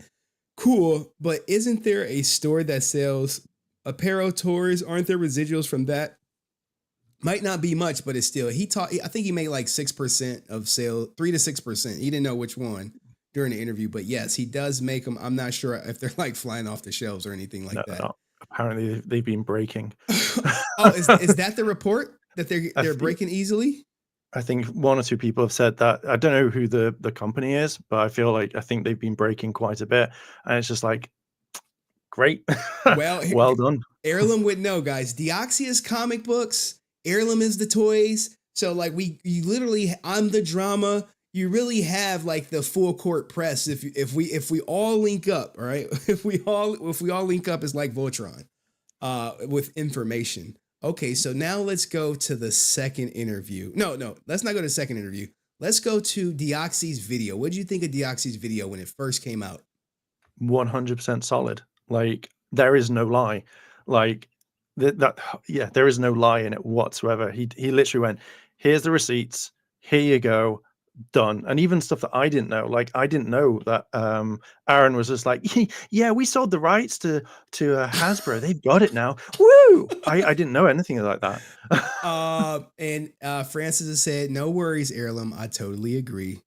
I mean it is what it is. So yeah, when he brought out the Hasbro buying the license to the Green Ranger iteration, I was like, oh, this is gold. They don't have to. You hear this so many times with musical artists when their song is on like some NBA or some sports thing, and they're like, I don't get paid for it because you sold the masters. Yeah. So you're not going to get paid for it. They paid you up front for the masters. So yeah, what you get is what you get. All right. Well, so now one quick thing. Go ahead. So you know the game. It actually says like all likenesses and stuff like that are owned by Power Rangers LLC. So when they gave it to like the video game, like regardless of if they didn't get paid, that likeness then goes to Hasbro or Saban, whoever had it. It's theirs. So okay. Yeah, that was just added in. Now let's go quickly through the DMs of Deoxy. Okay. What did you think of the DMs from Deoxy? So he sent me, I think we talked about it. But when seeing stuff like this, I was just like, don't apologize to Aaron, like don't, because you've done nothing wrong. And then as soon as I saw this one, like, did you watch our follow-up video? I was like, well, Deoxy's like in the future. So how, I don't know if he has or hasn't. Yeah, and Deoxy, he did. But the thing that rubbed me wrong when he was like, can you please remove the video from your channel? Not because it violates copyright, not because it's defamatory. It paints a false picture. This whole false picture is subjective. If you want to say it paints a false picture, fine. You didn't say, hey, you lied on me. It creates a lot of unfair hate. That's an opinion. False picture is an opinion.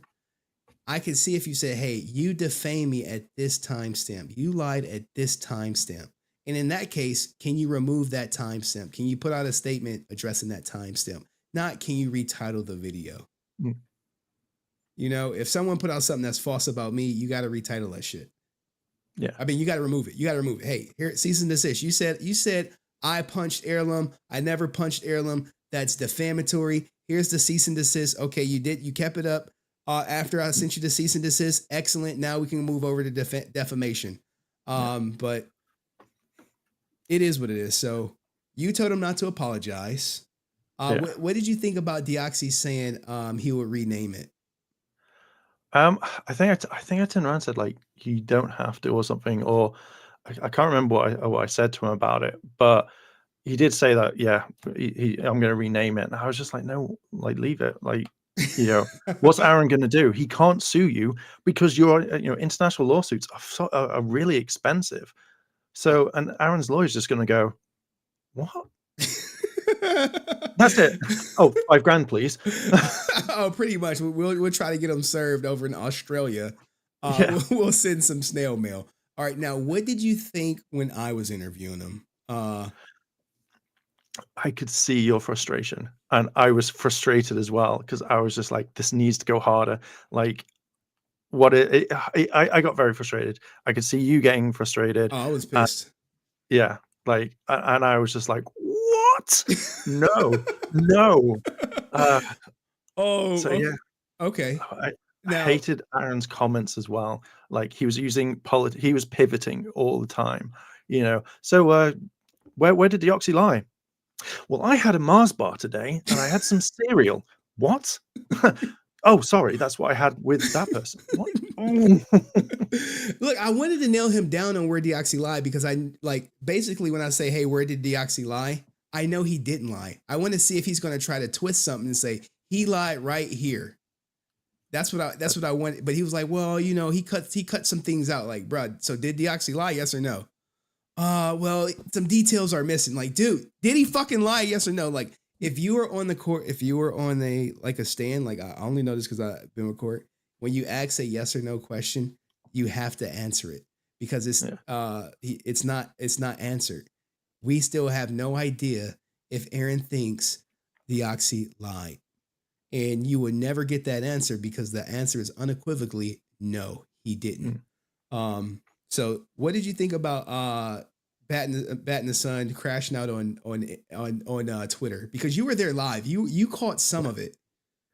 Yeah, I actually found out that his deleted tweets, because you replied to me, it saved them all on the app. So I was just like, I fucking got them now. So screenshot, thanks. Oh man, look, guys, you've been got when you start deleting tweets. Give me a second. When you start deleting tweets, I did not like this whole conversation. No, I raged like if you ever look at my reply, he can't come back at me. In his first response, I'm like, why do you do this? You shouldn't be doing that. You're pretty much like the YouTubers that do false DMCAs or something like that. And all he came back was, oh, my feelings are hurt. And I was just like, what the fuck are you doing, Aaron? What are you actually doing? Yeah, it's hold on. Here we go. I meant to share it. Here is what he's talking about.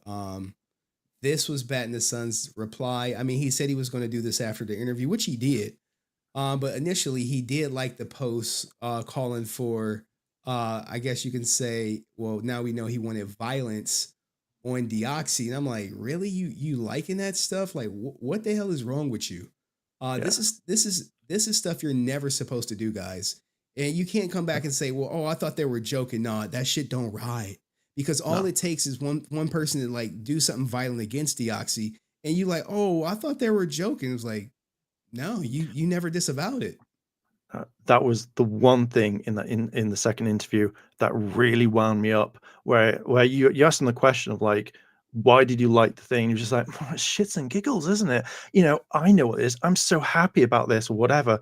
And I went, so you're literally saying it's okay for, like, say, this person here to go at Deoxy. Like, what happens if he did meet up and like punched him in the face, went for batinthesun, for JDF? It's like, well, now Deoxy can now sue you, Aaron, because you've caused this, you've liked this.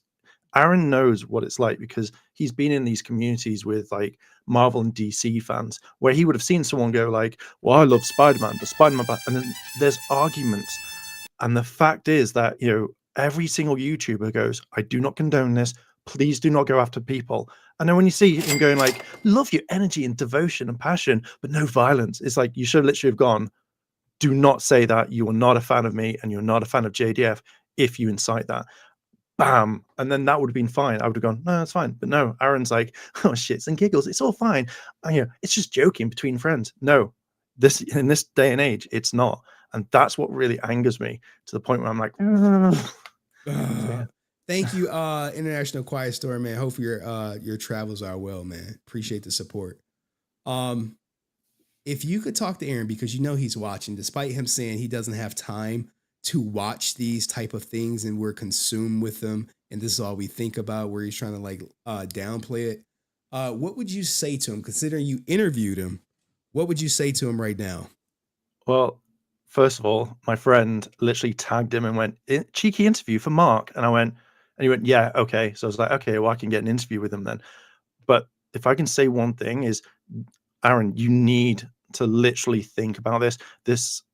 The way that you act online is putting people off. It's also making sure that nobody wants to watch this. You'll have your fans and whatever, but other people see your reaction and they don't want this. They want you to get this film out as whenever you can.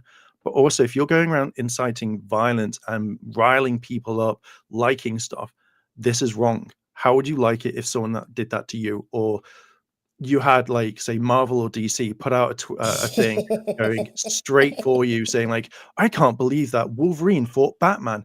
Wolverine would never would lose to Wolverine. This is horrible. And then suddenly you have millions of people coming at you going, can't believe you did that. Kevin Feige doesn't like it. What the hell? Oh, this is true. Yeah, like it's one of those things. And also, he says that he's seen this sort of thing. So it should have come literally like straight to his face going, oh, I know what fans are like.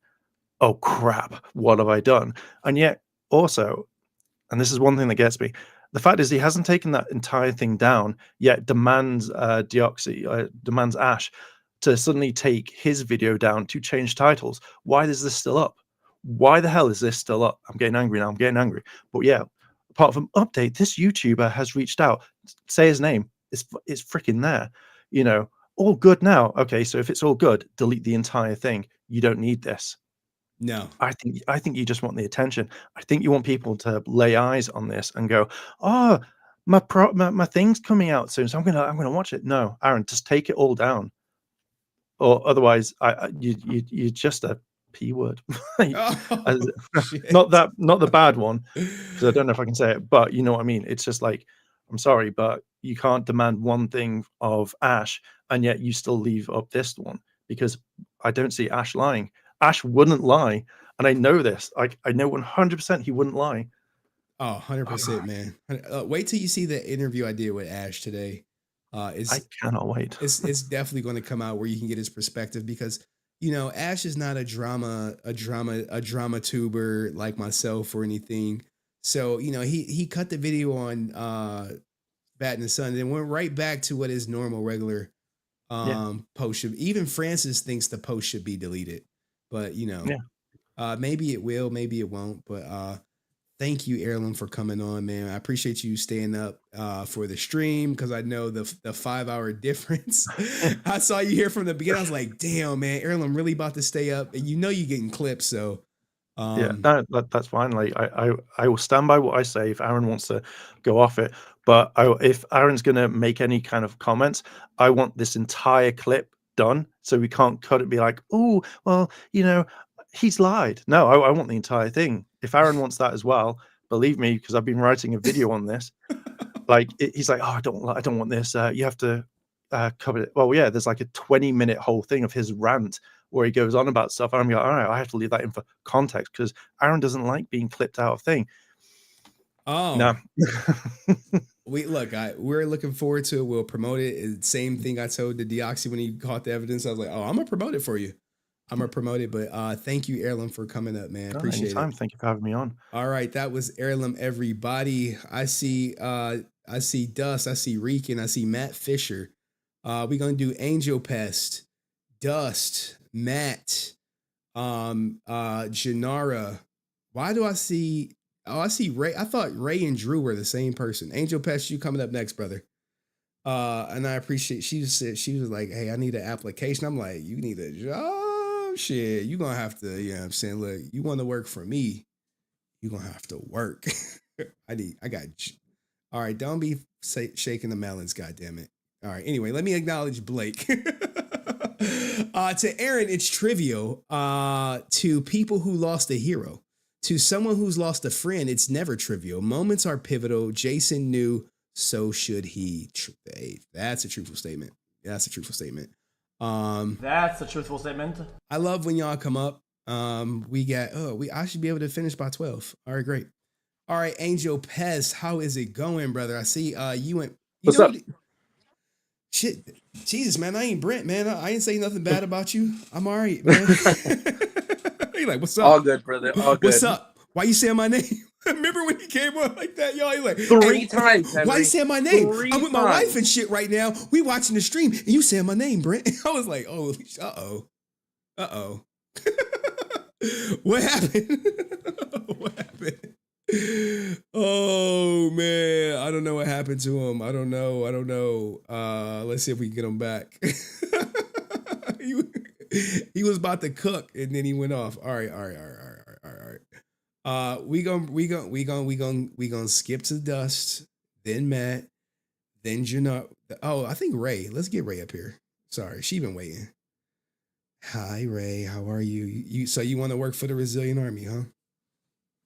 What type of skills do you have? Can you unmute yourself, please? I'm loud.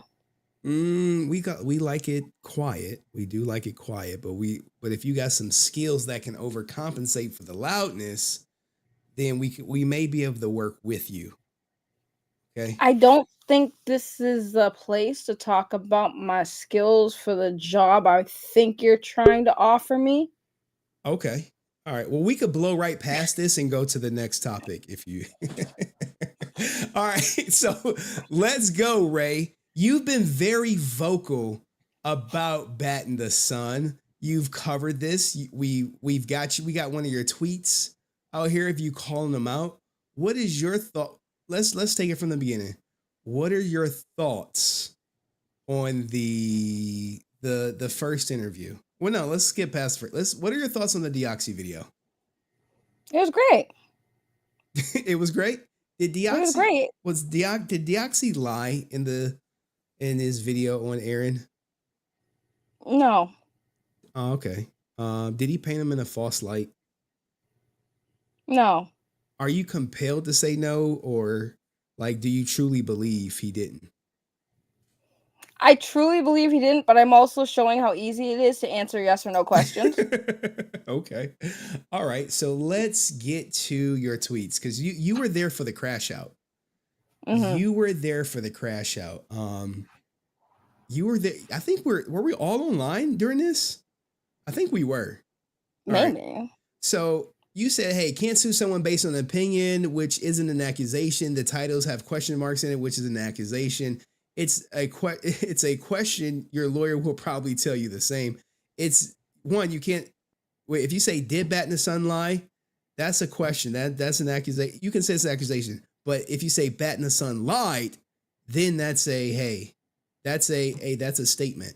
But or you can say it's a fact or whatever. But you probably don't want to go through the process of discovery. Just saying. So how has Aaron handled the situation? I know these are like softball questions, but there are some people who actually agree with him, believe it or not. Like, so the one thing Aaron said that is 100% true is like a lot of people don't know what they're talking about. So what he was saying when he said speak to a lawyer, right? That can be interpreted as like, basically he was saying defamation, right? So if you're not familiar with defamation lawsuits, it's basically two key points is you have to prove that what you said about the person was true. The other person has to prove that what you said was a lie. And more importantly, you have to prove like damages done by said lie. So basically the Deoxy video was kind of an informative video that was backed with why Deoxy was saying what he was saying, showing, context behind it. So in a court case, all he has to do is show the video. The judge would look at it and be like, it's literally just his opinion, his take, his perspective on things. You have to prove that he willingly lied with malicious intent. Like he knew what he was saying was a lie. Right. Right. And that's not Deoxy. Even he put out like the disclaimer at the beginning, like, dude, I'm noticing some inconsistencies. Here are my findings. It is what it is. Now, what did you think about the me, Francis, and Aaron interview? Like, how did you think it went? For who? For Aaron. How did he poorly, bad. I think when I was reacting to it, I kept saying he needs to stop talking. He needs to not answer Henry's questions. He needs to stop talking because if you thought you were gonna try to file a lawsuit, answering your questions, especially the way he did, would have they would have looked at the clips in this interview and tossed the case out. He literally screwed himself out of his own case he was trying to threaten people with. Well, if this were to go to, let's say it was to go to legal action, he will be faced with the question, what is false in Deoxy's video? What details are missing? But you can't say, hey, did you see my new video? So now you know I wasn't lying. Dude, if you make a statement on Monday that's missing information, someone cuts a video on Wednesday, citing the information that was missing or whatever, proving the original statement on Monday was false, then you can't come on Friday and say, well, here's the information that was missing. Please delete the Wednesday video. It doesn't work like that in content creation. You know it. I know it. You've seen bigger content creators get called out for trying to get people to delete videos, and it did not go too well for them. What do you think would happen if like a Penguin Zero reacted to the whole Deoxy drama per se?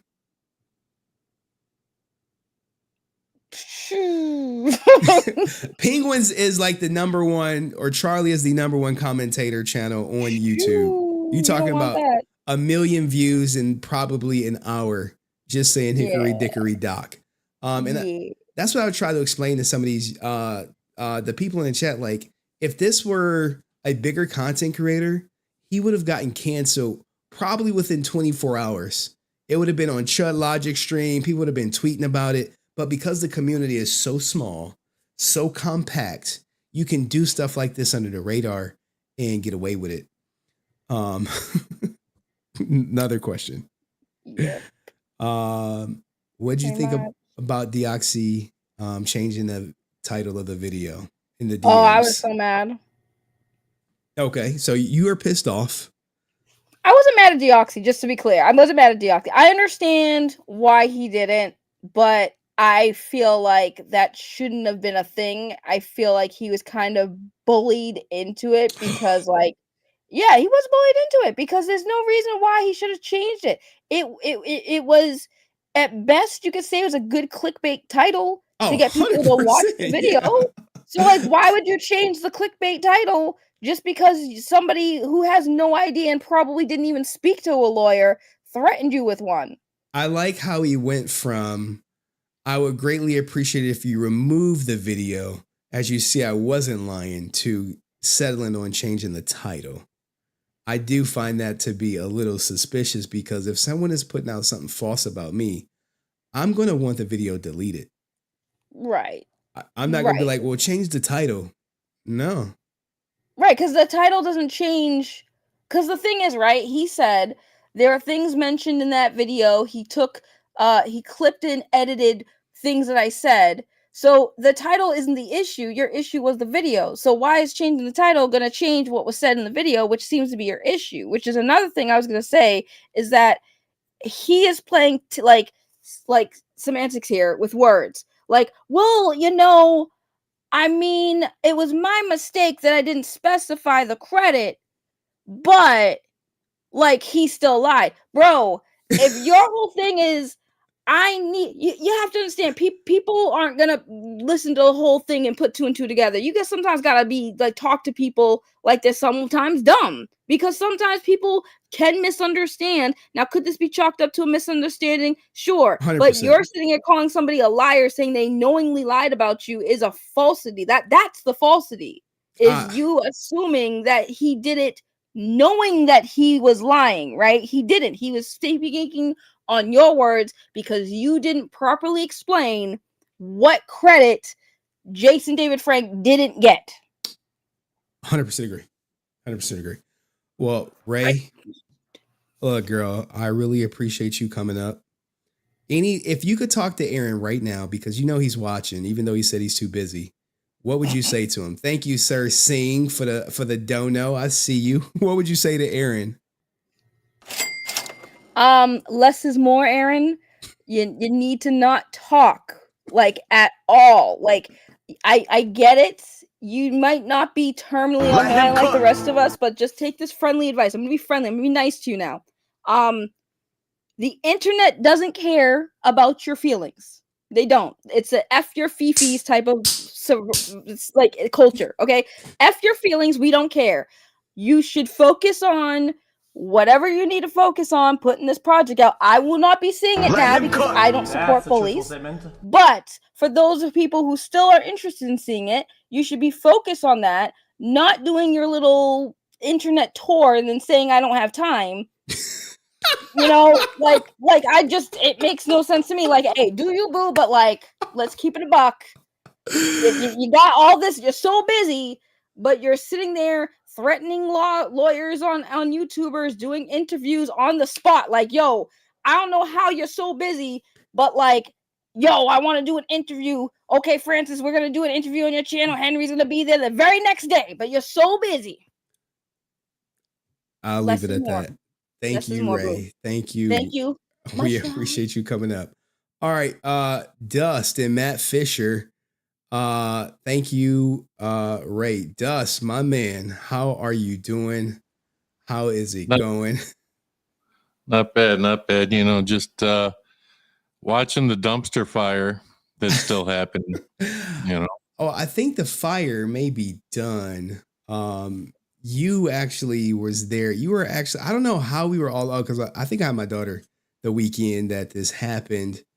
You were there for the dumpster fire, as you tweeted. Do you see a pattern of behavior? He got all paranoid and attacked Amy over the return. Now he's acting all paranoid, attacking Deoxy, and then got into it with Henry because he is insecure. He is definitely not media trained and doesn't know when to stop and think. God damn.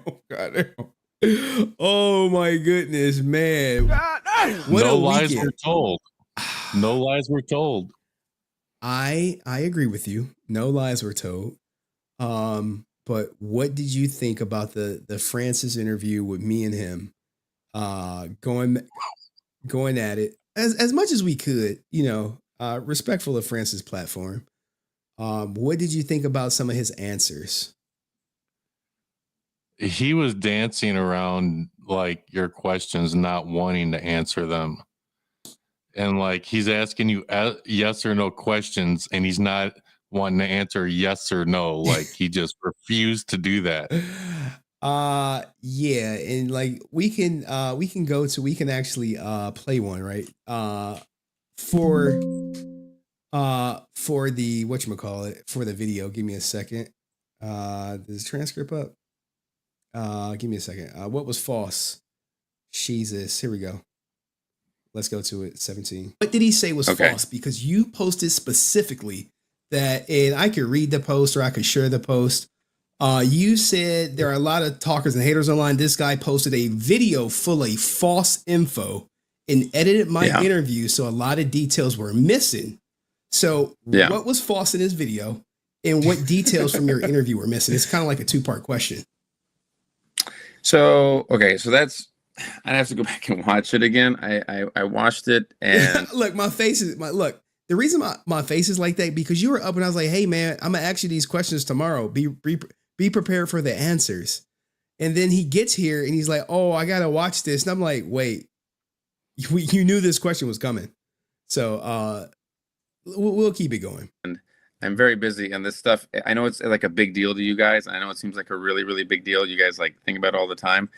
I don't. So, bruh, he was talking about lawyers. So I thought this was all cap.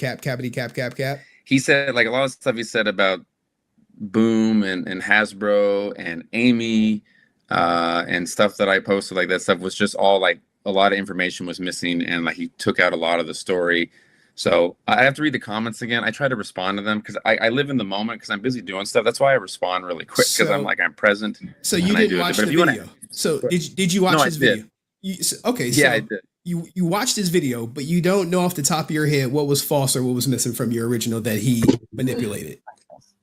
I knew I had him right there, but anyway, let's go, Dust. I knew I had him right there.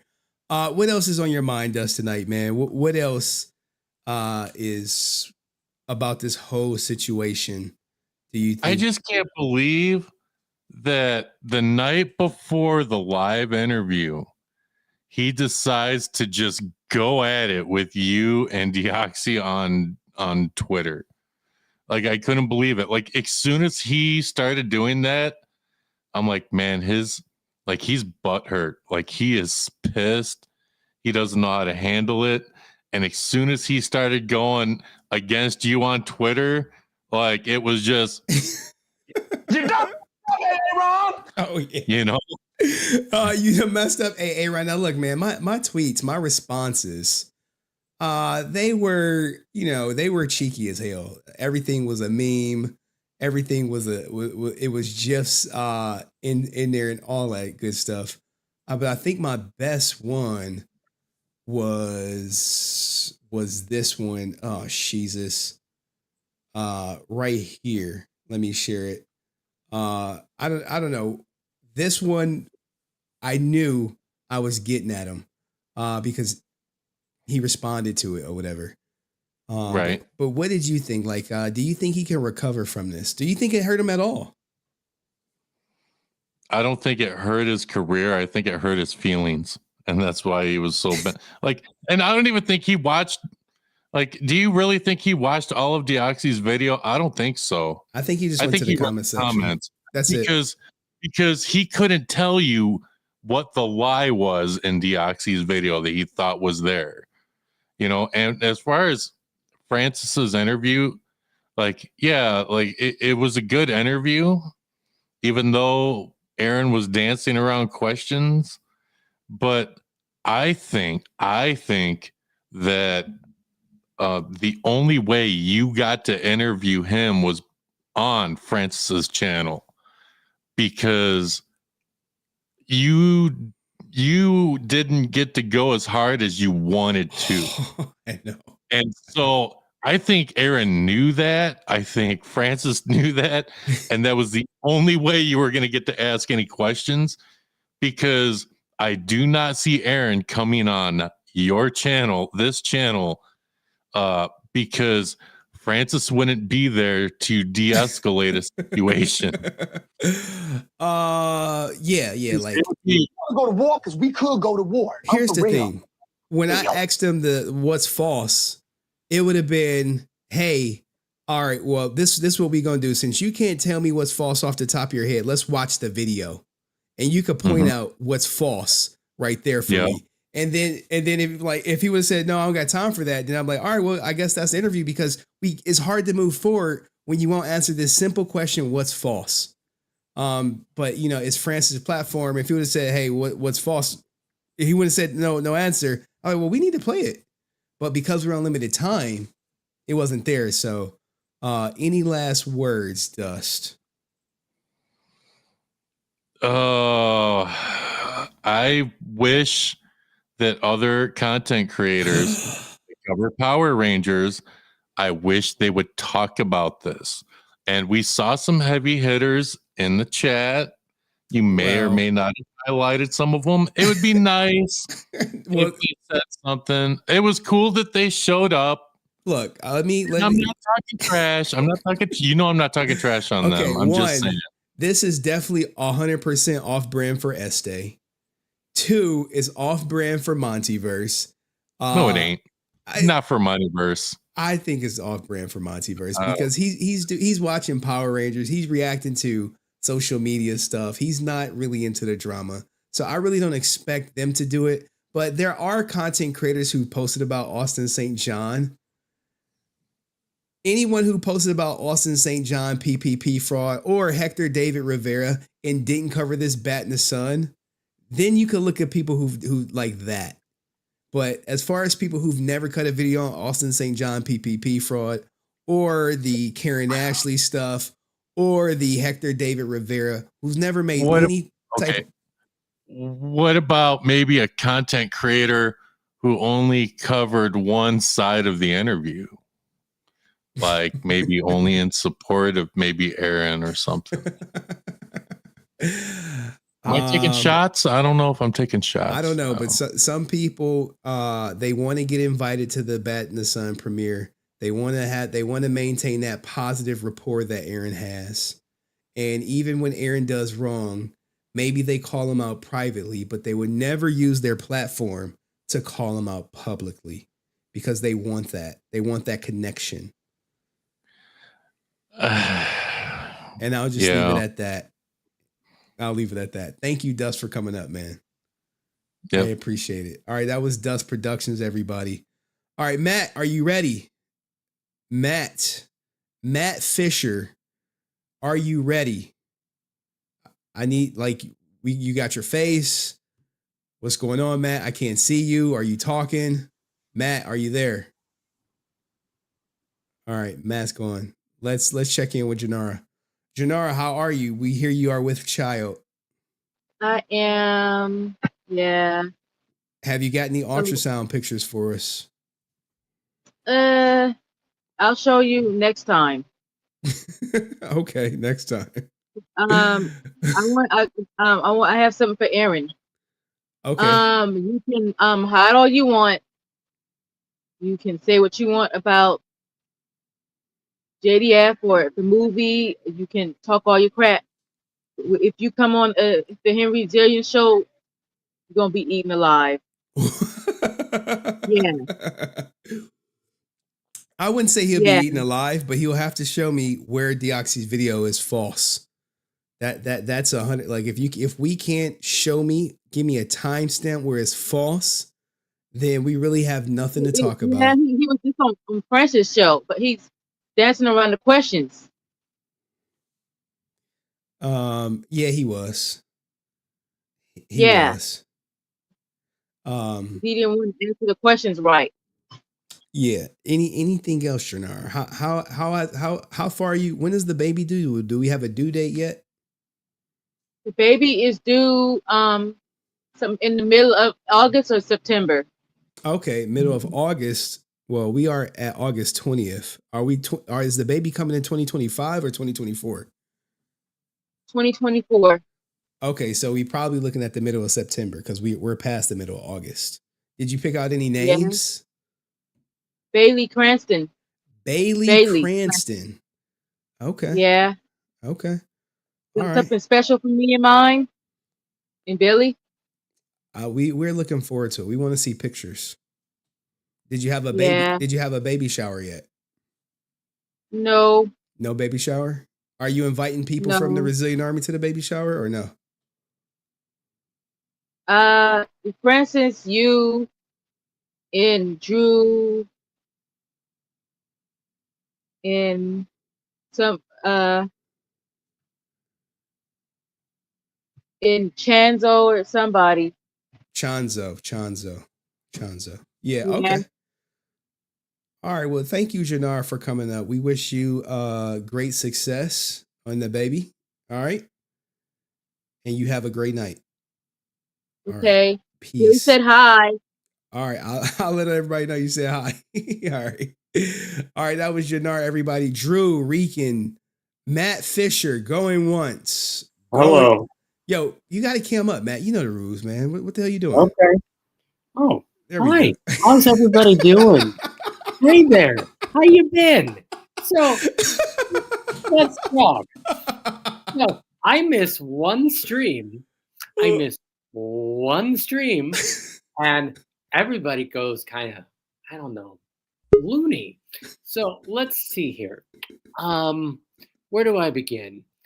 Okay, let's start with the toys. I'm sorry, McFarlane picking up Power Rangers would be the worst thing possible.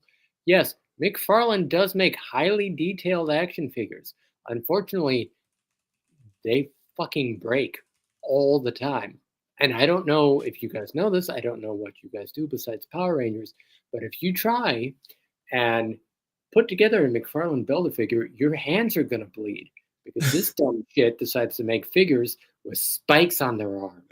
And then you're supposed to put the figure with the spikes on their arms, with the arms, into the body. And your hands bleed because they don't fucking fit unless you jam it in there with everything you've got. And I don't know if you know this. I don't really have that much muscle. So that should hurt. So no, I don't want to bleed putting together a goddamn Megazord. So pardon me. Also, they don't scale with anything else that anybody has. So let's just say Mattel was making DC figures before McFarlane. Actually, I think they were. Mattel makes them in either 5 inches or 6 inches. McFarlane figures are all at 7 inches or larger. So your shelf is going to look uneven as fuck. So you're going to have one Batman figure being this tall, or one Power Ranger figure being this tall, and then another figure being about this big, because Bandai decided to go 4 inches for some reason. So they're going to look highly uneven. Okay. Third of all, with McFarlane, except for writing Spawn, McFarlane wanted to become a toy maker. McFarlane doesn't really do comic book characters unless he really, really likes them. So let's just say, and we all love Tommy, but let's say McFarlane had a hard-on for the Green Ranger, but he didn't like any of the other figures or the other suits. You're going to get 700 different variations on Mighty Morphin, and maybe if he liked it in space. And then everything else, we're going to have to beg him for. Do you know how many Batman figures this man has made since he picked up the DC license? More than 70. Okay, and then they're all Jokerized because that was a thing. So you have Jokerized Batman figures. You have Batman figures. You have other Batman figures from characters that we don't really care about because nobody plays these games except for like a few select people. So I'm sorry, McFarlane picking this stuff up, not a good idea. Now, people were wondering, Playmates, they're going to make cartoonish figures. This probably won't work well. Well, have you gone to the toy aisle? Teenage Mutant Ninja Turtles looks like shit. So the reason why Teenage Mutant Ninja Turtles looks like shit right now is because they've made an animated television show that looks like shit.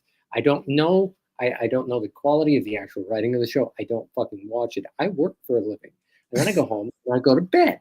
So what I can say that if Power Rangers becomes a animated television show, then the figures are going to look like shit because Playmates decides to make figures based off of an animated television show look like shit.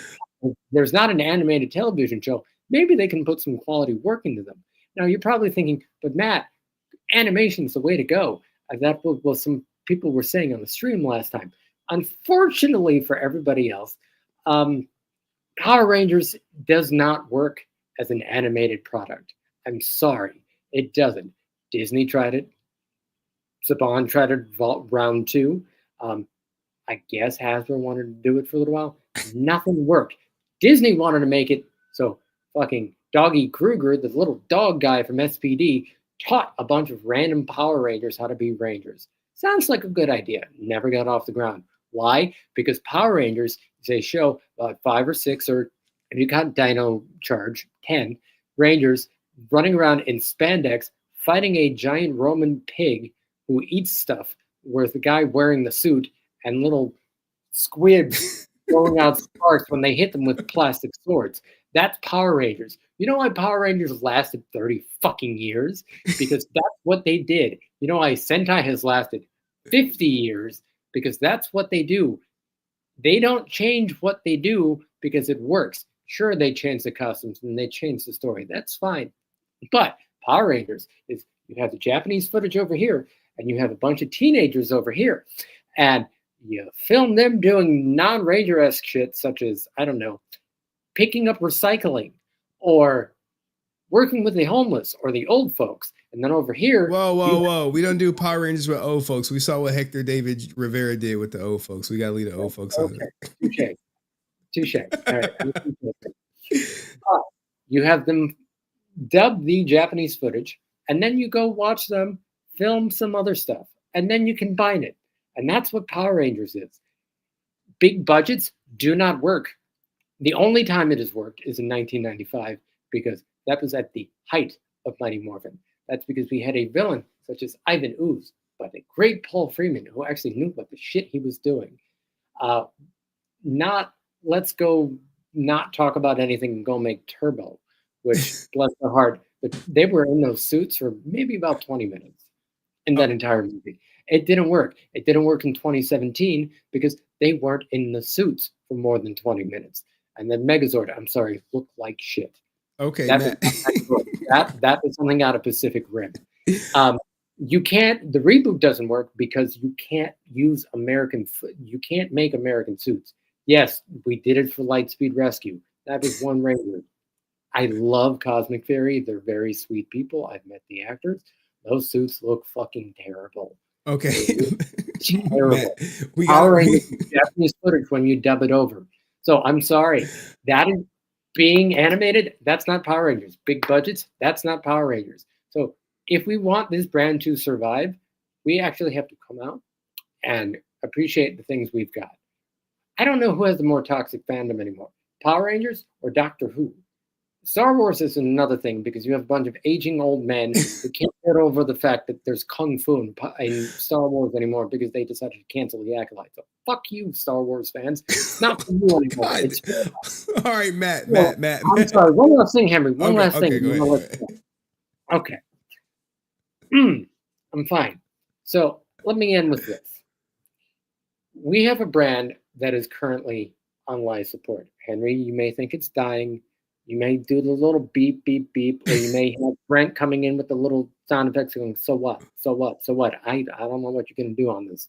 But we have to support what we've got. If we want this brand to survive, we have to fucking buy the Playmates toys. Whether we like it or not, that's who's currently got the license.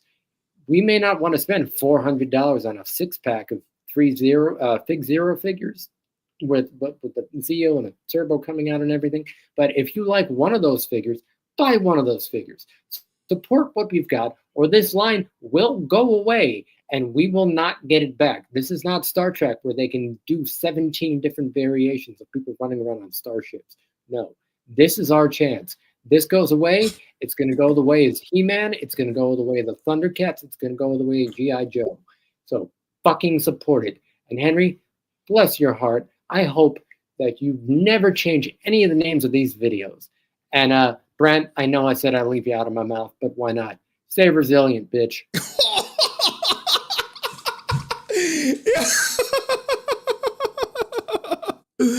Yo, I had no idea this was 100% not playing, guys. I had no idea Matt was going to do this, but he came up. He had a plan. He had a vision.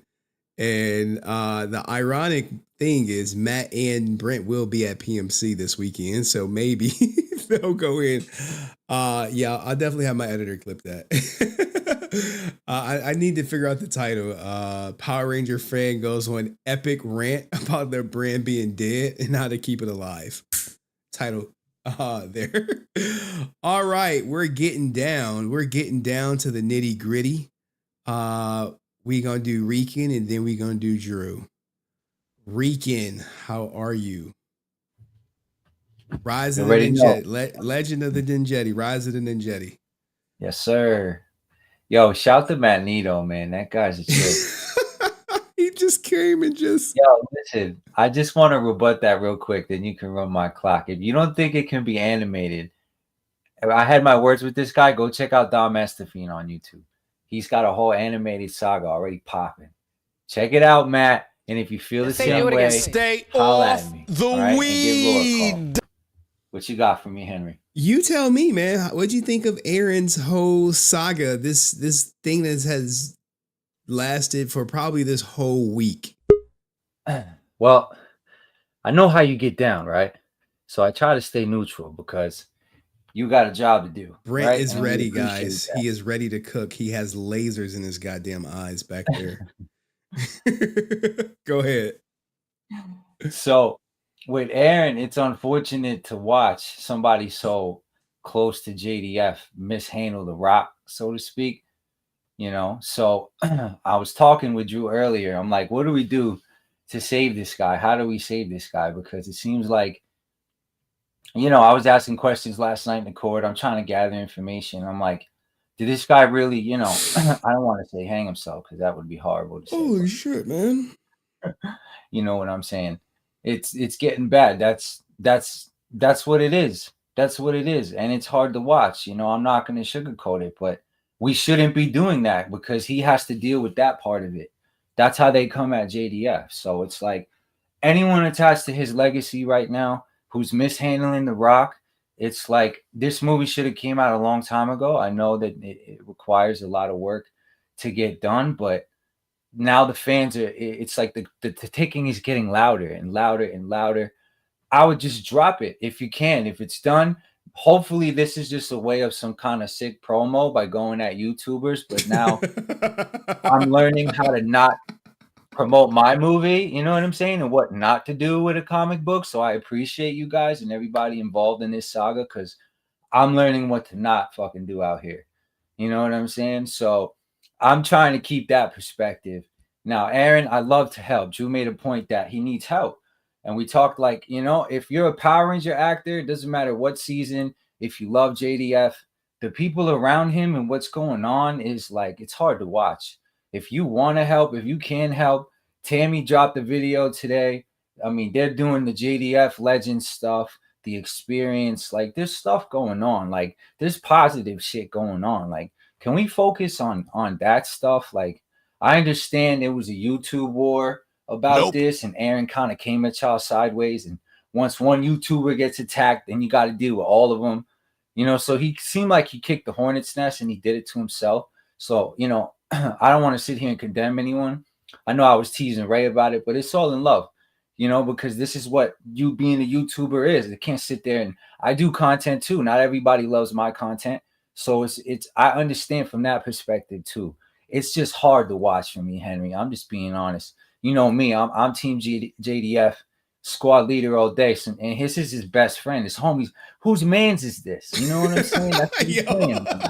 Yo, that's an excellent way to react to it, because that's a real reaction. Like, yo, whose man is this? You know, when you said it, when you said it, I'm like, oh, that's exactly when your homie is tripping, bro, and you around him. Hey, yo, who brought this ninja to the party? You know what I'm saying? Or the meme with the guy, right? Iggy's old boyfriend, he's like this, like, whose man is this, bro? And it's like, we know who you are. Oh no, right? But someone said I'm bullying why? her. Reality Why? said I'm Why are bullying her. people like this? That was funny when Ray said that, though.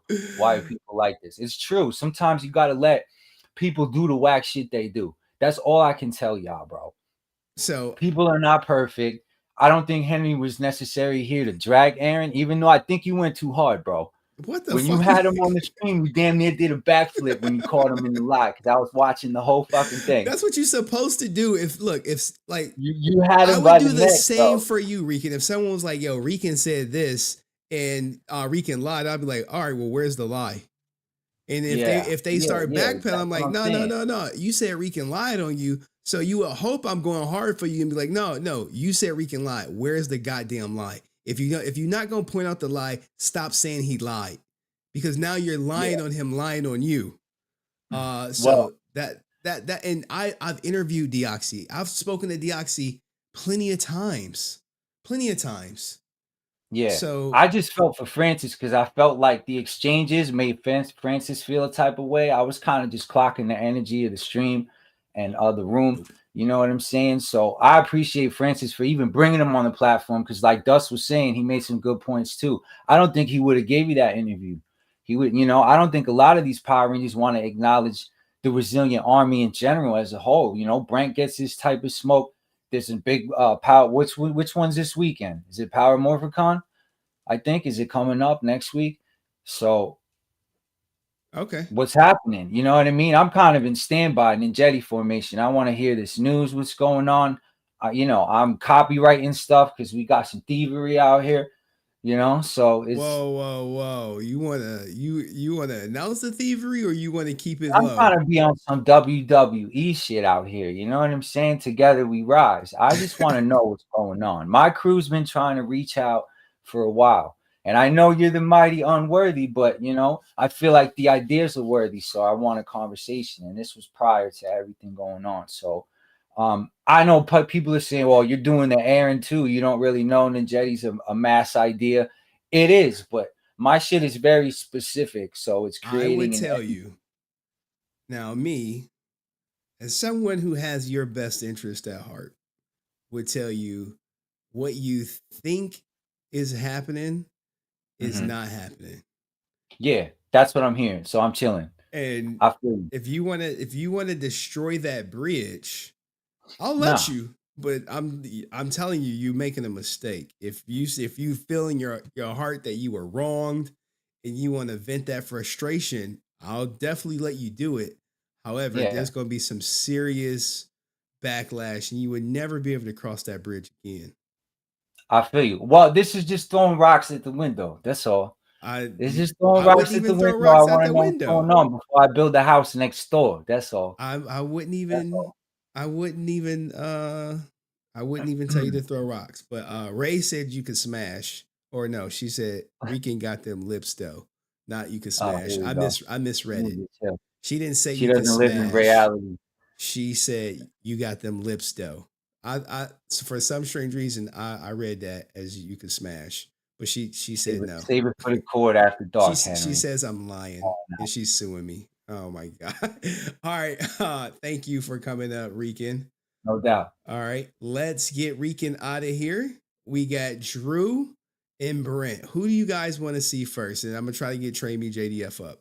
Who do you guys want to see first? D or B? D or B? D or B? D or B? Uh-oh. It's like even. I'm looking at the chat. Drew. Let's get Drew up, and then we're gonna bring Brent up. All right, Brent, but Brent is ready, guys. I see him. He is ready to just kick the hornet's nest. He's like, I'm about to kick everyone's back in. I'm about to name drop. I'm about to go through all that. All right, Drew, my grandmother's favorite grandson. And she's watching. She's watching right now, by the way. Hey, like, Grandma. How's it going? I'm back. Oh, man. Oh, Henry. A lot going on. Why did you want to come up during the interview? Because I felt that Aaron needed to know that he was supported. You know, I felt that Aaron needed to understand that, because I felt like maybe he may not feel that a lot of the time, you know, because I feel like he's taken on this project and he's got no help. He's choosing, really not a lot of support. I think he's choosing no help, so he gets all the credit. No, in some ways he is, but I feel like just mentally he needs some support. And I'm gonna put this out there. I think that the Ranger community, and I'm talking about the actors, need to come forward and give Aaron some help. I mean, just being there for him mentally or whatever he might need. Let's say he does need something. I think that all of them, including Austin, need to come out and need to say something. And Karen Ashley, they all need to come up front and help this guy out, because hear me out, Henry. Just hear me out. They're going to conventions, right? Yes. Okay, they're making money. They got Ranger Stop. They got all this stuff. Mm-hmm. Every Power Ranger is making money because of Jason David Frank. Okay, so his popularity, and he started the convention scene for Rangers. Everybody knows this. They are making money, and you are riding on the fumes of JDF right now because he's not here anymore. So you're sucking the fumes off. And when the fumes are gone, what are you guys going to do when the conventions don't want you guys anymore? What are you going to do when the Power Ranger merchandise has been switched over to Playmates and it's terrible? What are you going to do when there's no more shows? Mm-hmm. You need to start answering that, because you guys are banking money off this hand and foot. And when it dies, what are you going to do? Are you going to go to Walmart to sign autographs for $10? Holy or shit. Are you going to stand with Aaron and help him get this done and find how to save this? And not just Legends of the White Dragon. I'm talking Power Rangers.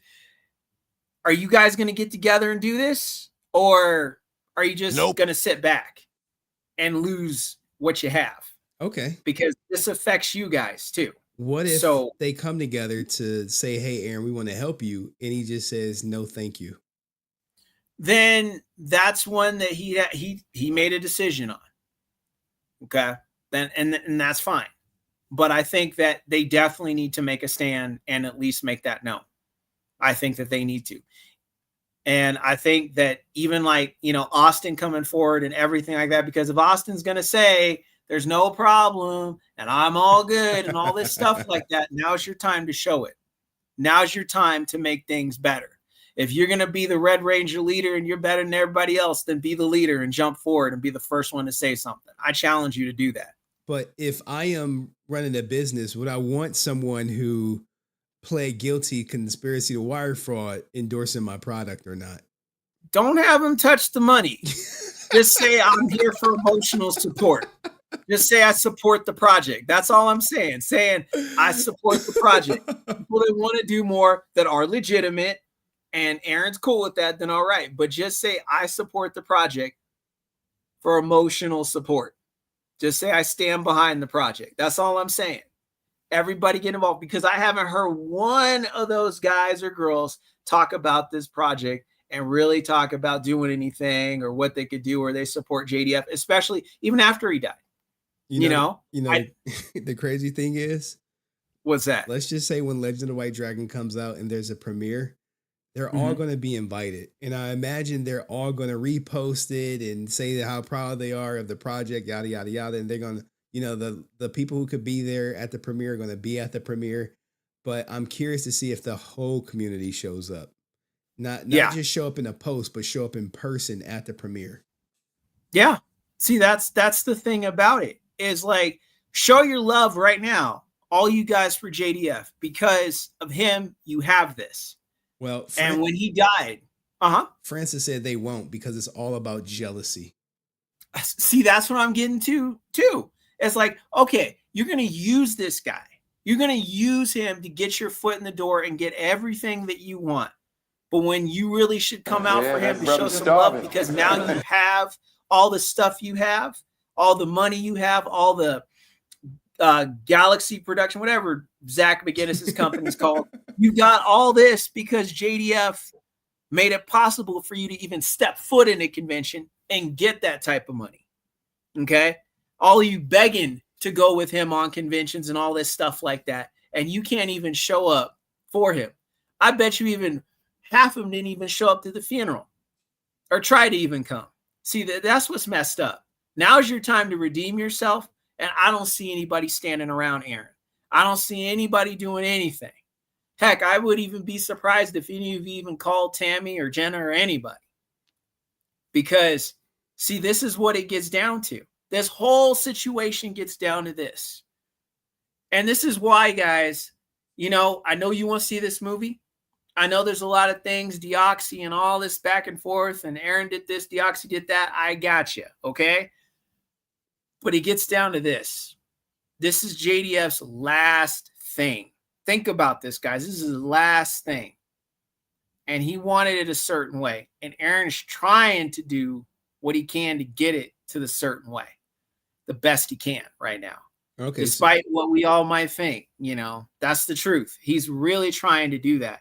Jason was his guy. He really cared about him more than most people ever did. Because we all know everybody used Jason. When I last saw Jason, I saw him in late August. I saw him. Was the last time I saw him before this all went down. And let me tell you, the look he had on his face, because, you know, we had been around each other last, so we got to know each other. So the look and the talk, how we approach each other was different than the rest of the people there. And one of the last things I said when I left, because there was a lot of people in line, I didn't want to, you know, take up anybody's time, you know, and he's paused and he looked at me. And in that moment, I didn't see JDF. I didn't see Tommy Oliver. You know what I saw? I saw Jason. And in that moment, Jason looked alone and he looked sad and he looked hurt. Are you saying that's what Aaron looks? Yeah, he does. He does. He's a good dude, and he's, you know, he's trying to live it up and answer questions very much like JDF, you know, in it and you know, trying to be there. But the dude, I think he's going through some things with this. You might be right. You might be right. You might be right. This is some strange behavior online. Yeah, we need, that's what I'm getting to. I think he's acting out over this because mentally it's really hurt him. you know, and I think we need to be there for him. I think that we really need to do that for him and let him know that he does matter and he is special. You know, I think that's really important, you know. Sure. I just had most of the people I went to high school with and people I grew up with, a lot of them are dead from suicides. I just had 2 girls I went to high school with die last week. Okay? One of them from suicide. Okay. Like, seriously. All right, People don't say that word, man. Like, oh, sorry. Don't say that word. Other word, not good. Okay, gotcha. Oh, but I'm just being real with you guys. You know me. I'm just real with you guys, you know, and I think we do need to be there for Aaron because he's going through a lot more things. And just imagine, like, I'm not saying this, but let's say something weird did happen. What would you all say then? Like, he should have got help. He should have got help. There you go. If he needs help, he should go get help. But at the same time, I'm not going to excuse him lying on Deoxy, saying Deoxy lied when he's just trying to protect his ego. I don't look, you going through some shit, cool, go get some help. But I'm not excusing your actions. I don't think you should excuse his actions, and I'm with you, you know? And the whole, like, well, give him support. Like, well, are we going to hold him accountable for what he just did to Deoxy? Are we going to hold him accountable for everything he went on Twitter and said? Are we going to hold him accountable? Or are we just going to be like, well, he's going through some mental stuff. Let's give him a pass. I think we need to look at both sides. And I think we need to, you know, think about both situations. You still didn't answer if we hold him accountable, though. We can hold him accountable for that. That's fine. But we also got to hold Deoxy accountable, too. That's all I'm saying. What did Deoxy do? Please tell me. Okay. Is Deoxy, let me put it to you like this. Is Deoxy really... Go ahead. Okay. Is Deoxy really trying to make this right? Is he really trying to make this right? Deoxy does not need to do anything to make this right. Aaron needs to make it right. Okay. Wait, hold on. Are you of the opinion that Deoxy put something false in his video about Aaron? I'm not going to say that, but I'm just saying, okay. Well, you're saying Deoxy did something wrong. As you see, I perked up. No, I'm not saying Deoxy did anything wrong. That's what I'm saying. Okay, so if Deoxy didn't do anything wrong, why would he need to make anything right? Because sometimes it takes a bigger man to come forward. No, fuck that. And talk with it. No, sometimes it's like that. Henry, you know, sometimes it's like that, man. Look, Doc, I've been the bigger man plenty of times. I'm being the bigger man today. But if someone calls me out and says I'm lying, and you're like, well, they're going through mental issues, be the bigger man. I'm like, no, you're not about to discredit me and then tell me to be the bigger man because you're going through some mental shit. You need to state that I was not lying. And if you want to seek help after that, cool. But I'm not about to be the bigger man because you got a lot on your shoulders. That does not excuse you lying on me, weaponizing your fan base to attack me. So no, Deoxy does not need to do anything to make it right. In fact, Deoxy did way too much to accommodate Aaron's fragile fucking ego to keep going forward. Like, oh, I'm gonna just rename the video. He should have did shit. He should have told Aaron to kick rocks. Sorry you lost your friend, but as far as changing the video, that has no bearing. That's me. I'm not like, oh, well, he's going through a lot. I don't give 2 shits. A lot of people going through a lot of things.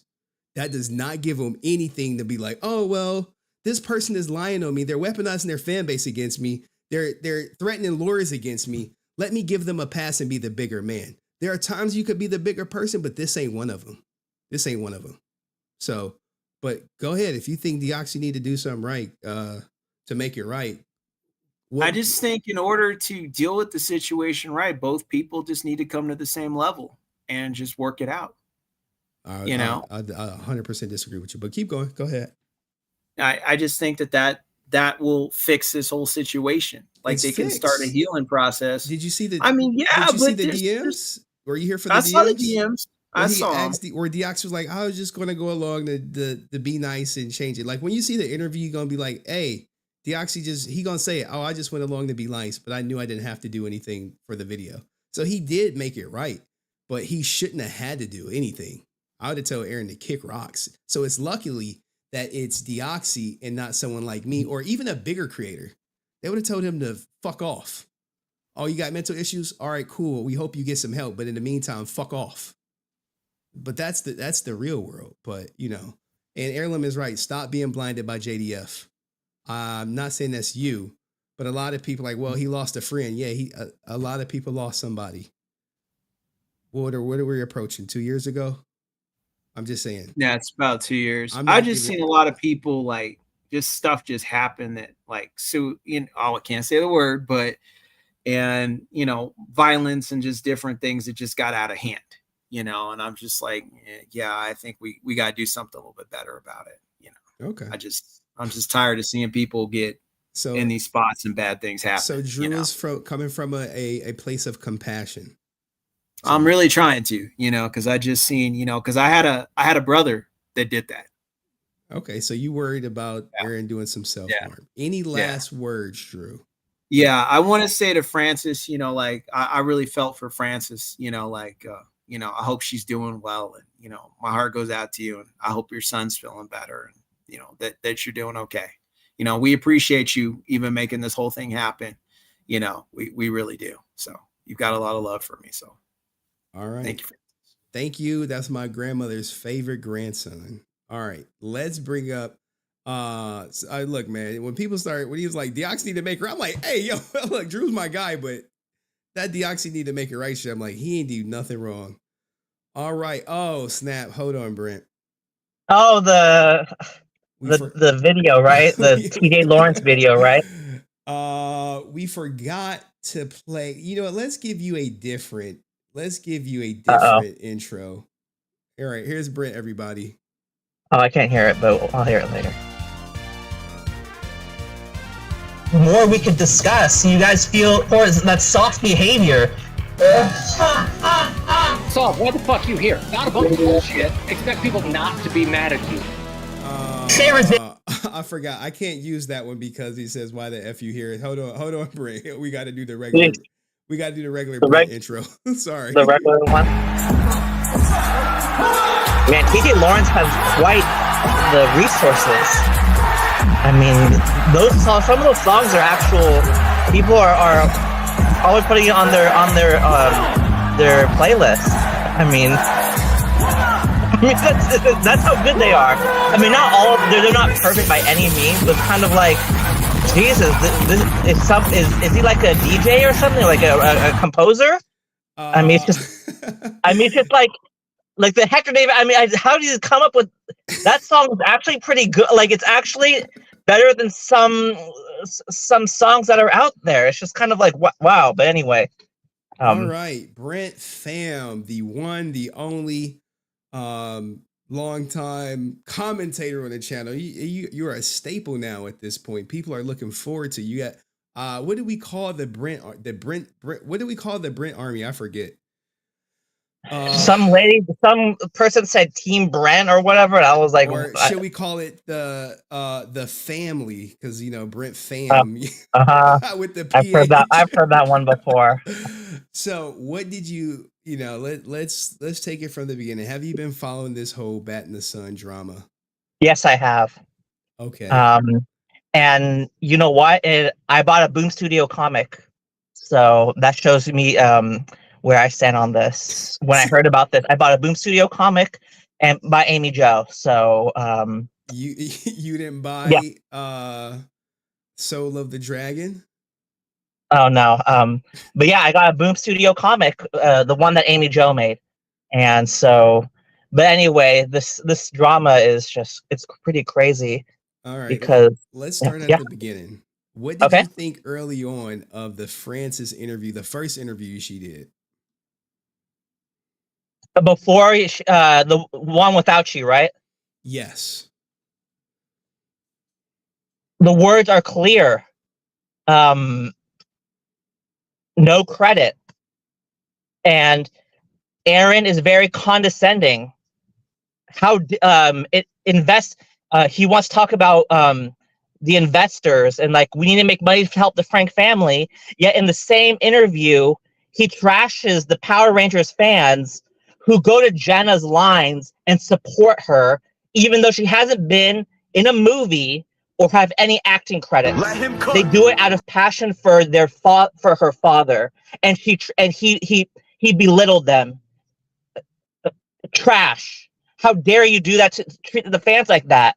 He's and like I don't have time to do this, or I have better things to do. There's war and there's starving people rushing Ukraine. That's a bunch of nonsense. If you want to talk about politics, what are you doing associating with Jason David Frank, who's a Power Rangers icon? Why don't you go to an embassy and discuss politics if that's what you're interested in doing? We're here to discuss Power Rangers, and we're Power Rangers fans. So save it with the BS about politics. That's just a deflection because you don't want to take responsibility for your inadequate behavior. It's just outrageous how this guy is. His arrogance is just, and people don't see it. Like, I see some of your former regulars, keyboard warriors and otherwise, siding with this guy because he has a calm demeanor. He's calm. He's JDF's best friend. You gotta be kidding me. Henry has defended you, you guys from attacks from me, and that's how you treat Henry? Oh my god! I mean, you guys are a bunch of you have no standards, no consistency. Like, Henry was riding with you guys, defending you guys, and from my criticisms, and yet you flee to Aaron just because he's Jason David Frank's best friend. Or supposedly, I don't know if that's true or not. Just unbelievable. That's a truthful statement. No standards. These people, like, and some of these were day one people. Now they're gone, and good riddance. Holy shit! Holy shit! I mean, look, and I've had a lot of disagreements with people that are still here. That's no secret. But for them to leave like that so quick, like to call you out on the chat, I think to myself, oh, okay, now Henry will see the real people, who you really are. It's just unbelievable. Just the lack of the standard. Like, they don't see Aaron for just because you have a calm demeanor, whatever. That doesn't mean that Aaron's calm. This Henry's shaking around, all nervous. Oh, I wasn't nervous. I was giddy because I'm like, yo, this guy is so full of shit right now. And they don't see it. Just they only look at the calm demeanor, the that kind of thing. It's kind of like you don't even listen to the words that he said. He's bad mouthing Power Rangers fans, saying that what you guys are discussing is trivial. Yes. Well, Aaron, if you don't like Power Rangers fans, why don't you go to some embassy and discuss politics if that's what you're so concerned about? Yeah, when he mentioned like we're so fortunate to be here to talk about Power Rangers where there's really other real world stuff going on, I'm like, dude, this ain't my platform. But I'm like, bro, come on, man, you're deflecting. It's a huge deflecting tactic to say, oh, we're lucky to be here. Like, bro, it's people starving every day, all walks of the earth, everywhere. Yeah, we could talk about we're here to talk about Power Rangers, not for you to deflect and say, what about, the war? People are out there fighting real wars. I was just like, okay, you clearly got cooked, in my opinion. You didn't answer the whole, when I was pressing him about what did Deoxy say that was false. No one has yet to come up and say, hey, Deoxy said this and this is false. No one has yet to come up to say that. He's trying to spin this, oh, well, he didn't play the whole thing. And I'm like, well, there's the whole clip of the, hey, we started pitching Solo the White Dragon, and then we did that and we didn't get credit. And I'm like, you said we didn't get credit. Not we didn't get co-creator credit. Not, oh, we got special consultant credit, but we wanted writing credit. We wanted directing. We wanted more credit than the special consultant credit. So I knew it was just bullshit. And the whole like renaming of the video. What'd you think about the DMs? How long have you been here, Brent? I've been watching. I watched the interview on Sunday. I took time out of the con while I was holding my Boom comic. I was watching the interview, and a lot of BS. Like, he says, it's Francis. Like, I heard Francis say the interpretation of you. It's in the interview, Henry. I told her, I was like, when she said interpretation, I was like, you're supposed to leave no room for interpretation. No room for interpretation, and she's used that argument before, and it was BS now, and it was BS then. So yeah, you whatever is said in the interview, people are going to take that at face value. So don't pull that interpretation bullshit. Okay, no credit. What does that mean? We're supposed to make up some imaginary. We're supposed to make assumptions. No, we're supposed to take no credits at all. We're supposed to think, oh, it means a co-create. No credits at all. And you see this credit. Now, are they happy with the credit? Probably not. Yeah, exactly. But that doesn't matter. It's the Deoxy lie, and it's no. He did not lie. Yeah, it's right there. Special consultant Jason David Frank. Right, and I honestly, maybe you and I might not be satisfied with that, and that's not the issue. The issue is did he lie, and it's no, he did not lie. Deoxy didn't lie, 100%. Right. And I know Aaron is like, he's like, I'll come on. He said he'll come on tonight, but I'll probably be shut down by the night. But why don't he just go on his own channel? Why don't he go on his own Instagram live and say, hey, this is where Deoxy lied? Because it's just annoying. He has a big ego, and he doesn't want to face response. Like he's so entitled. That seems to be a trend in this kind of this entertainment space. This entitled behavior, and I've dealt with it personally firsthand. And this entitled behavior, you think you could use a lawyer to scare people? He thinks we're dumb. Like, oh, I'm gonna talk to my lawyer for what? To have coffee? Like what? Like, does he think we're dumb? Well, some people are going to buy it, but you have to. Yeah, it's on in the comments. Some of your former regulars bought that bullshit. It's just unbelievable to me. And now they're no longer here, and that's fine. They're still watching.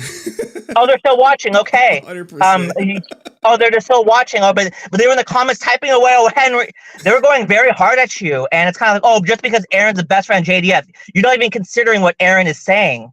You just see the calm demeanor, and the fact that he's JDF's best friend, and it's kind of like you need to look at what Aaron's saying. It's a bunch of crap what Aaron is saying, and absolutely shameful. Like I think he's milking this, and he's disrespecting the fans that are making this possible. What is it? You think he's milking it for money? I wouldn't say money. No, not for money, but it's kind of like fame, all these fame, and those things also, people value those things as well. And maybe he feels that the movie's not that good. I don't know.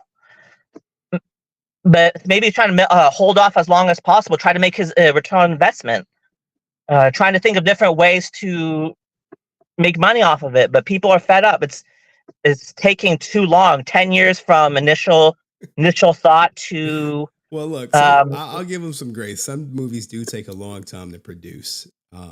Right, but he needs to know as a producer or as one of the producers how long a movie should take. Based on the budget, what are your expectations? What's the budget? It's his first movie. It's his first movie. I think so. Let's. There's 6 producers listed, and it's kind of like, are they being paid? Why for a movie like that? Why are there so many producers? Are these the fans that are producing the show, or are they just getting credit, or what's going on? I'm not sure. So here we can look at his IMDb. When you look at it, you should see it. I see Legend of the White Dragon. He has some credits. Superhero Beatdown. These are all credits from what looks to be shorts, video, waiting room TV series, 6 episodes. That might be something. But I don't know if he ever produced or made a movie. He executive produced My Morphin Life. Okay. How long did that take to produce? Like 2 years? I am not sure. Okay, so what? But because even his most ardent supporters are saying this is taking too long. We're tired of waiting. You need to release it. Okay, so and he's watching right now. You already feel like you called him out on deflecting with the politics. You called him out on insulting the Power Ranger fans and saying that, oh, we're spending too much time on this trivial issue. But how much time do you think he's dedicated to this quote unquote trivial issue in the last 72 hours? A lot, because investors, he might think it's just drama, but when it comes to fandom, the drama matters more than they want to let on. And I know, like, people want to say Zachary Taylor McGinn it's just drama. You go to these conventions, you want to, you're wrong. Not everyone is going to care, but there's enough people that will care where you will notice. It won't affect you entirely, but there are people that will speak out. And it's just his condescending attitude is it disgusts me, especially when he's JDF's best friend. When JDF himself said, "This guy's one of my best friends." I don't know. I don't know. I'm just going. We thought Tony was his best friend. I'm just going off of what I'm hearing. Like, don't call me a liar just because I'm just going off what's being released, of what I'm hearing. Now, Brent, we know you to have money. If you gave $2 million, what would you be saying to all this if you invested $2 million in this film? If I chose to do that, yeah, right? Okay, if I because I wouldn't, but if I chose to, because it's a risk. These type of smaller films, it's a huge risk of not getting a proper return. I would not invest, but I'm assuming whoever invested had faith in Jason, so he chose to do it. But if I invested, I would say, well, it really depends on what we're trying to accomplish. Are we trying to maximize our gains, or are we trying to put out a product for people to see? Now, and speaking of that, what about the whole comment about Netflix? Remember, I was like, hey, Netflix, you would have to take a loss more than likely to get it on Netflix, but it'd be in front of 270 million people as opposed to Hulu or anyone else, which is looking at like 50 million subscribers. Right. And he was like, that's a loaded question. No, that's just a question that you don't want to answer, but you want to deflect. And Jason was all about, he preached consistently, passion over profits. Now, I'm not saying all passion, no profits. I'm not saying that, but passion over profits. He always preached conventions. I don't charge any. I mean, that's a difference. I don't charge any money. And then he would constantly push the passion, PPP, all this stuff. So based off my limited knowledge of Jason David Frank, based off what I see on social media, I would say put it on Netflix and reach an audience. But I know Aaron, he talks about, I want to support the Frank family. Then you know very well, because Aaron, I crossed paths with you at LA Comic Con. You took a picture with a bunch of Power Rangers fans. You took a picture, Aaron. If you're watching, I have the picture on my phone because I took the picture. He's 100% with you watching.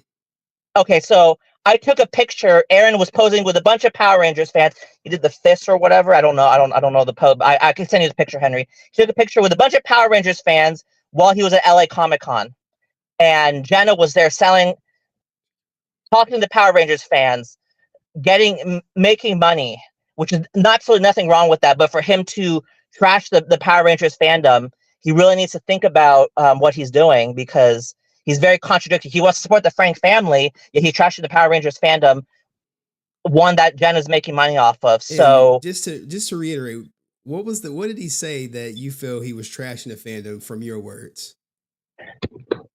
So he talked about, I have better things to talk about. He brought up the war. We're so privileged to talk about, have this conversation about Power Rangers when there's bigger things to talk about. And that's very true, but we don't come here. I don't go to a convention to talk about the Russia-Ukraine war. I don't go to conventions to talk about poverty and starvation. I go there to discuss the work, the business aspects, to ask questions. I don't go to conventions to talk about the war crimes being committed all around the world. And That's not why. And no one comes and talks to me about the war because I don't do politics. Right, and it's just a deflection on his part. He has no answers, and he's relying on his cool demeanor to make it look like he's the cool one, whereas Henry's the drama creator, looking for drama. Well, Aaron's the cool guy who's doing his best job. No, people who think that they're being fooled, and unfortunately, and maybe or fortunately, some of your day one, or some of them they deflected, and they're unable to separate Aaron being best friend with J. Frank from what he's actually saying. And it's just, I found it comical when I read it was actually kind of funny to me, kind of like, oh, you guys where are your standards? Resilient Army? They were the ones saying Resilient Army. Hey, oh yeah, please. Yeah, Resilient Army, facts over feelings. Okay, yeah, whatever, you guys. And these some of these guys were some of your most ardent support. Go ahead. They're cheering you on and saying, Brent, you are so mean. Don't leave Henry, leave Francis alone. Blah blah blah blah blah. And facts over feelings. Stay real. Blah blah. And then when Aaron comes on, Henry going after a cool, calm, collected guy who's just trying his best. Oh, I don't want. I'm done with Henry. I'm leaving. My God, I mean, these people, no standards. Thank you, Brent. Maybe just stick around, just for a second. Stick around for a second. All right, stick around. All right, LOM3. Now look who's back here, guys. Aaron is back here. He's ready. He's ready to get on, but he got to wait like everybody else. This ain't Francis' platform. All right, LOM, what up? Hey, can you hear me? I can hear you. How's it going? All right. First off, thanks for having me. Been missing out on some of your good work, man. Ain't gonna lie. What are you talking about? I'm a hate monger, man. What are you talking about? Man, we need a little bit of hate up in here, a little bit. Just a little taste of it. But I'm gonna be real. I always wanted to meet JDF, never got that chance. But the biggest thing that I see out here now, and respect and love to Miss Francis, Brent, what you're not gonna do is keep flip-flopping, man. Every time, like, I ain't being funny. It's like, this is an IP that's supposed to connect people. And I ain't being funny. This is how I end up, like, finding you. And I'm like, yo, this dude's like the TMZ of Power Rangers. But then when you get to understand that these aren't just, white tigers or crane, all this other stuff, and they're actual people. Yeah, I mean, it's a little bit of, like, growing up. Now, on that Aaron fact, I've been a big fan of batinthesun. I'm talking about from like way back. He's Kevin Porter Batman, flawless. I love it to be on big screen, on the big screen. But that's kind of the issue. The only thing is with him, he seems like he has a big chip on his shoulder, and he is talented. He really is. I think but he is. He's a little arrogant. And I'm not talking about from recently. Like, I stopped looking at batinthesun a minute ago only because I think it was just like the energy. Like, you know, his pay. I can get it. It's his production. But when I saw him and JDF, I remember when they stopped doing the beatdowns. They did the V2 Green Ranger suit, awesome. They did the heel and the hardware on the White Tiger when they did him versus Scorpion, I think it was. And then all you saw after that was they were gonna work on this, and I was looking for the Legend of the White Dragon, a whole bunch of stuff. Then they start putting up the figures, and I'm thinking like, we're almost there if you get the merchandise. You know what I'm saying? That's what carries you, maybe. But then it was looking like mods of like the Lightning collection, and I don't know what's going on with that. But as far as him releasing it, it's so many aspects, especially now after the pandemic and different things have already hit. You have streaming not necessarily going up or down. People are finding their mellow, you know what I'm saying? So what I would think would be smart if he's already edited or done enough to shop this around, he needs to go ahead and shop this around quick because of what they're doing with the Hasbro license and all this stuff. Mattel is about to get those, and you know it's going to be like 12 and under. When you already know, and it's not a sad fact because we grew up with it. Power Rangers fans is us, man. I mean, in the last couple of years, yeah, you're gonna have the Disney group, but if they want to do it right, and I understand that he's trying to do good by Jason and all this other stuff, but it's been so long. He needs to drop a little taste or at least a full-blown trailer with a little bit more in it so he can shop that to different. And I really won't joke when I say it too, because they have My Morphin Life up there. Like, he's got opportunities, but I feel like he's, and it's still a business. He wants the right response. And I don't think people is giving him that right response because JDF isn't here. All you have is this guy. You know, they know the way they do is like, okay, what's his catalog? What do you have? And when you go down IMDb, the money he's probably looking for, and I don't believe, oh no, it's not about the money. It is. I'm sorry. The only Ranger I ever heard say one about the money is not even here.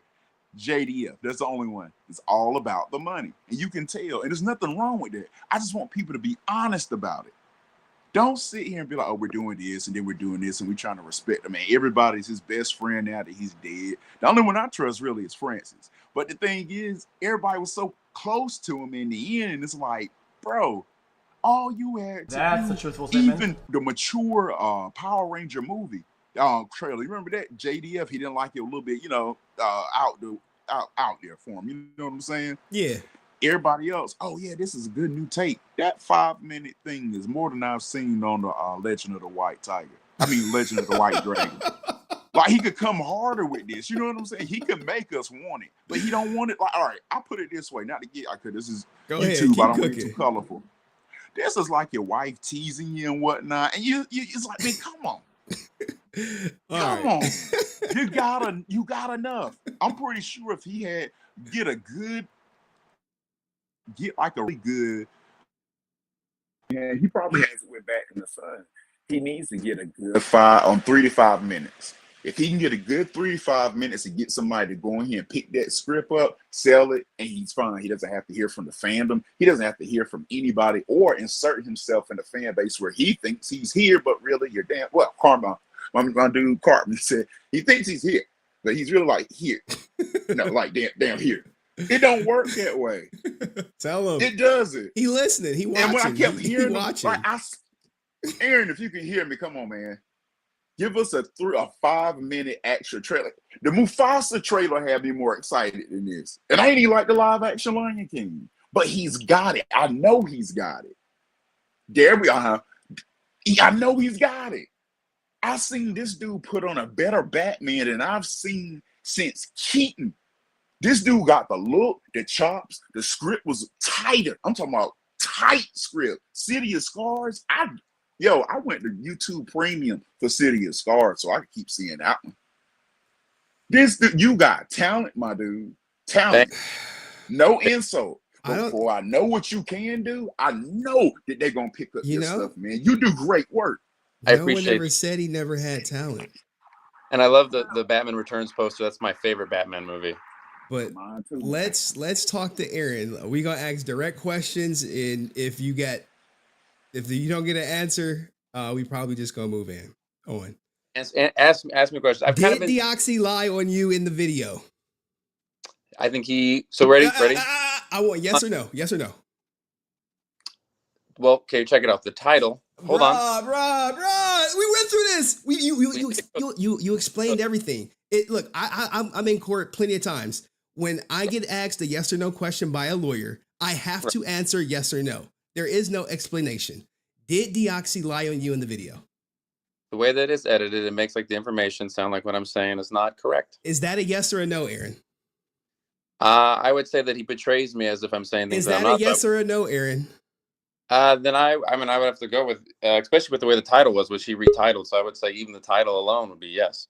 The title was, did you lie on Jason David Frank? Not you lied on Jason David Frank. So a question mark is not a fact. You can't say, oh, if someone said, hey, did Henry lie on batinthesun? You can't be like, well, he didn't say, well, Henry lied on batinthesun. Those two different things matter. So you're saying because he framed the title, Did you lie on Jason David Frank? He's lying on you.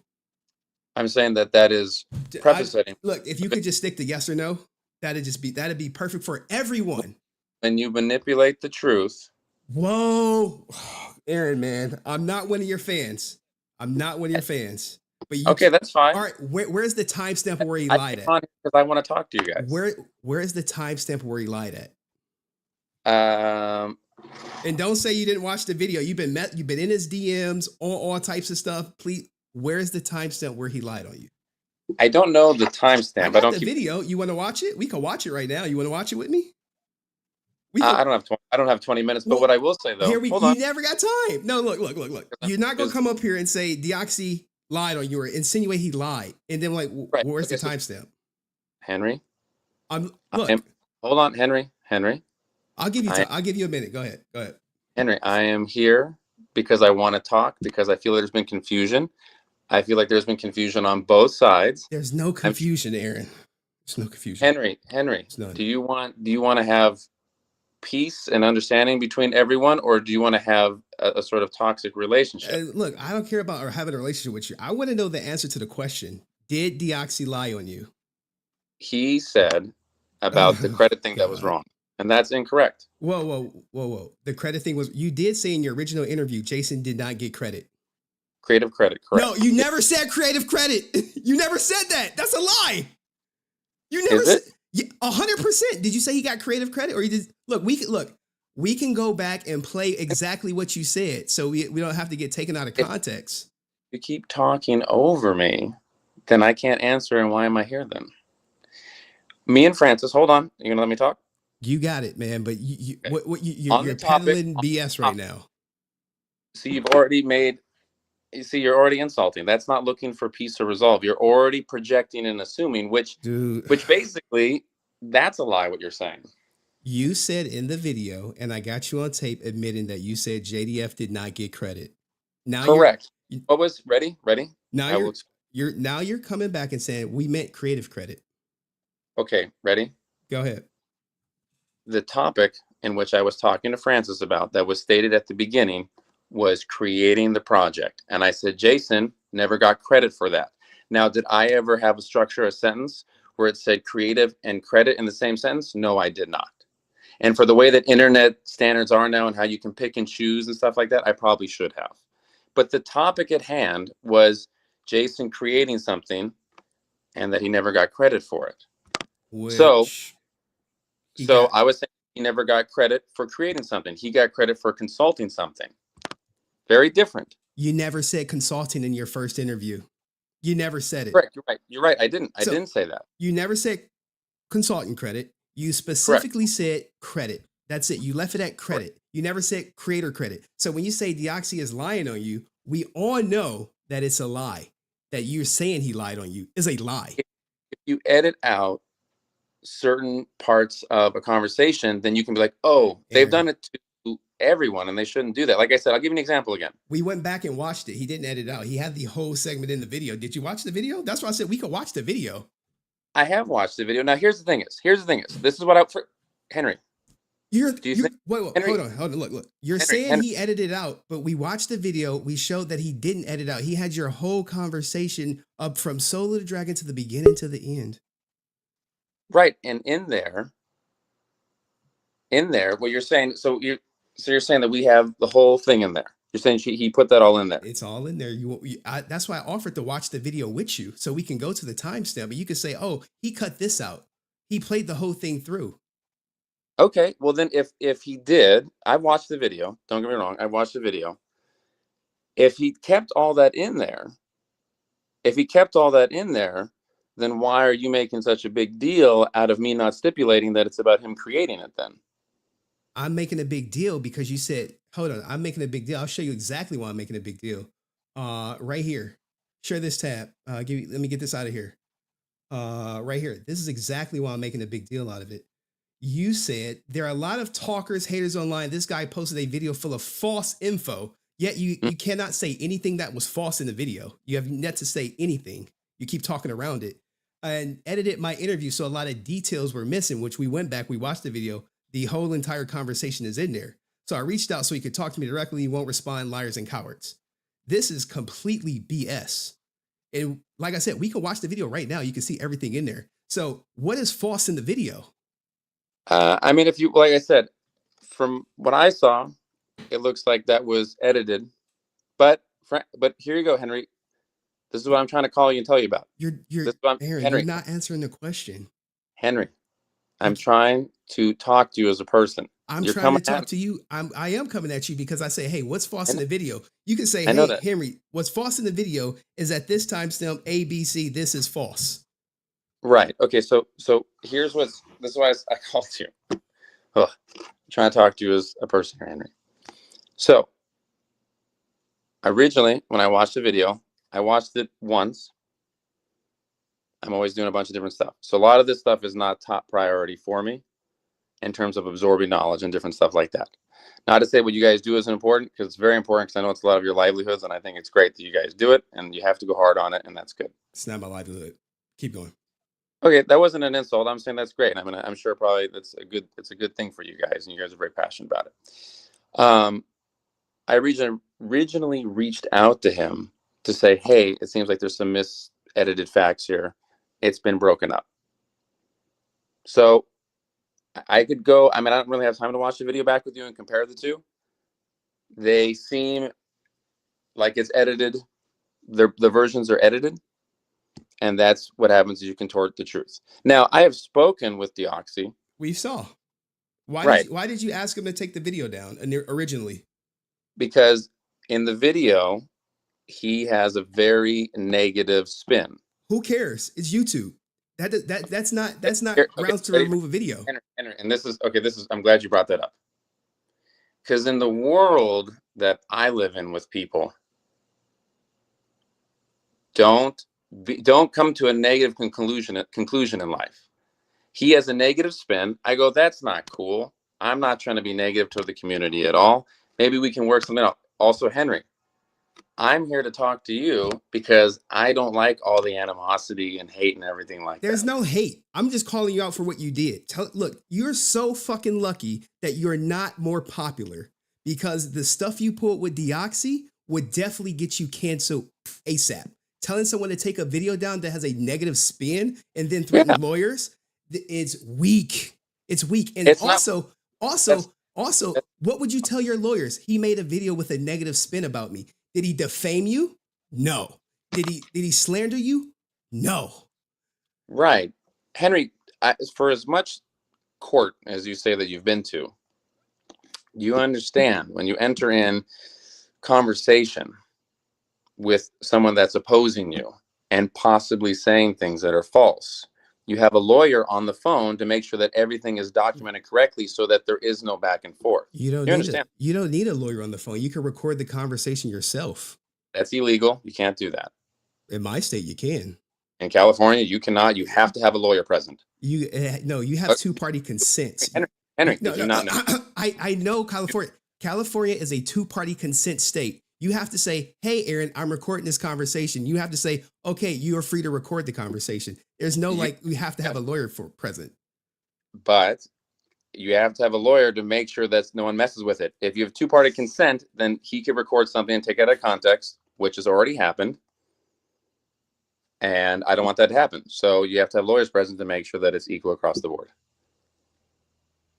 Anything else you wanna add, Aaron?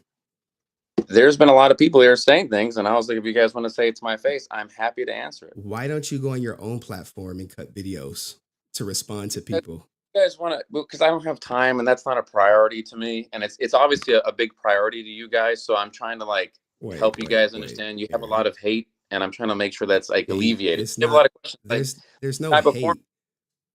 That's all. Wait, Henry, all you guys have been hating for the last 4 hours. No, it's not hating. You slid into a DM. Look, bro. And you can try to spin it as hate, and your fans will believe that, hey, he's spreading hate.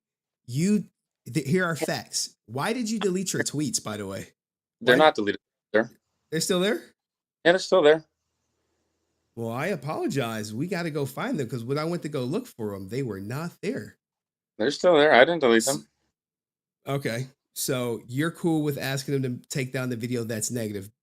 of you that paints you in a negative light, in your opinion? Yeah, of course. And if I had misconstrued something that was wrong about someone else and said, Aaron, that's incorrect, can you please take that down? I'd be like, oh, I understand. I don't want to create extra hate. I would have told you to fuck off. 100% would have. I guess I'm a lot nicer than you, but okay. I 100, like other people would have told you the same thing. And it is cool. You can come up here with the demeanor and all that. So do you feel like everything, how you handled the Deoxy situation was fair and just?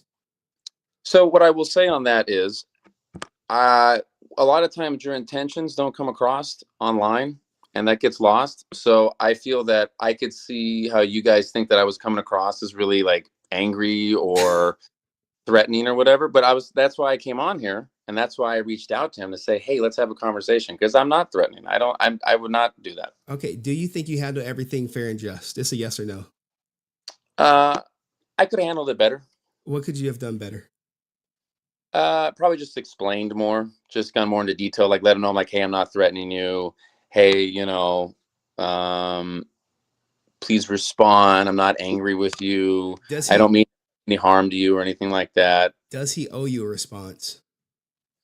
No, no one owes anyone a response. But I think when you reach out to someone about, especially when you make a video that drums up a lot of hate about someone and you have a lot of questions, like I said, I'm not owed any response, not at all, no. But I'm saying if I see creating a lot of anger and hate among the community and I go, oh, let me see if I can straighten some of this out. I would like to clarify so that the information's out there. I don't like seeing everyone get angry. You know what I'm saying? That's why I always tell like Francis or whoever, even you, I was like, if you have questions for me, I'd love to answer them because I do think, that words get misconstrued and taken out of context and no one's perfect and I've made mistakes and I would like to clarify and come on here and be like, hey, because I see like the guy before, the gentleman, there's a guy that was in the car and he had glasses on and he was real angry the whole time. He was spewing all kinds of hate and anger and assumptive things. Brent, yeah. I would love to talk to Brent. Come up, man. Okay, sure. Hi. Hey, Brent, how's it going? Hold on. Hi. Before we go forward, we got a super chat that says the difference between Deoxy and Aaron, Deoxy isn't trying to make a career with these people. He reviews his content, puts it out by the community, yet he's acting like the bigger man. I'm really shocked he changed the title or even entertained the conversation, but he wanted to go along to get along because you mentioned lawyers and he wanted no part of that. But you, at no point did you ever say, hey, there's no lawyers going to be involved. Was that a question for me? No. Go ahead, Brent. What would you like to say to Brent? No, I saw Brent had a lot of questions for me, and I would love to answer them because he seems very angry, and I heard a lot of the questions. you see how he paints you as you're angry. No, but go ahead, Brent. Maybe you are angry, and I'm making hate. Brent, were you angry? Well, that's how all the streams. I come on here regularly, so that's how we do things usually. So it's not like. So was I wrong? Was I wrong in interpreting that you were angry? I mean, I'm passionate, yeah. I mean, but like angry, like like no. That's how we do things usually here. So okay. You're new. So. What about the fact that during the questioning you deflected and said we should be worried about the wars? Do you remember? Oh, yes. So Aaron, we all know that global politics affects people in many different ways. That's why we have elections. People get passionate about Kamala Harris, Donald Trump. We all have our different viewpoints. And those are legitimate conversations that we have all around the country. Yeah. But people don't come to the Power Rangers fandom. They don't come to HenryResilient's channel. They don't go to conventions like LA Comic-Con where I saw you posing with the Power Rangers, people cosplaying as Power Rangers. They don't go to these conventions to discuss politics. They go to these conventions to meet their favorite celebrity guests, to discuss their favorite episode, to discuss business questions like the business workings, because we don't know. We have very limited knowledge of the entertainment industry, so we go to these conventions to ask those questions. We don't go to these conventions to discuss Russia, Ukraine, and all that kind of stuff. So I felt like you bringing that up was not really fair because we as fans, we're not here to discuss that. If we wanted to discuss those things, we would go to a political rally. We would go to a political convention. Right. So, no, can I clarify then? Because maybe there was some misunderstanding. Sure. So the reason why I said that because I said a lot of this stuff, like, and people get, and you said passionate, I said angry, and maybe I heard it as anger when it's passion, and that's my mistake. Is that people go on and they get so fervent and so heated, and I'm like, ooh, I see that in like our political system, and that's terrible. A lot of with Beatdown, and a lot of the, you know, I'll create a lot of discussions on my channel and on my page about this character versus this character, and then it's all just kind of silly, kind of back and forth, and that's what, but like wonderful silliness. Like it's like I grew up in a comic shop and debating, you know, who's a better football player or who's a better superhero. I mean, that's why we created the show. So I was saying that I hate to see people get so intense, or what I perceive as intense. You know, like on here, I said we have like real wars and real stuff that's going on. I consider these kind of conversations kind of silly, and that sounds derogatory, but it's not meant to be. It's kind of like a blessing that we can argue. Like I've gotten into some arguments with people online about superheroes fighting. You know, Captain America versus Master Chief. And then I'll realize, like, wait a minute, are you like actually angry that Master Chief lost? I'm like, this is kind of, I was being silly with you. Do you know what I'm saying? So that's what I was saying in that statement. I was saying, remember that there are real problems, and this bickering that we're doing is a blessing to have. You know, it's positive. I'm always trying to like, let's keep it a little lighter. I don't know if that came across. Maybe I didn't. Maybe I. Yes, it did. Yes, I'm sorry, but absolutely. And the mere mention of that's gonna rub people the wrong way. Whether you try to clarify it later or not, whether the mere mention of that is very condescending. Why is it condescending? Because to say that there's bigger problems. We're not here to discuss politics. And if people choose to have those heated conversations, then they should, if they get so passionate about it at that moment, they should, that's their prerogative. And I feel like that we shouldn't, because that type of reasoning is not used only in, you're not the first one to say that. Like, like in everyday life, you argue about like, oh, you stole, you didn't give me what I paid for at the supermarket or at a grocery store. Are you going to say, oh, there's bigger problems to worry about? Or let's say, if not just that, you're arguing about politics. Let's say Kamala Harris and Donald Trump, there's people starving. Like, where do you draw the line as to what is quote unquote more important? I think I get what you're saying, but kind of like, yeah. So I would say, I didn't mean to rub you the wrong way. And I personally live my life as always, like, there's always like horrific things out there. So let's not get too angry. And that's why a lot of my position is always kind of chill. Like, so what you're saying, where do I draw the line on that?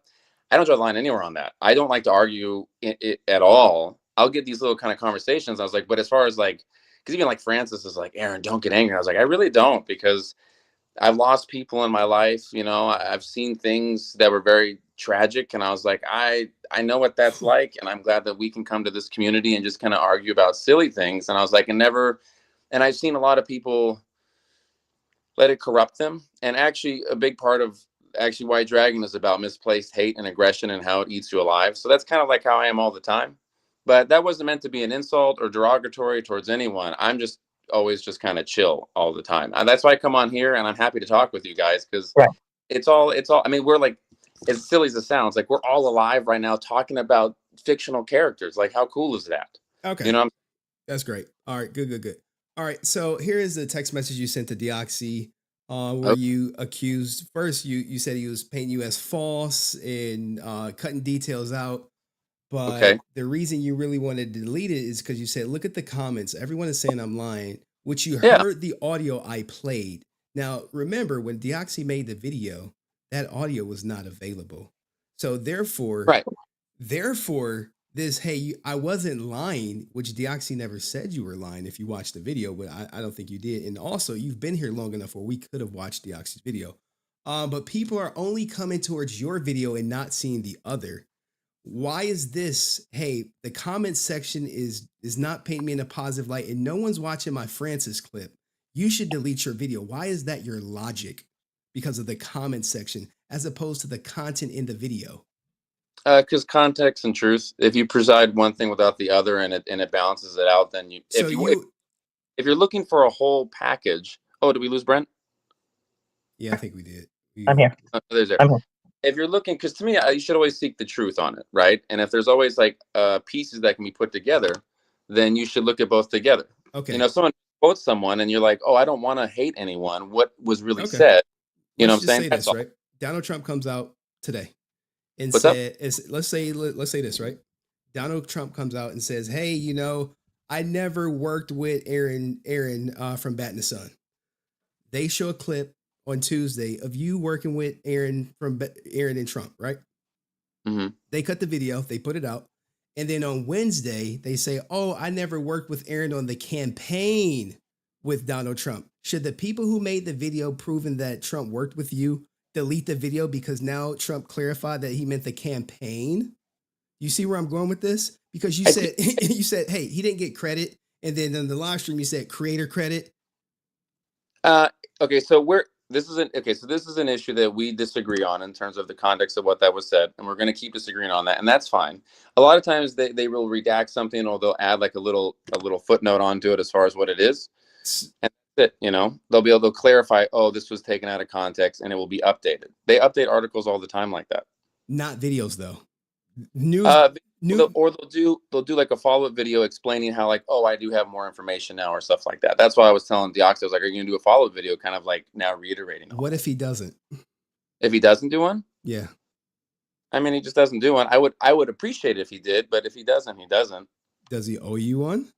No, he doesn't owe me anything. No, he doesn't owe me anything. And he's never owed me anything. But I wanted to reach out to him and talk to him and create a conversation with him. Right. Because just like anything, I think communication is great. Because sometimes, Henry, you and me won't agree on things. We gonna never agree on some things, Aaron, but that's okay. That's fine. That's fine. But I come on here saying I want to make peace and help everyone understand everything. Because even like Brent was asking, he was talking about like budget and money and Brent's a millionaire. He you know, it is what it is. Okay. Let me get some questions from the chat. Me and Aaron will never agree. Aaron is of the opinion that Deoxy lied based on the title with no timestamp. Right. You have no specific timestamp, right? Wherever he talks about that, yeah. I mean, we can watch it, but it's all there. He put it all. It's all in there. How long is the video? Like 20 minutes. And the only part that you need to watch is like 5. I'd have to go back and watch I have to go back and watch. I have to compare it to and see where the edits are. he has you in here for the whole we wasn't credited thing, which I've said to you personally. Okay. I mean, Henry, would it make you happy if we watched it? Man, it would bring me so much joy. Okay, let's watch it. All right, guys. Henry, here you go. Ready? What's up? I want you to observe, take in. I'm gonna take it all in, man. I'm gonna take it all in. Now, all right, guys. Hold on. No. I'm gonna say when you take in what I'm about to say to you. Go ahead. Is that I come on here. I don't mind being proven wrong. I am truly seeking just peace and like, you know, good community. And I was like, if that's what you want to do and that'll make you happy, because that's ultimately what I'm after. I appreciate this, Aaron. If you could just lend me probably 5 minutes of your time, okay, we could eliminate this whole ordeal. Okay. Okay. All right, guys. In the meantime, if I'm wrong, then that's fine. I'll say that I'm wrong. I want a full apology to Deoxy and you to delete the goddamn post about him saying that it was false stuff. If it is, then I will go through and do it. All right. Let's run it. Hold on, guys. We now look. I'm not gonna make you sit through the whole 20 minutes. I don't think that's necessary. We can only go by the part of credit. And to make matters better, I do have France's video too, side by side. So we could play it. And let's give me a second. I gotta make sure. I want to make sure. And for the record, Henry, I would love to be wrong. To me, being right or being wrong doesn't really matter. I want to get rid of this riff. I just want you to say that Deoxy didn't lie on you. If you say that, we don't have to even watch the movie. Okay, I mean, it could be, maybe I misheard, misread, misunderstood. You know. All right. All right. It's very possible. Let's go, guys. This is Aaron reacting live to Deoxy. Big balls, Aaron, guys. Big balls is in the chat because he came on here not once but twice on my platform. The whole short. Can you hear it? Who's that? Who's that? This is 11 shots. The username you just said. I said big balls. in the chat. Yeah, who is that? Like a regular on here? No, that's you. You got big balls for coming okay. on the chat, you know. Okay, sorry. Anytime someone of status comes in here, you know, despite us having disagreements and me probably being angry, hatred, whatever people want to call it, I always respect the people who are willing to sit down and go through it. So now we have the video. Your part starts at 11, but we want to make sure everything is in here. And let's go. Only. And I think 10 of the 11 are VFX shots. So it was quite extensive. I reached out to Ron Wasserman, who had done the music on the original show and had, he did the theme song, Go, Go, Power Rangers. He did the theme songs for, I know he came back. Can you hear by any chance? Okay. He did SPD. But anyway, he's very iconic within that world as well. And so he scored this promo for us. We dropped it like a few days before the book was the first issue of the event was. If you want me to pause it to provide context, if you want me to pause it, just say I'll pause it if you want to like interject into it. No, I was basically saying, despite Jason inevitably not liking this video, Kyle did a great job with this video. Oh, yeah. I thought it was great. I mean, before we get to it, now we got you. Why did he hate Lord Draken, just for the record? So what happened was, and people were like, he signed my books, and that's not true. So Jason in the beginning really liked Draken. He really, really liked Draken. He felt that it was partly something that he built from the ground up, and he loved that this was something that was not really his because he doesn't own the IP, but there was a lot of plans and a lot of this isn't like, because Kyle, like Jason talks that he doesn't like Kyle, and like I said, I introduced Kyle to Jason, and then they started working together. But it's tricky because I don't know how much I really blame Kyle. A lot of it obviously falls down on Saban and falls down on Hasbro. And Jason was promised a lot of things like, hey, come down and promote our movie. Hey, come down and promote this. Hey, come down and promote this, and we'll give you this. We'll give you this. We'll give you Okay, this. so hey, come do work for us, and then we'll do Lord Draken or whatever. We'll do that kind of stuff. And Jason really wanted creative credit. I said at this time, clarify. Better say it. On stuff that because the brand was very kid oriented, and as it should be, that's what it is. And he wanted to interject. He always wanted to make a darker, more gritty, kind of old man Logan type Tommy story. And that's what him and me worked on. And we pitched the Dark Lord Dragon back in 2013, and we kept pitching it, and they kept saying, we're going to do it, and then we're going to do it as a comic book. And so when this happened, he was like, he's like, they're doing it. And I was like, cool, great. He was on board with Kyle. I was not involved with this. People, and you've said it too, Henry, that I'm mad that I didn't get credit, which I don't. I'll be honest with you, Henry. That doesn't matter to me. And I'll tell you a story. Here, I'll save you. Even Kyle said the credit that he got for doing, I think Lord Draken, the money he received from it was just enough to pay 1 month's rent. So, yeah, it's so low. Like what they pay comic creators is terrible. It's terrible. And I, as Jason's friend, my main thing was him getting credit. Like I'll give you a story here. Like, I got Jason the job as emissary on the Transformer Machinima show. Right. I fought for him to do the voice on that cartoon. And I told him, I said, the only thing that matters to me is that let me tell him he got the role, because I want to see his excitement. I want to see that he feels that he accomplished this, that that pat on the back. So when they were doing Lord Draken's Shattered Grid, I was like, oh man, that's like the story that we pitched. He's like, yeah, but they're still going through it. And it's like, I still get to do what I wanted. And I was like, that's great, Jason. I'm so glad you get to do the story. I mean, him and me worked on it for a long time, but maybe Kyle's found a better way to get at it, And so I was really happy for Jason. Like, I was like, cool, that's great. Just make sure that they're not stringing you along, because in the years that I had worked with Jason with Saban, boy, did they string Jason along. Like he would show me texts and emails about, he's like, they're going to do the Green Ranger series. They said they're going to do it. They just need me to promote this. And I'd be like, great. And then they wouldn't do it. So what happened was, this fell the same way. And afterwards, because Jason was at the beginning, he was all excited about Kyle. Kyle was cool. He's obviously a good writer.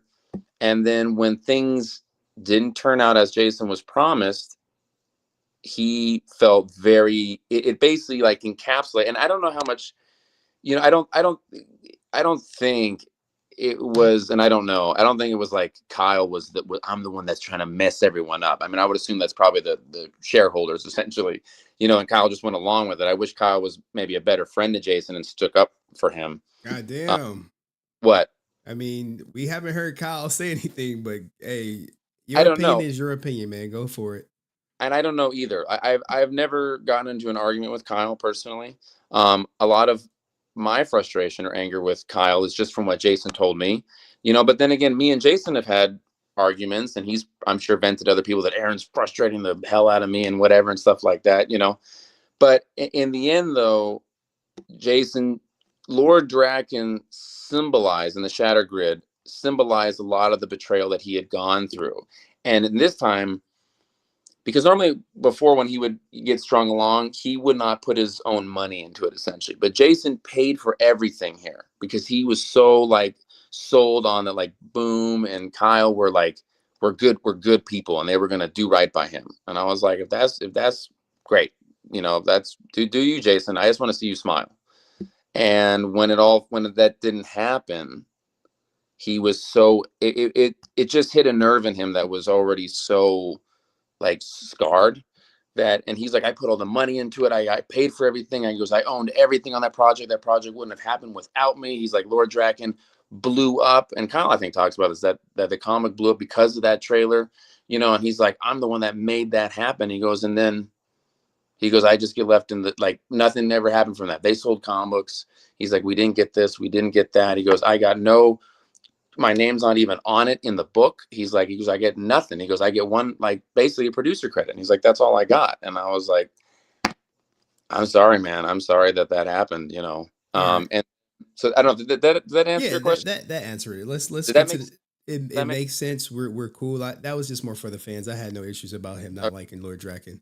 But here is the part for the Deoxy video. Your part is only like maybe 2-3 minutes, but he has the conversation with you and Francis in there coming out. Okay. So it was a ton of work, but like it was like super fulfilling and super worth it. And it was a blast to work with JDF. He was really happy with how it turned out as well. And like I said, I have an awesome helmet. Now, also in the interview, it was brought up that JDF and Aaron worked on this project called Rise of the Emerald Dragon or Emerald Dragon. There was a lot of dragon related stories that was brought up in this interview that they worked on. But apparently this Rise of the Emerald Dragon comic book or idea, it was stolen from Boom Studios and Kyle Higgins that they turned into Soul of the Dragon.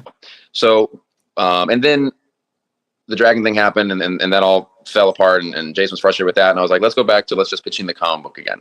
So then we ended up speaking to. Okay, go ahead. So so right here. So when I says, and then that happened, and then it goes on it. Do you have in Deoxy's video? Do you show the first part? Hold on, let's bring it up. It's Francis, baby. Give me a no.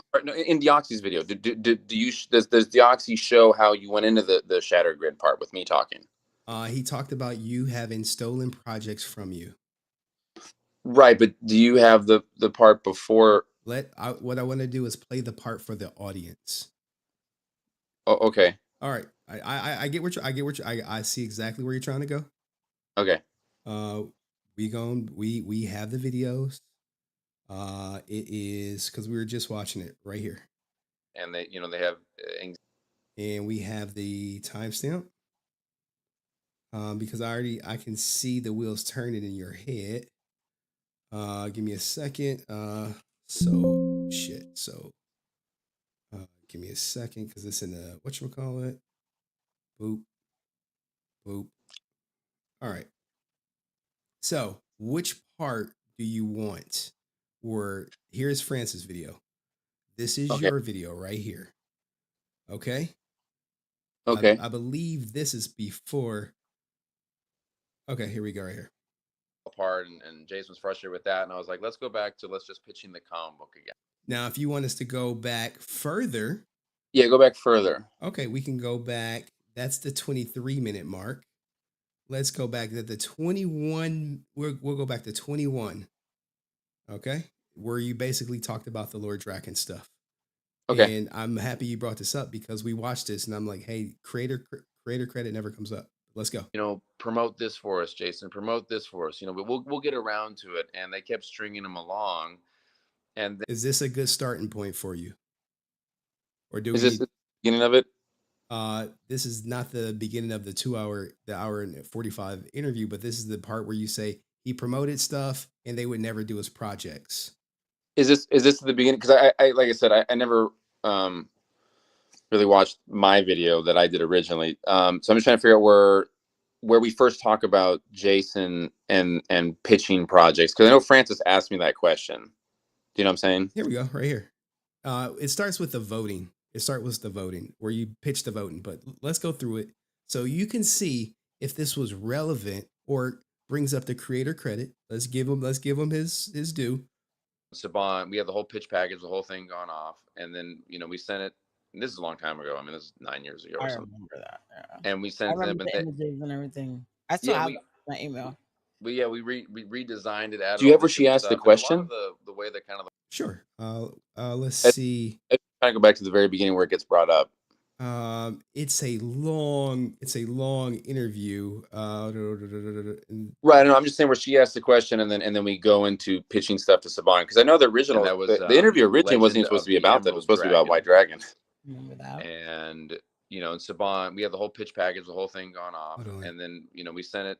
And this is a long time. Give me a second.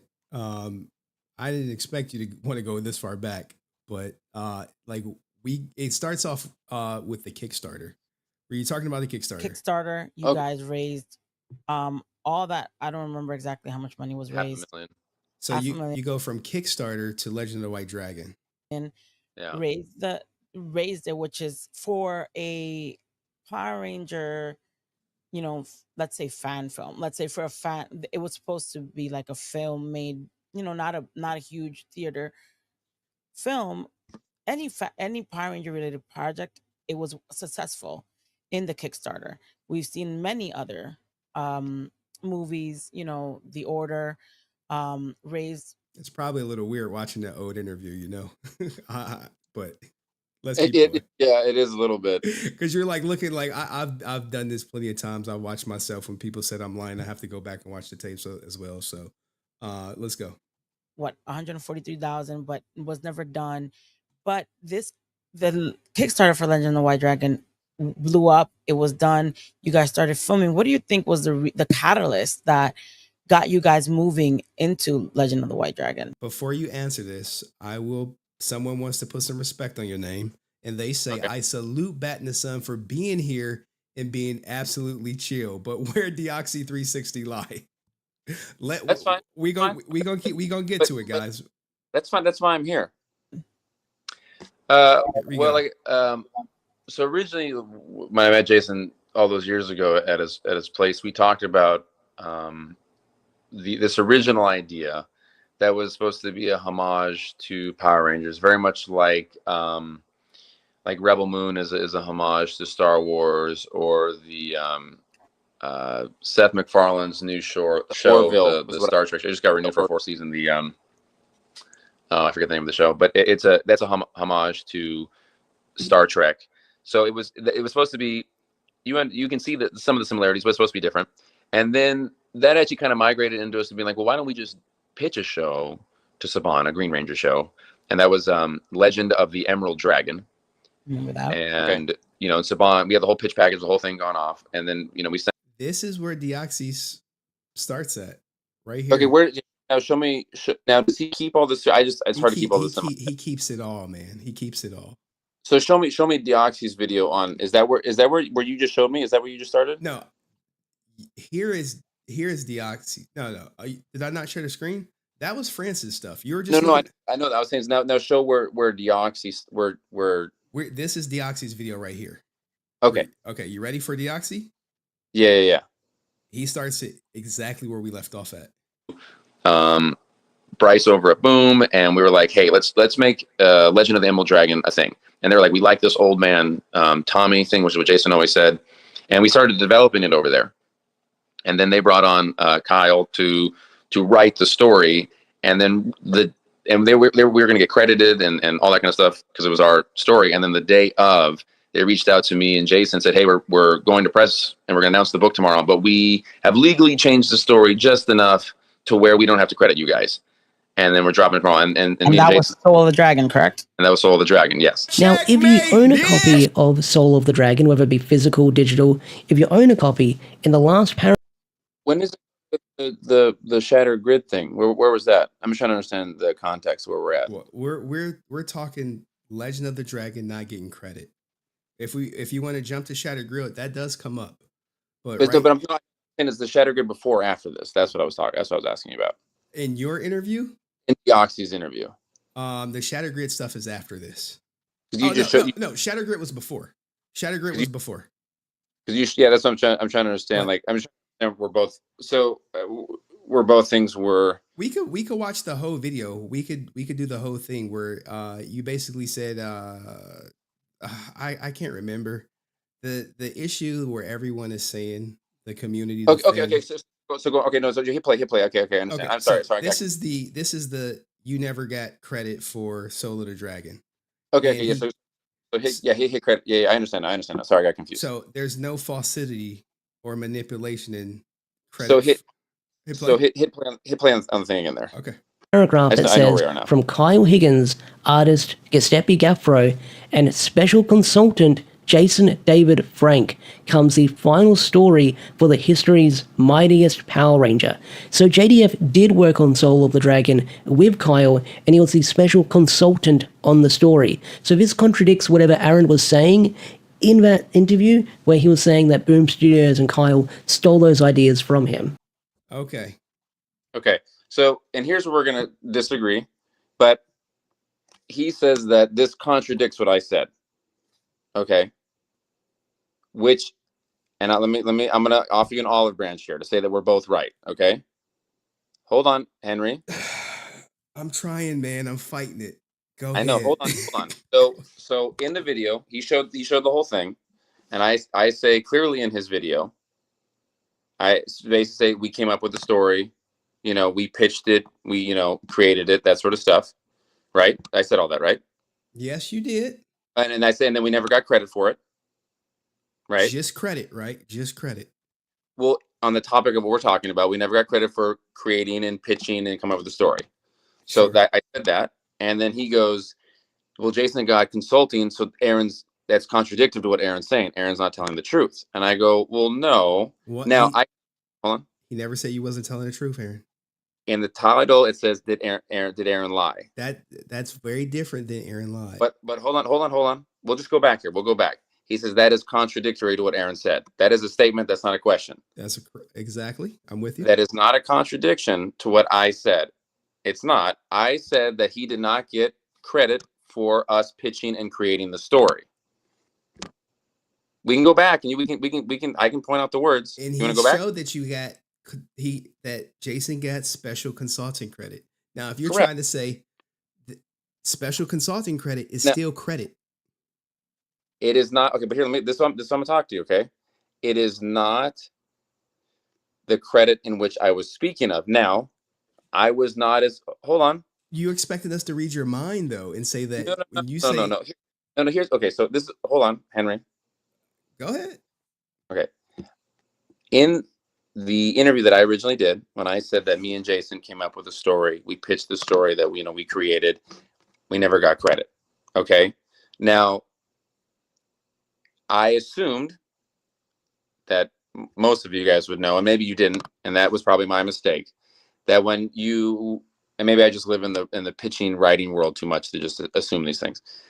But when you're saying, when you create something and you want credit for it, you want credit for story, right? And a consulting credit is so different. Now, maybe like, I thought that was more well known, and it looks like that Deoxy Ash didn't know that. You know what I'm saying? That he might have, like, I thought from my watching it, I was like, oh, those are way different. You know what I'm saying? It's like a starring role versus like extra in the background. I go, those are not the same thing. You know, and I'd be like, Jason wasn't in the movie. And you're like, he was an extra. And I was like, well, he wasn't in the movie. What? You know, Now look. hold on. Go ahead. That's a great analogy. You're like, technically, you could take it both ways. And right? I take it in the literal way. If you say he wasn't in the movie and I see him credited as an extra, then he was in the movie. Right. That's what I'm saying. That's why I'm painting this example. But what I was talking about when I was doing the interview with Francis, I thought that the generalization was pretty obvious. Now, I felt that Ash was taking that and being like, this contradicts what Aaron says. Aaron's a liar based upon his heading. Okay. Right. And I was like, oh, I wasn't trying to lie. You know what I'm saying? Then this is where it seems that you are spinning a motive or an agenda because it's coming negative right off the bat. If he went on there and said, if Deoxy says, now he was credited, now maybe Aaron meant creator credit, or maybe he created this. I don't know what Aaron meant. But going on, this contradicts what Aaron said. And you're like, well, it doesn't, because it is interpreted. This is what I'm saying, that it could go either way. Now, I did not have the intention to manipulate or whatever. And in Deoxy's video, he also says that he didn't have that intention either. Although he came to foregone conclusions based upon a video where I didn't overly clarify something, which is why I reached out to him originally and was be like, hey, let's talk, because I feel like we're miscommunicating. But then when he didn't respond and left me on red for 8 or 10 hours, I was like, oh, you're trying to actually be like aggressive and negative. And I was like, I'm not all about that. Like, now you're trying to spread negativity. And in all the comments, and a lot of his thing was negative in a way, in terms of being like, Aaron's wrong. That's an but hold opinion, on. but no one can It's his prove opinion, it. right? But it's like, it was never like, oh, Aaron's right. That's interesting. It was always very Aaron's wrong. And I was like, why are you being negative? I'm just trying to come on, just like I'm coming on here with you, Henry. I'm waiting. I just want to just be honest and open with everyone and just talk. So when I reached out to him, I was like, hey man, I think our wires are crossed, or whatever I said. I'd love to talk with you. And then when he left me on red, and I was like, well, okay, are you trying to be negative to me? That's why I was like, well, the next time we speak then, because if we both have good intention, I trust you, lawyers don't need to get involved. But if your job is like, I'm going to just needle you and make you look negative, I was like, well, then I need to have my lawyer listen in to make sure that everything is cool. That's why I brought up the lawyer thing, because he left me on red for like 9 hours, and I was, or 7 hours or whatever it was. But does that make sense, Henry? I know exactly what. Does that make sense? It's about as clear as mud. So because of you being in the industry, if you go in and say, well, Jason was not in the movie, and someone say, hey, well, he was credited, they see that he was credited as an extra, your interpretation is like, well, he's not in the movie. Right. Because I'm in the industry and we don't consider extras as being in the movie. Especially if it wasn't like, if your whole job was to be an extra the whole time, and then you're like, because there's a lot of extras that work really hard, that do great background work, and it's not to insult background actors, because they do a great job and they hustle and they work their way up. But there's like sometimes where it's like, I got signed on for a starring role, like I'm the movie, blah blah blah, and then also you get edited to an extra, and you're like, I'm not even in. You know what I'm saying? And then it's like, that's what it is, and that's what I thought that. So when Deoxy took that, and he's like, well, he's in the movie, Aaron's completely wrong, he's contradicting himself. And I was like, well, what Jason was promised and what he got. And I showed you also, I clarified, hold on, let me just finish. Go ahead. I showed you that text message where Jason says, I got some BS, consulting credit. And I was like, that's what I was talking about. So here's the thing is, I was not clear enough in what I said. I didn't clarify enough, and I should have. I assumed that people would know. That's my problem. Don't make an assumption. Deoxy went on there. He did not offer me an olive branch or a way out to be like, maybe Aaron meant something else. He was just like, Aaron's contradictive. And I was like, oh, why are you spinning that, like throwing negative?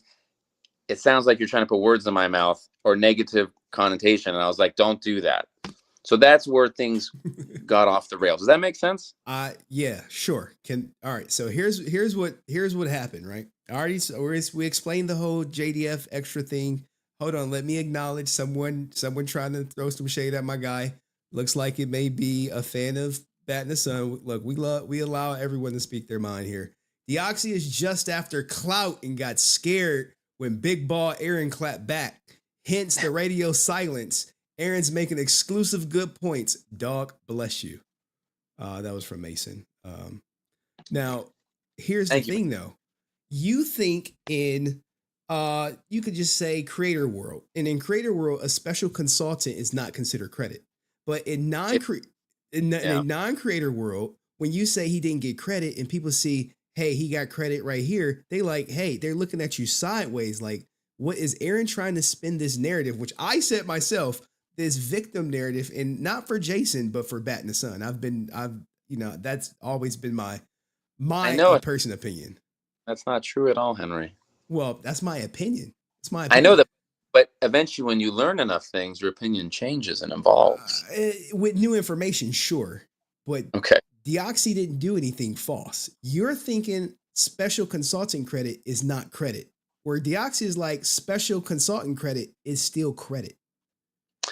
Right. And I understand where that went awry and got off the rails. And I assumed that he was trying to be negative, but also that assumption was based upon other negative assumptions throughout the video and the title. So hold on. If you watch the video, he says about three different times he's not trying to be negative. I know that. You can say you're not. That's like saying, hey, no offense. I get what you said. Yeah, I get it. All right, go ahead. So at the title right off the bat, batinthesun lied about Jason and Frank question mark. No, batinthesun lie? Hold on, ready? That's true. But that already is a negative clickbait headline. You can't disagree with that. If it just said, hey, interview with Aaron sheds interesting information, that's non-biased. It's YouTube. You're going to have clickbait headlines. So you're saying negative intent is already assumed based upon getting views. That is your perception. Your perception is, did someone lie? That's negative. That is negative. Question if someone lied or not. That's a negative. That's your opinion. I would never say that it's negative. I would say, hey, it's a good title. I think people clicked on it. And that's true. And that's the thing is he got what he wanted. Right. So, I talked to Deoxy. He was like, I wasn't expecting the video to blow up. And I was like, good for him. But someone said Deoxy still ain't lie. Now you're saying this olive branch is your olive branch that both of you guys are right? Yeah, I think we're both leaning on basically leaning on the truth and the lie, or it's not really a lie. A lie is the wrong word then in that case, but basically we're kind of. Huh? I never thought you lied. Did I think you omitted? Do I think you didn't elaborate enough? Yeah. Do I think you may have misspoke? Yeah. I've always said that, but I don't think you were out here intentionally trying to lie. And I've said that, but that doesn't get brought up. The hate stuff. I'll come on. I'm like hate. Yeah, that's kind of nice. A little olive branch here and there. But what I'm saying is, you're trying to say you're of the opinion that you are both all right. Yes, because now, like when I first watched it and I posted that thing, I posted DM'd him because I was like, whoa, like it sounds like you're really negative. What's going on? Left me on red, and then when he left me on red, I was like, well, that's not cool, man. Like, are you just trying to be are you basically trying to be negative for clickbait? So then I posted what I posted. He was at work, and I think once you posted this, and then you sent the lawyer threats, that's when he posted it on Twitter. It was I know that. That's when he posted. It was after you did this right here, right? Where he was like, "All right, well, if Aaron is going to threaten lawyers and post this crap about me, then." But also, okay. So this is entitlement, though. This is entitlement. It's not entitlement at all. Whoa. How is entitlement? Explain how it's entitlement. You're saying that he owes you a response. He doesn't owe me a response, not at all. So why would you post this? Why would you he's ignoring me, so let me blast him on Facebook? Because it's the courteous thing to do. That's entitlement. That's not entitlement. You want him expecting other people to be kind and seek the truth. That's entitlement. That's what is that you're trying to spin it. You said in your next message, interview me or talk to my lawyers. He doesn't owe you an interview. He doesn't owe you a response. Hold on. That's entitlement. That's 100%. Look, if you get a video of me, ask your fans. I don't think it's entitlement to want a response. I'm not demanding a response. Right, I think being kind and listening to people is not entitlement. I'll poll the fans. Ask them. I mean, we got maybe today's kids think that is entitlement. Whoa! Now you see how you condescending. You said kids. The young Henry. Do you know I'm a little older than probably you think. How old do you think I am? I mean, I bet you age real well because you look. I bet you because you look like you're 24 and you don't look. Damn You're near not 40. Yeah. So okay. So I'm a little older than you, but And most of my audience is over 30, like based on YouTube Okay. analytics. So none of them are kids. But when you say sting like kids, that's going to sting people. I don't mean I don't mean it to. I don't mean it to. I just think that everyone's younger than me now. Well, I'm younger than you. Don't age me up. So let's do a poll, everybody. I know we got a lot of Ninja watchers on the Clips channel. Expecting kindness out of people is entitlement. Well, no, you were expecting a response. That's entitlement. If you ask, if you're outside and you ask someone, "Hey, how's it going? Hey, can I help you?" But that's not what it was. This was, "Hey, you cut a video on me. Please talk to me." Do you see the difference? I get you want to spin it as something else, but that's entitlement. So here we go. I'll let the audience decide. Is it? We can agree on the question. Is it entitlement to? Hold on, entitled.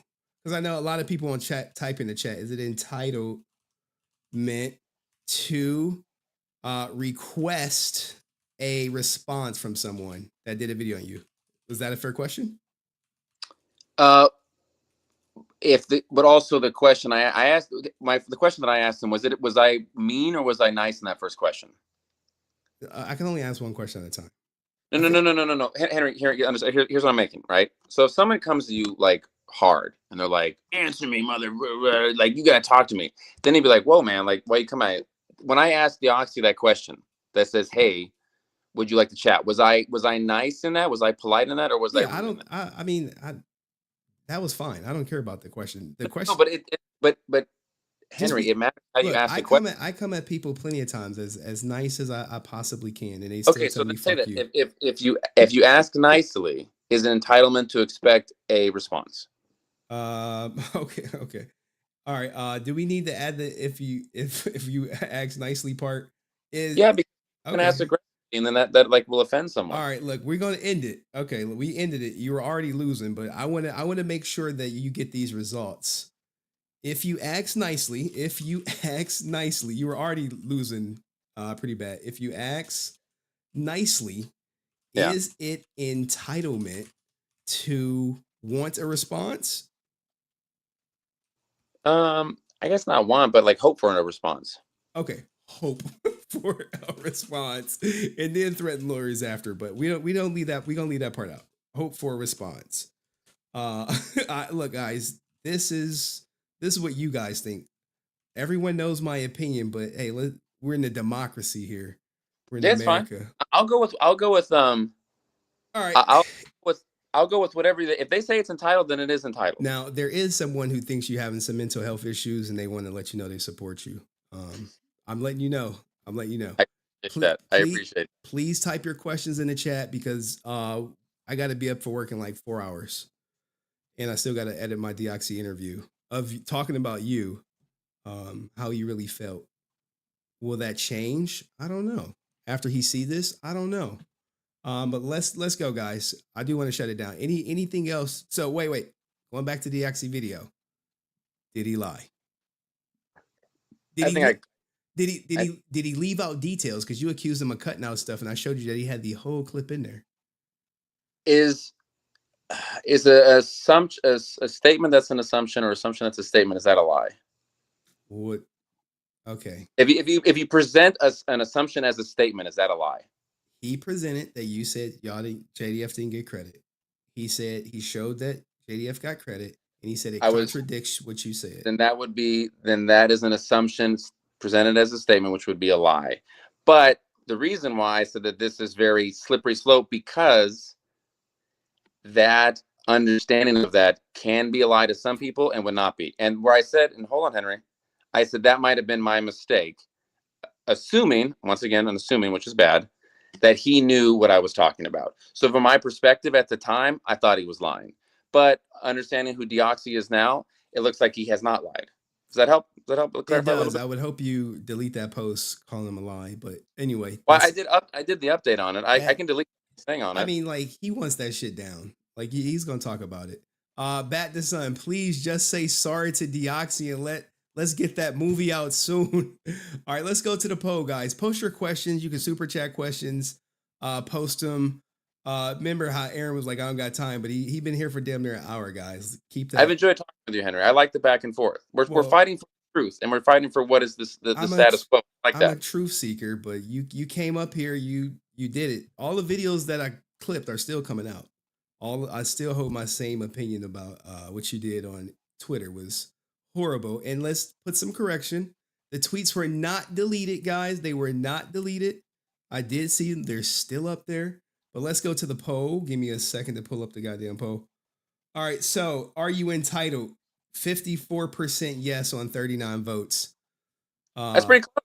That's pretty close. That is pretty close, but it's still pretty close. Okay. Well, here, ready, Henry, ready? Then I guess you're right. I guess I was coming across as entitled by that. All right. Anything else you guys got for him? In my opinion, we won. We won. Deoxy won. I was doing this more for Deoxy though.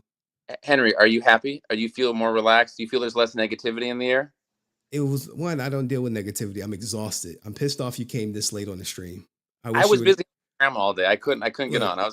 My grandma is watching right now. She's gonna be happy, but I am pissed off. I didn't want to blow you off because people would think I'm a coward or something or scared or whatever. But just to go back to what you were saying, I have no ill will towards Deoxy. I know who he is now, and I've looked at his stuff. And if Deoxy wants me to delete it or apologize, I have no problem doing both. It's very simple to do both. I can say, Deoxy, I'm sorry that I caused you a lot of trouble. And I can delete the post if you want. Those are all fine things. All right. Obviously, they affected him greatly. He was pissed off. He was like, I'm getting a lot of hate now. And he's not me. I'm built for it. Deoxy is like, dude, I just want to talk about Power Ranger comic books. I would just say for Deoxy, always seek the positive, not the negative, but that's not the standard. That's not the standard, as you were saying. The title was fine. I'll tell you the title was fine, guys. Any last questions for Aaron before he leaves? I told him what people think you got mental health issues going on. Whatever, make of it what you want. Someone said the Power Ranger community should support you. Have you been getting a lot of support from other Power Rangers with Legend of the White Dragon? Oh yeah, a ton. Johnny Bosch called me today, and I speak with like there's a certain select group that I talk to. I'm really, really close with Ciara Hannah. I'm close. I spoke with Serena. I'm close with Font. And then of course, what? We have a troll that just comes over here and like he trolls me, and I don't mind different opinions, but he said you won, so okay. Aaron won. He does it all the time, and then he'll privately say you lost. It's a funny thing. But. All right. Well, as long as we came to an understanding and we're both cool, then we both won, and we both, because it's all, like I said, it's all kind of just silly kind of stuff, and we worked it out. It's not like no one's like, oh my God, you did something horrible, Well, here's the thing. I'm gonna clip this video. It's probably gonna get 1,000 views. And I see we got 2 Aaron ones, which is the person who hated Deoxy, and then I know one guy is just trolling. But there we go. Aaron also, no one should hate on anyone. Well, I'm the hate monger, Aaron. I know, and I'm telling you, don't do that. Don't be hateful. Oh my, it's a joke. All right. Red Bunny Classic says, "Thank you, batinthesun. We dig." He's a Deoxy supporter. Deoxy he's very beloved. I can't with you guys. My chat. Aaron isn't stealing PPP money. What is that? Oh, yeah. Austin did. Yeah. No, I know. Yeah. How's that gonna be? Do you talk to Austin when you see him at PMC? No, I've never spoken with Austin. After the comments. Well, I saw recently because I talked to. Actually, what's kind of funny is that there's a gentleman on Twitter who's really nice. His name's Cosmic Ranger. Oh yeah. Friend of the channel, Cosmic Ranger. He was very critical of you before. I know, but we're friends now. We talk, and he's very nice. And basically, I'm a big supporter. of the gay community, and work in Hollywood, obviously, I have a ton of friends like that. And he was going online, and he was really upset that that community was being targeted and that Austin was doing that. And, you know, what Austin said, and in recent, you know, where he was making fun of gay people and stuff like that.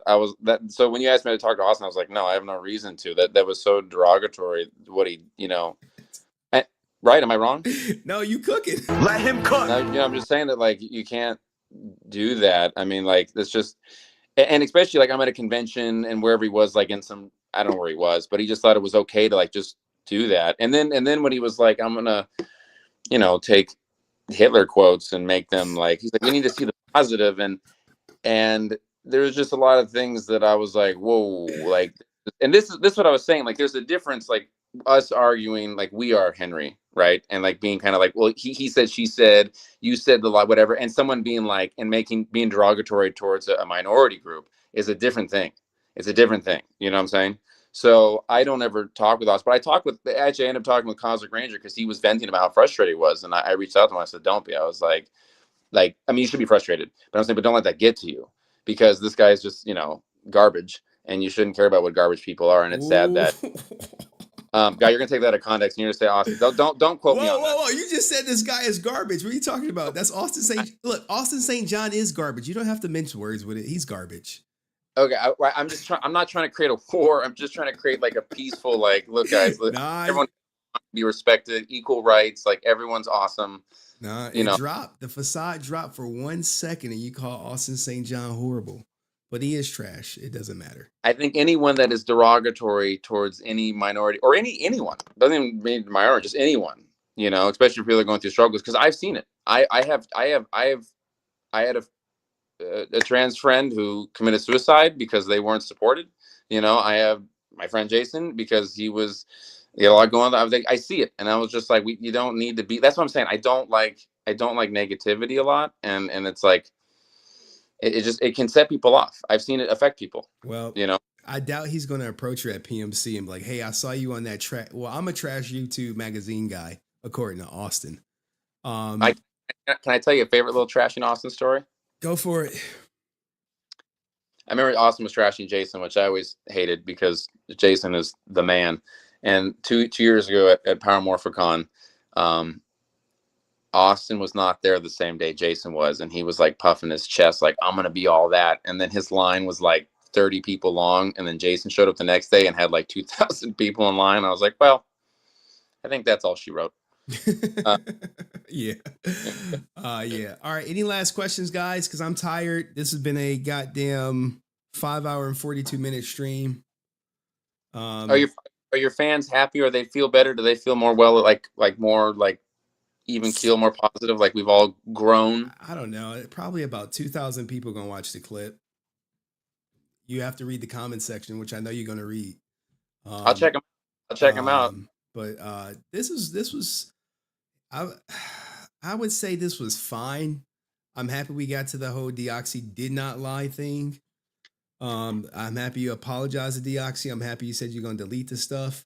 But as a content creator, the content is going to come out, guys. So I will be releasing all the clips that we had up until Aaron coming out. This clip will also will come out. And shout out to Red Bunny Classics, who said again, thank you, Batinthesun. So I would say you okay, but you got to be. I love the fans. I love the community. I love mixing it up with them. I go on my social media and I'll debate with them, and they'll get all heated. And the thing of it is that in my mind, I like doing that because I like communicating with everyone. I like having an open rapport. And I think that online nowadays, there's too many echo chambers where just too many people get together and they hate and they hate and we're not having communication to where we all can understand each other. Do you know what I'm saying? All right. Some advice, you could take it or leave it. Chill with the online posting people who are quote unquote haters and negative on your social, because you're weaponizing fans. And that's probably true, and I shouldn't do that. Oh no, it's 100% true. That guy who said, hold on, let me read the super chat. Deoxy the GOAT, big ups to the Mandim.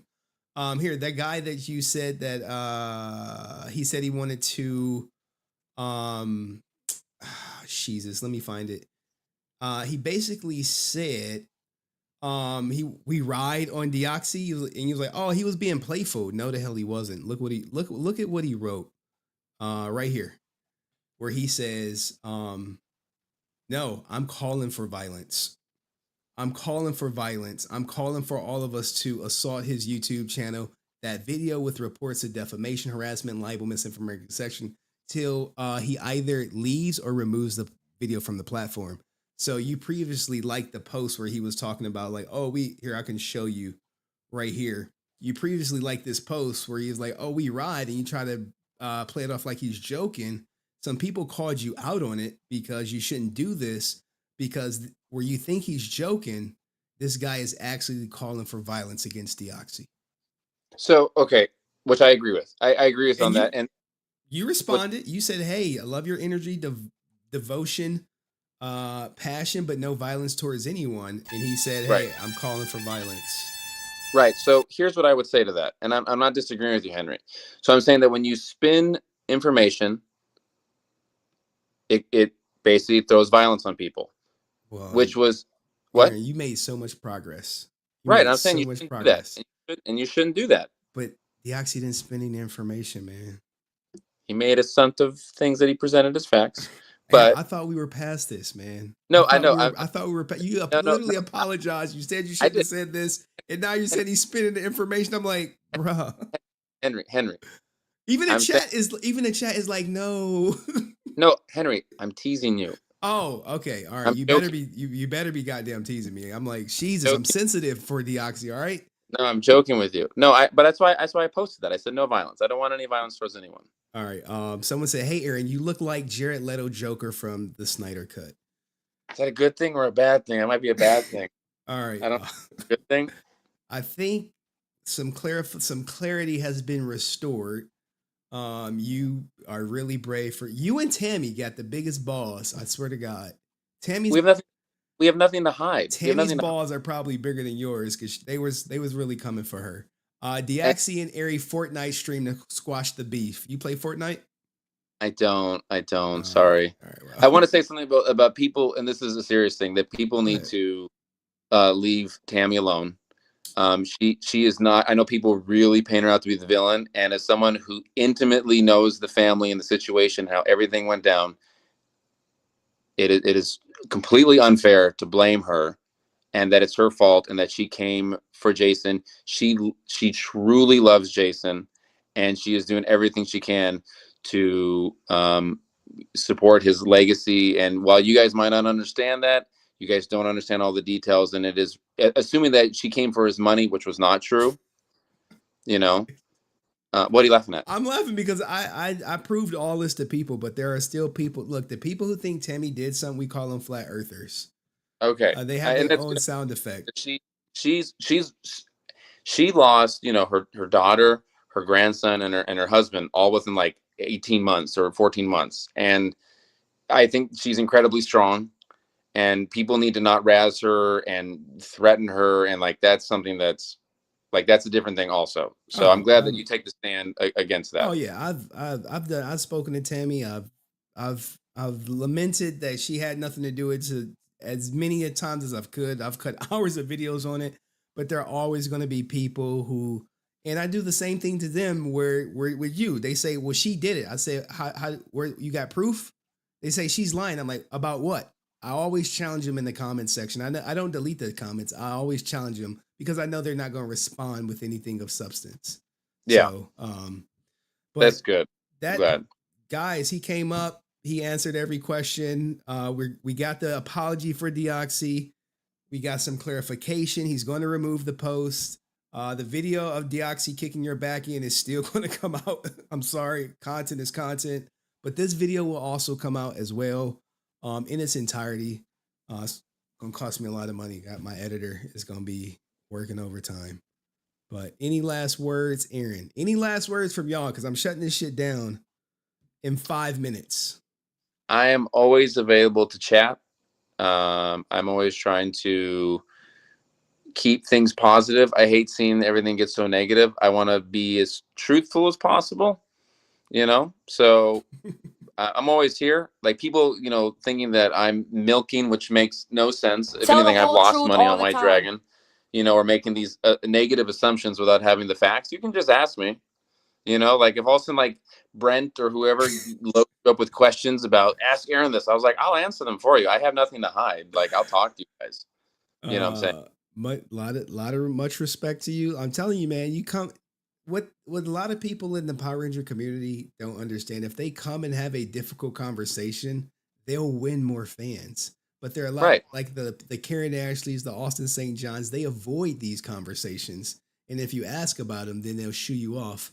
Well, it's like I used to work at. That's funny. So I used to work at Apple forever ago, and I was like head of their customer service department. And people would come in all angry about whether they're not working. This is like 15 years ago, but and you're like, I understand why you're upset. Like it's confusing. This is like there's information that's not privy to you, and I get that you're upset. Let me relieve that. Because there's an answer. So if when I was listening to Brent, be passionate I about saw you back there, like, oh my god! I'm like, I was Aaron. like, bring all these questions. I'll answer them right now because he's like, he has all these thoughts and a lot of people don't know the film industry and the way it works. And I'll be like, I would love to. And what's weird is you end up kind of living in a vacuum where it's like, like I know what I like. Okay, you said something. I caught this earlier where you said this and I was like, Henry, I go, we live in different vacuums where you were like, it was about the Amy Jo Johnson thing, right? When I threw shade at the return, and you were like, Aaron had to know that was Amy. He's like, I'm like, there's no way everyone. Look, okay, go ahead, you got the floor. Henry, do you know how many rings Tom Brady has? Was it 6 or 7? I think 7, right? Okay, 7. Very good. Okay, good. Okay, He's good. a goat. That's my goat right there. I'm like, 7. You love Brady? Man, he's an American hero. I agree with you. Okay, cool. So a lot of people don't know that, and I would say that Tom Brady and the 7 rings is more popular than what we're talking about. Now, I'm saying those are just two different vacuums that we live in. I didn't know, honestly. You're like, Aaron, how could Aaron not know? I didn't know. Like you could talk about right now, for example, like Fortnite, really popular, right? Yeah. I never played it. I don't know about that shit. And people could be like, Aaron, how do you not know? And I was like, or like, Aaron, name a Taylor Swift song. I was like, I can't. And it's not to say that she's not popular. She's popular. Obviously she's crazy popular, talented, all that kind of stuff. But I couldn't name one. So you're trying to convince us that you had no idea that Amy Jo. I didn't know that. I didn't know that at the time when I was purely throwing shade at Boom. I didn't mean to throw. Look, man, we'll never agree on that. We'll never agree on that. How do you, but not, it's not an agree. I'm being honest with you. I didn't know that she wrote that. I don't believe you. How about that? Why don't you believe me? Because the comic was too goddamn popular. And you, who've done Kickstarters before, who live on Kickstarter, you know what I'm saying? You've done plenty of them. I find it very, very hard to believe that all the promotion that they went into promoting the Kickstarter, or Kickstarter breaking all the records for getting funding. Well, first of all, I believe that my comments came at the very beginning of that Kickstarter, right? Not at the end. Second of all, because once all this stuff happens, then I was like, oh, I understood everything happened. But at the beginning, how would I know that? Just because it's on Kickstarter. Also, I don't live on Kickstarter. I ran three Kickstarters, 2 of them successful, but that was like 2 years ago. Like I don't go on Kickstarter. I don't go on Kickstarter every day and like donate to Kickstarter. Like that's not something that I regularly like check up on. I'm being facetious, but you know what I meant. But no, but you're making an accusation. I'm making an assumption. That's my assumption that you knew. I'm letting you know, as I've been very transparent. I did not know, but if I knew at the time, I would have clarified it because I am not and I've been very clear on this. I am not accusing Amy of doing any of that sort of stuff. And they're like, well, why would Amy do that? And that's why I was like, well, I mean, there's obviously reasons why. I'm not saying that she's actually doing that. And I've never in any of my interviews said Amy's a bad or Amy's this. Amy's great. I have no problems with Amy. All right. Now here's the thing. The last thing. Okay. Sports and who's better. You said, hey, you can definitively tell who sports is better. You can't, because Robert Horry has more rings than Michael Jordan. So he has 12.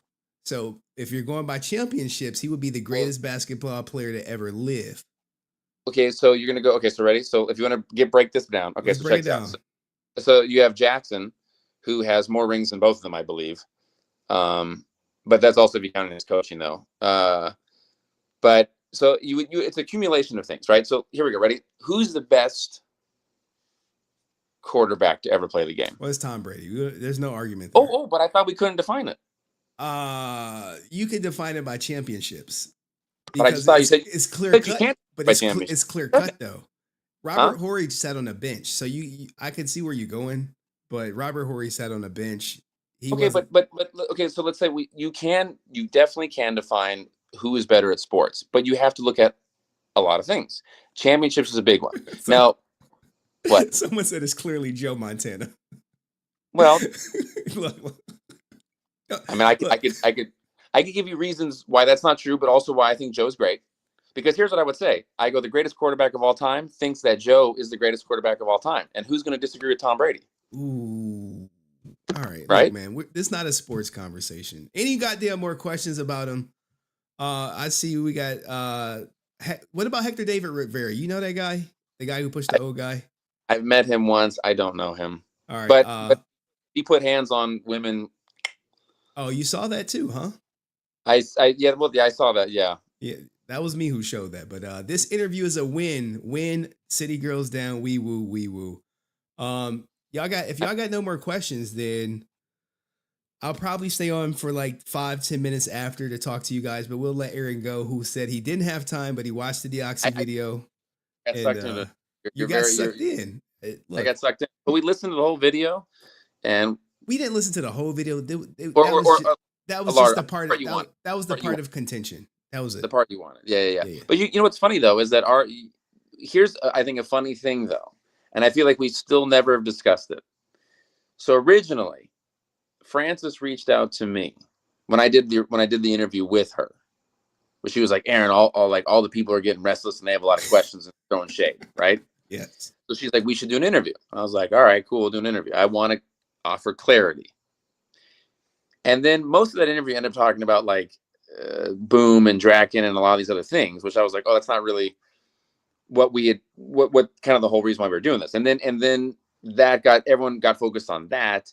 And then Deoxy made his video, and then it became about that, and I was like, well, the whole reason why I did the original interview in the first place was to answer questions about White Dragon, which I don't think have really ever been answered. So I feel like we haven't really done the thing that I want to accomplish.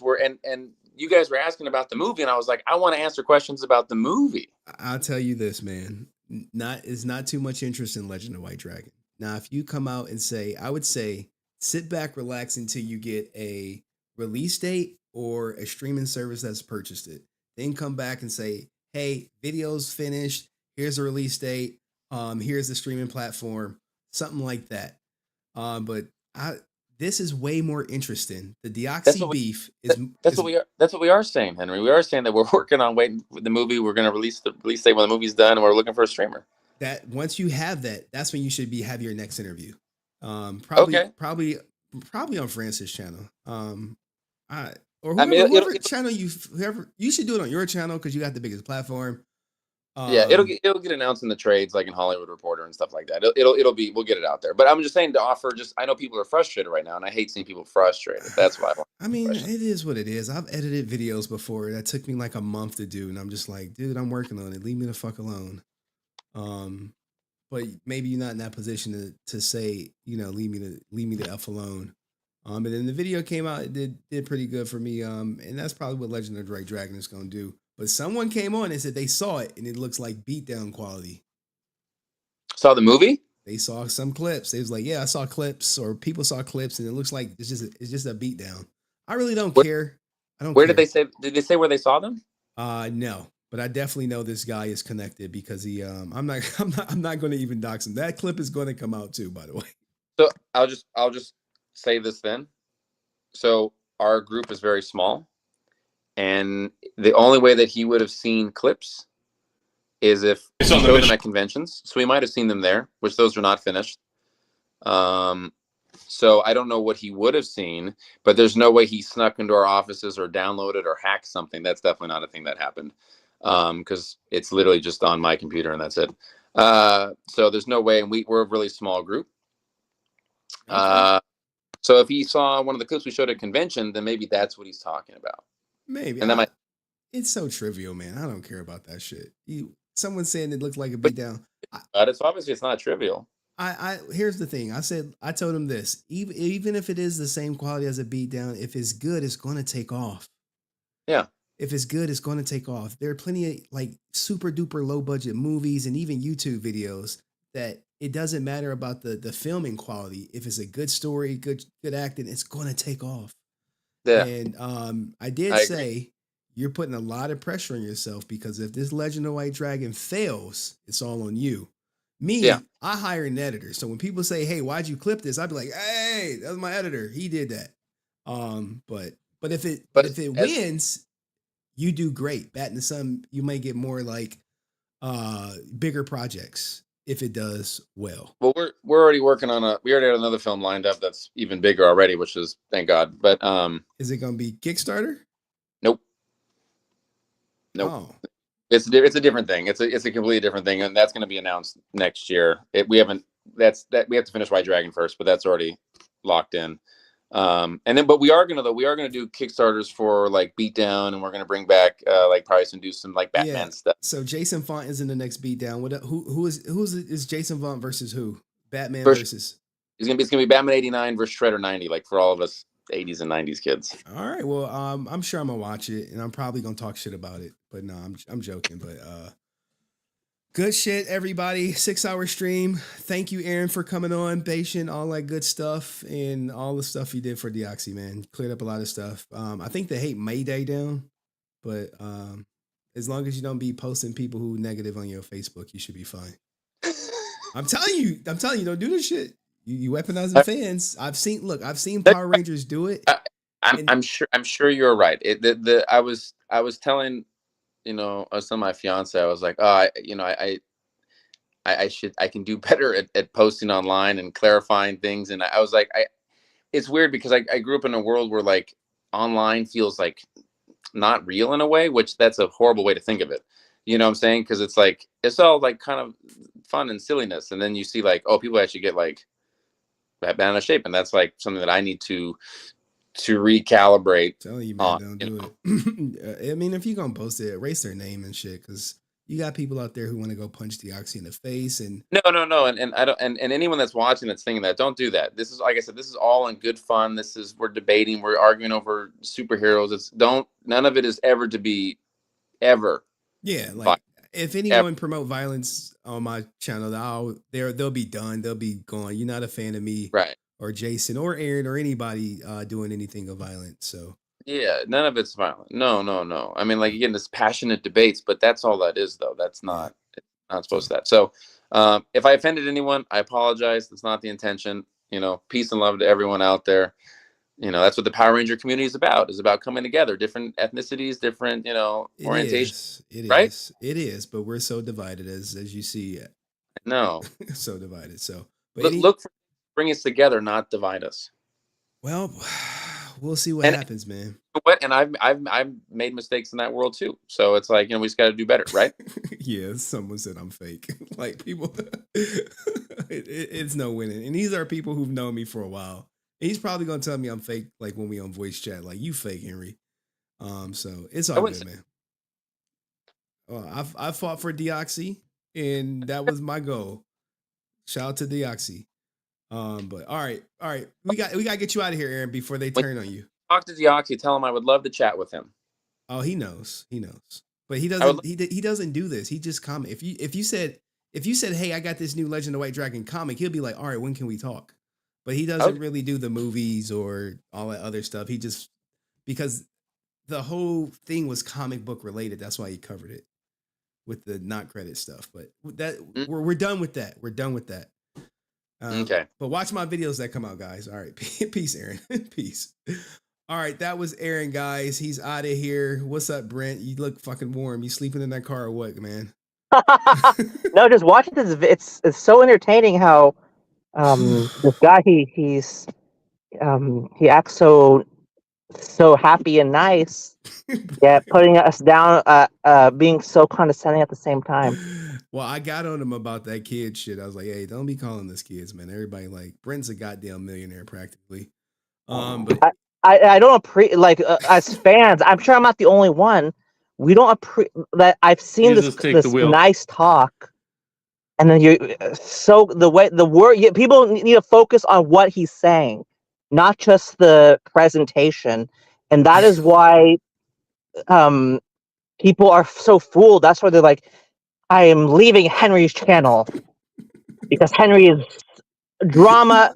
He's drama. Yeah. So yeah. So okay. So Aaron, Go ahead, Brent. So Aaron, so you're very common, and that's great. But the thing is, when you say stuff like kids, and like when you talk, I apologize for that. That was the wrong choice of words. I didn't mean that. I was thinking that it was a bad choice of words. I was thinking that everyone is younger and like in their 20s and teens, and that was a mistake. I agree. That was condescending. I didn't mean it to be that way. I just said kids because I'm getting real old this year. So, but you're right, and I didn't mean that. That was right.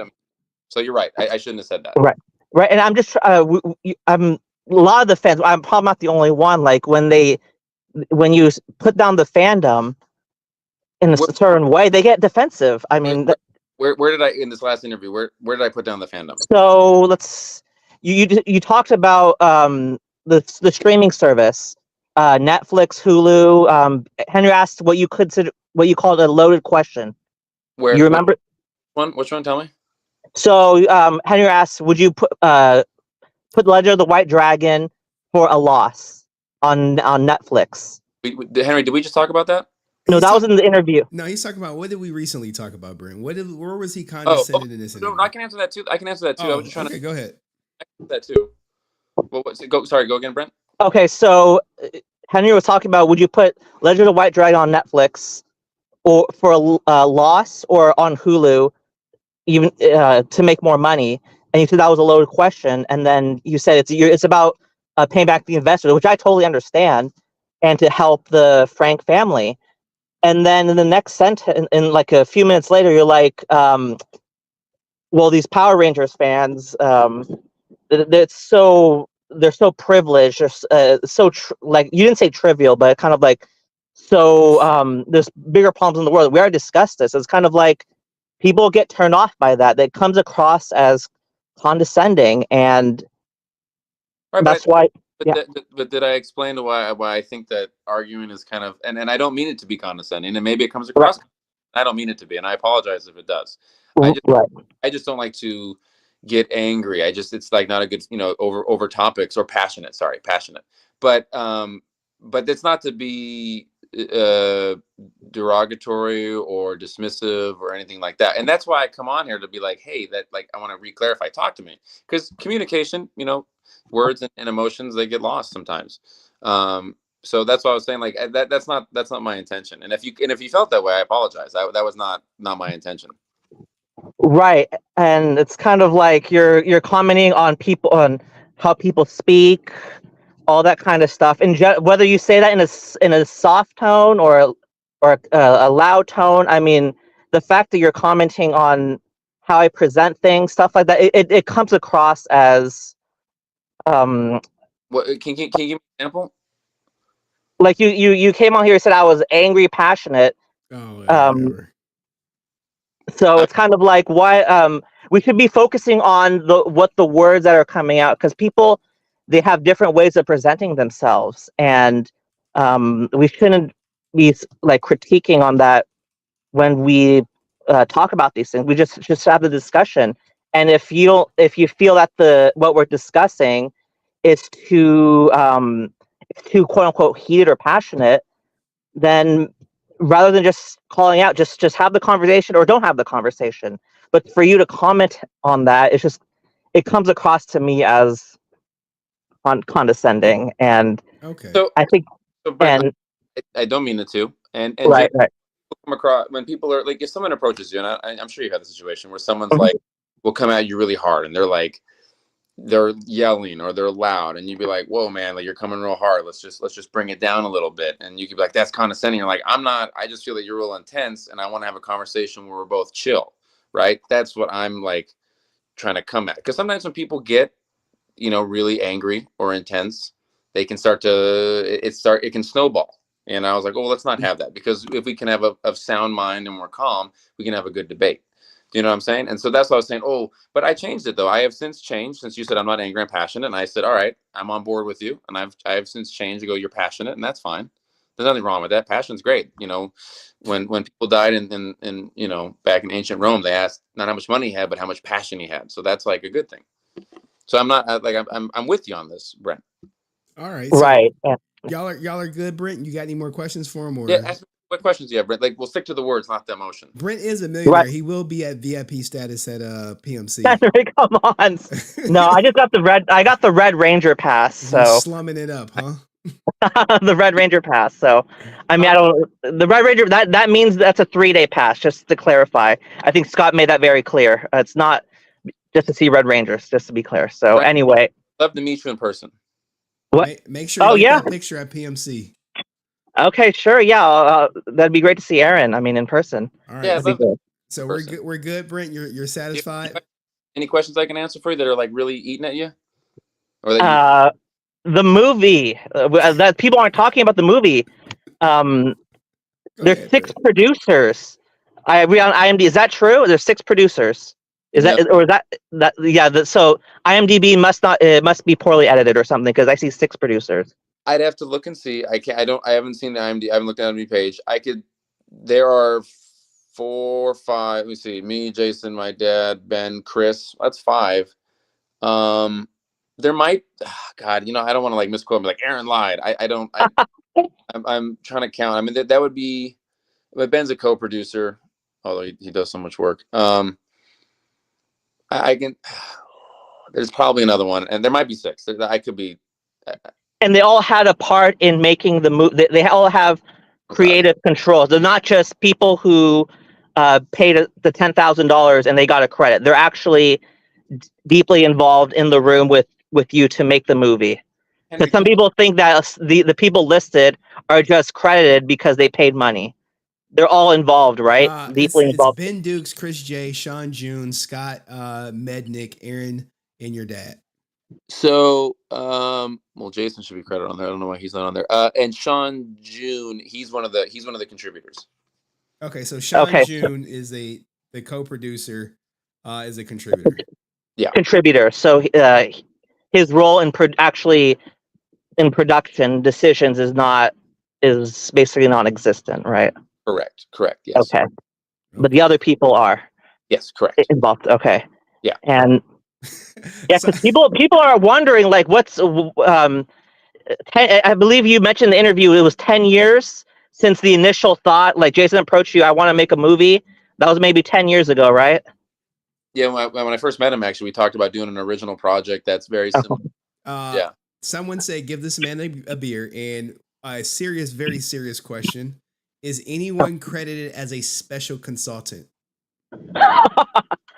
Special consultant. Oh, on the film? Yes. No one. There is a creative consultant. Okay. All right. Well, it looks like Brent is happy, you know, as a pig in mud. Aaron, we're definitely letting you go. Brent is a contrarian on the show. He is like, if I'm Batman, he's the goddamn Joker. If Brent has anything, I don't want him to have any animosity towards White Dragon or anything like that. I want him to have all the answers. I want him to sleep well at night and know all the stuff because I want him to know. Okay, one more question. Someone mentioned that the Ranger actors and actresses should get involved in Legend of the White Dragon, help promote it. Is that something you would be agreeable to? Like, he even mentioned Austin St. John being involved in the project. No. Is that something that you'd be open to? Not Austin, just because of his derogatory. Right.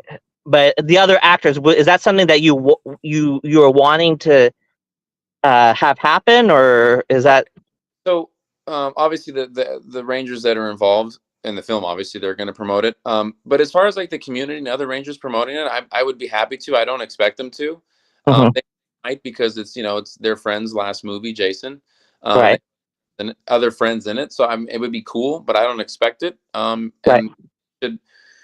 I would say watch the movie and judge for themselves if they want to promote it. It's totally up to them. Okay, what's your gym routine? Adam Keefe is like on my ass about it. Oh, where am I go to the gym? I usually go to the gym at night. I'm gonna go to the gym in about an hour, and I spend about an hour and a half at the gym, and I'll focus. I usually have like 4 sections. You know, be like chest, shoulders, and tris, and the next day is like back, buys, and then you do abs, and then you do legs. But then every day though, you work your calves though, because your calves, and then you should really. There's different things. Sorry, I work out. I mean, I've been working out for a long time. It's good to stay in good shape. You know, I tell you who was in great shape was Jason. I could tell you stories about that man that would blow you away in terms of how just impressive he was. Having a background in stunts and fighting, to see Jason and work with him, he really is next level. I mean, like there are a lot of actors out there that are quote unquote, you know, good fighters, but none of them competed the way Jason did. I mean, he was just a machine, like so impressive. But anyways, that's my workout routine. And I eat a lot of protein. I eat a lot of protein, and I don't eat a lot of sugar. I don't drink soda. I don't eat milk. What? How much can you bench press right now, or what's my max of all time? Right now. What's your max right now? Probably around 200. That's like average numbers. Someone said they wish you would bench more. That's it. Yeah. My max was about 250. All right. Well, look, man, Aaron, you got to get out of here, man. I got to close down the goddamn show. Brent don't got nothing. Brent, do you have any more questions? What else you got, Brent? What else you got? He got nothing. Really? Man. He got nothing in the tank. I mean, are you sure you want to you want to stay longer? Here's the thing. Also, Aaron, Brent hates Jason David Frank. Yeah. Oh, you do? Yes. Oh, I disagree with him a lot on a lot of things. So, I do. I didn't. So, but right. you can go, man. Unless Brent, you got like some burning ass question. No, he answered everything. I mean, yeah. All right, Aaron. Peace out. I want to be honest and transparent with everyone. Right. We got another person. Another person. All right, look, y'all more got people. 2 minutes. Okay. Oh, wow. 2 minutes, and that's it. Because I know y'all wanted to tell him that y'all support Aaron. 2 minutes, and then that's Laura, it. you go first. I'll go behind you. 1 minute apiece. I'm putting you guys on timers. Okay. Hello, Hi, Aaron. Hello. How are you? Good. I'm the one on last stream when you were on Francis. I gave you a hug. Oh, well, that's so nice. I remember you. I remember that. And you said someone give Aaron a hug, and that was so nice of you. I appreciate that. And actually, that's kind of just what I wanted to do. I just wanted to come on and say thank you for everything you're doing to honor Jason.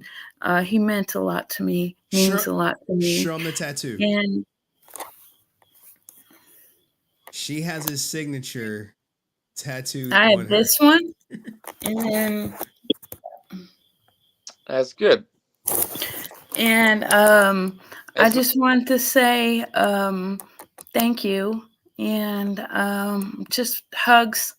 All you know, and my Instagram, if you ever want to get any hugs or need help or support for anything, I'd be willing to support you. I sent you messages. Okay, all right. I have. Okay. Laura Lynn Jermaine is me. All right. Okay. So, hugs to Laura. The kind words. Thank you so much. Thank you, Laura. I really appreciate that. And I love those tattoos. I love them. That's great. Thank you so much. Drew, your 1 minute is going. Go ahead, Drew. All right. I actually work with Laura. We have a whole setup called Knights of the Dragon. We have a whole YouTube channel where we talk about Power Rangers. We would love to have you on, number one. I have been one of your biggest supporters. I've followed you. I've been with you, and I'm still with you through this whole thing. I've been riding with you. So I just really wanted to show support for you. And I was the one talking about the Ranger community because I felt like they slighted Jason. And we all know that the convention scene for Rangers got started because of Jason. And if he had not done that, they would not be able to do the conventions or making the money that they make now. And that's what I meant by Austin stepping up. I know he's got controversy, but I'm just like, Austin's trying to say he didn't have any beef anymore and all that, and taking pictures with Tammy and all that stuff like that. I'm like, well, show your support for the project, you know, because of Jason, you're making money. Okay. Yeah. Every Ranger's making money. So at least show some support for that. And that's what I really meant, because I feel like you should have some support too from everybody just saying, hey, we support you. We're going to promote. We're with you. We want to see this project happen because this is really important, because the Hasbro deal, it's dying. It's going down, and people are sucking on the fumes of it. And when the fumes are gone, what do we have? It's going to be us trying to do fan films, Henry doing his nonsense over here. It's good nonsense. It's good nonsense. I'm just teasing you. And Aaron, what you do over at Bat in the Sun, the verse battle. So we're holding it together, you know? So it's really important. You know, they want to go out and do these conventions and get paid and everything, but they don't want to give love to Jason. That's not right, man. Right, I'm just Drew. saying, when I went through chemo, right before I went, I saw Jason.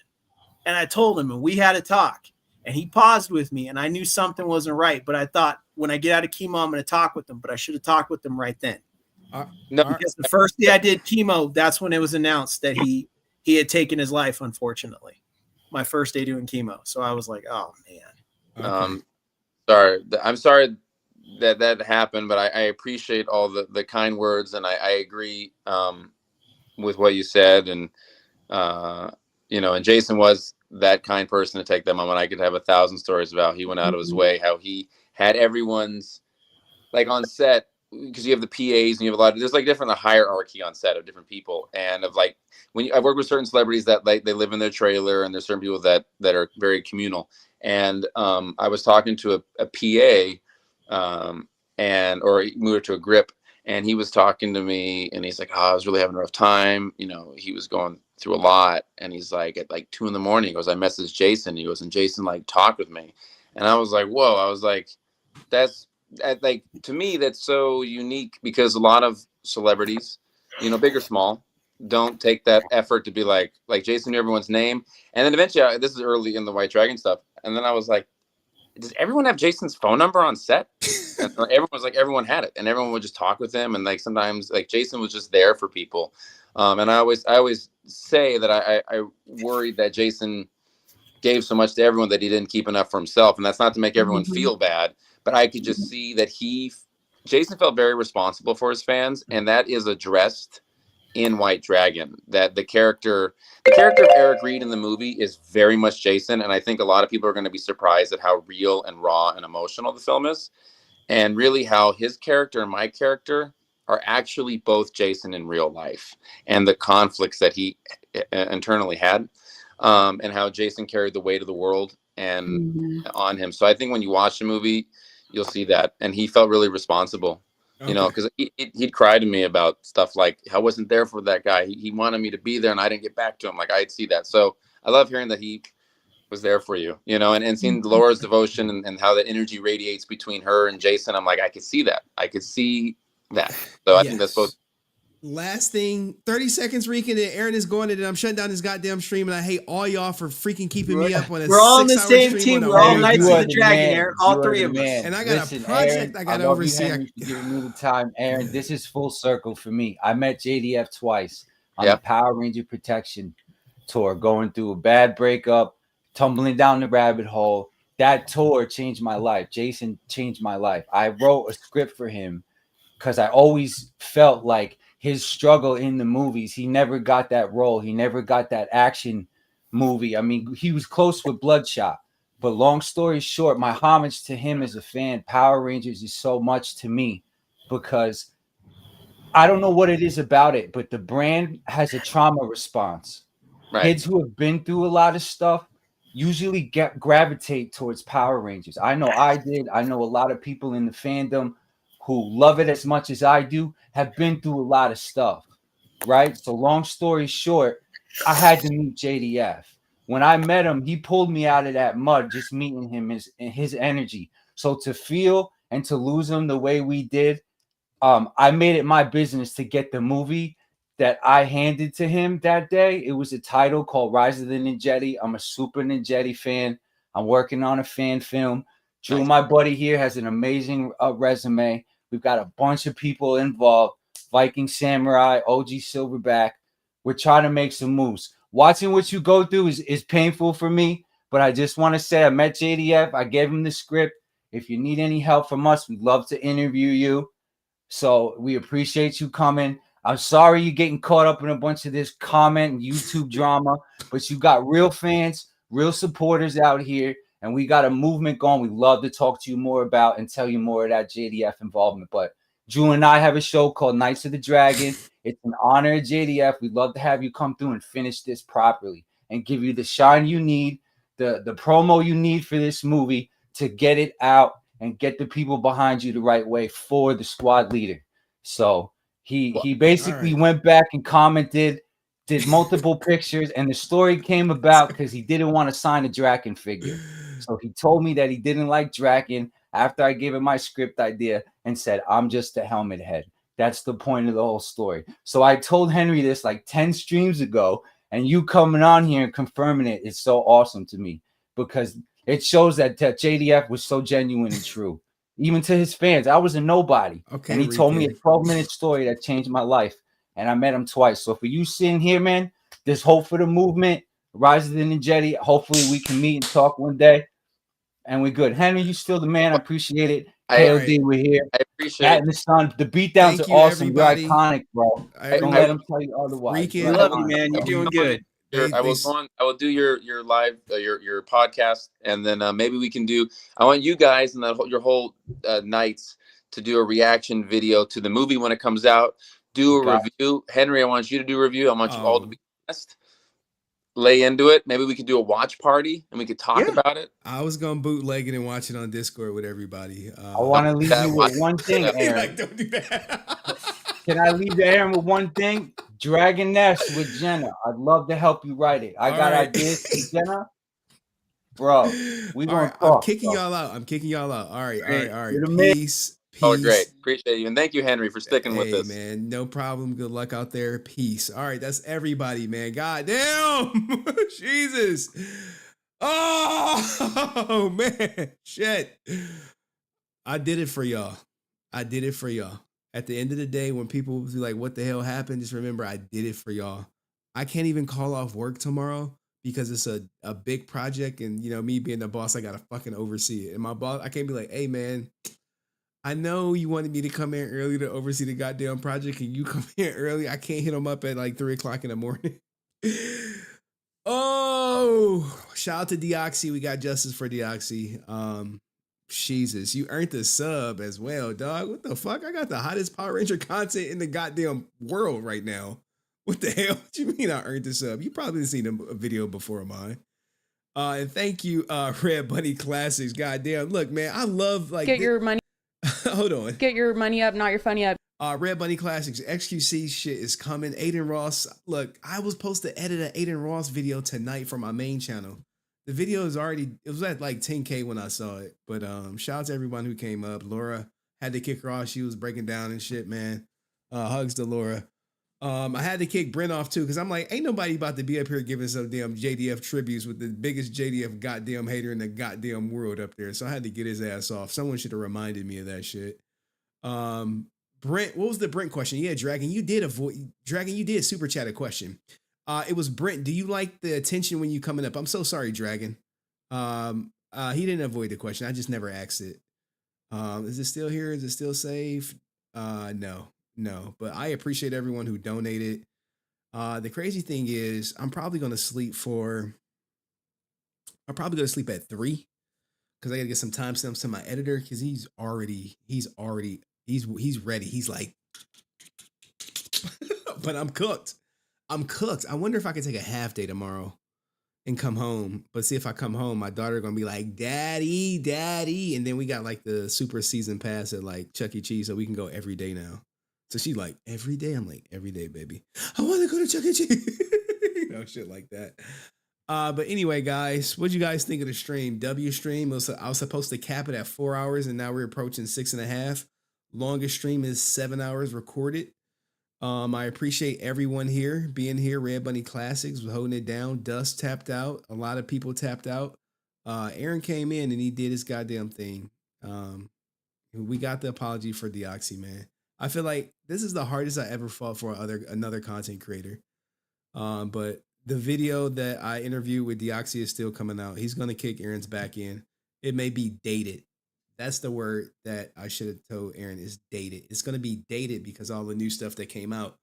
But I'm a content creator and I'm a trash YouTube content creator. So I'm putting it out anyway.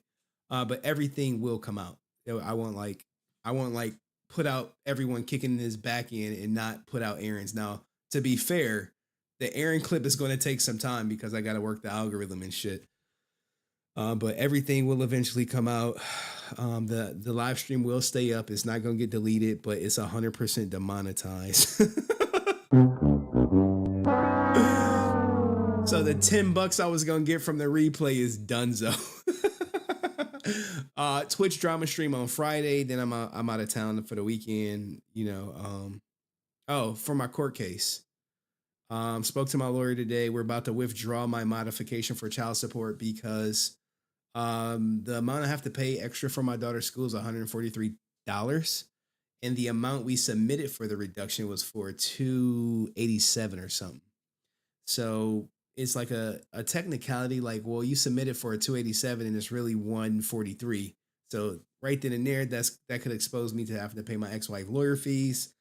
And the amount of money, like, this is where they don't tell you about family court. The amount of money it's going to take me to get my child support lowered, I will spend more than just paying the child support. And when you start going through these issues in family court, it's unfortunate that you have to do a cost analysis.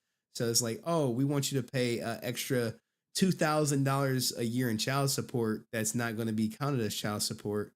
But if you want to get that $2,000 removed, it's going to cost you $3,000 to fight it in court. So that's where the whole cost analysis is. I meet with the guardian ad litem because, my rights is being threatened to be taken away. I meet with the guardian ad litem on Monday, and then I have the pretrial hearing for my rights on Thursday the 22nd. So yeah, I do have a baby mama terrorist, but me and my lawyer is confident. He's like, you're a good father. You're a better father than most of my other clients. I'm like, ninja, I know. But it's because I have time. I got a lot of time to be a father, and I prioritize being a father over content. And then after being a father, I prioritize content. Then after content, I prioritize women. I got to get my rocks off. I ain't gonna say it. I was in something today. I was like, damn, it's been a week. She was like, it has. I was like, oh, all right. Well, we gotta meet more often and shit. I just been working. But anyway, at what point did you realize it was over with my wife? Damn, shit, heavy ass question, huh? Oh, thank you, Cayenne Pepper, for the support for the baby mama terrorist fund. I think I did show y'all my legal bills. And this is gonna be another big one. So like, I don't even like talking about it, but thank you, Cayenne Pepper. What is this? Deoxy is really producing Bat in the Sun diss track. Mason, dude, I don't even know. I can't even read you, Mason, because at first you was coming at Bat in the Sun, coming at Deoxy. Then you switched up to Deoxy. I don't even know. Henry on rocks confirmed. I'm really considering not going to sleep and just waking up and get some Starbucks and then going to work, overseeing the project. And then soon my boss get there, I'm going to stab out. By the way, Henry, what is your opinion on this stream? Well, Dragon, I thought it was good.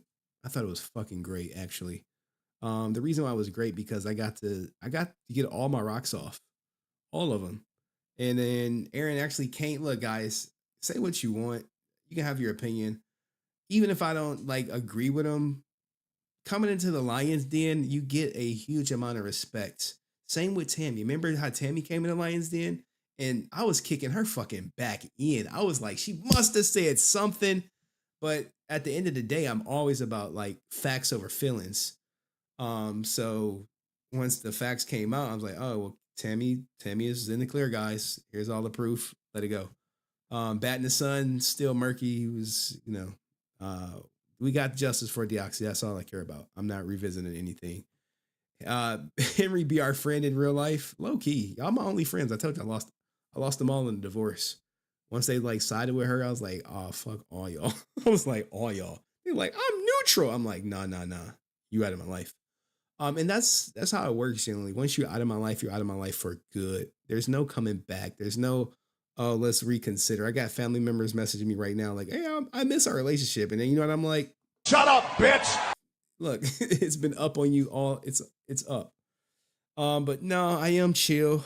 I'm gonna probably go to Chuck E. Cheese tomorrow because I got my membership. I don't forgive. God forgives. I don't, dog. I'm so serious. I'm not empathetic. I'm not sympathetic. My life was hard. So when people tell me they got hard shit, I'm like, just hey, dude, you gotta do what you gotta do. If you're looking for sympathy from me, you're looking at the wrong goddamn person. But I'm not a mean-spirited person. I'm actually a good person. I was the bigger man today. But if someone provoked me, I will show you how low I can go. I can show you how low I can go. But anyway, I think this is gonna be it for Power Ranger content for a while, guys. I got Twitch drama I gotta get back to. So I don't know who y'all favorite Power Ranger content creator is outside of me. But there's no one producing content like me. You got the best goddamn show in the goddamn world for Power Ranger content right here with my ass. And I appreciate everybody. So with that being said, truly, honestly, any songs you guys want? I see Drew in the back. Let me X out Drew. Let me X out everybody. You know, the crazy thing, I was like, Reekin, if you don't fucking mention Razadin and Jetty, I'm gonna be pissed off. Because here's the thing, guys. If you got an idea, and like the thing is, some people may hate or not like Reekin's Razadin and Jetty. But that should never stop your idea. Okay? Never.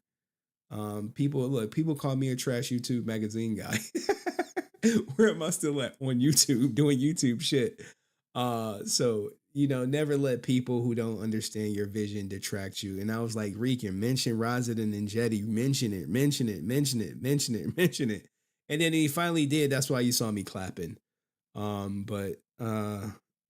What'd you guys think of the stream? Any song requests before I get out of here?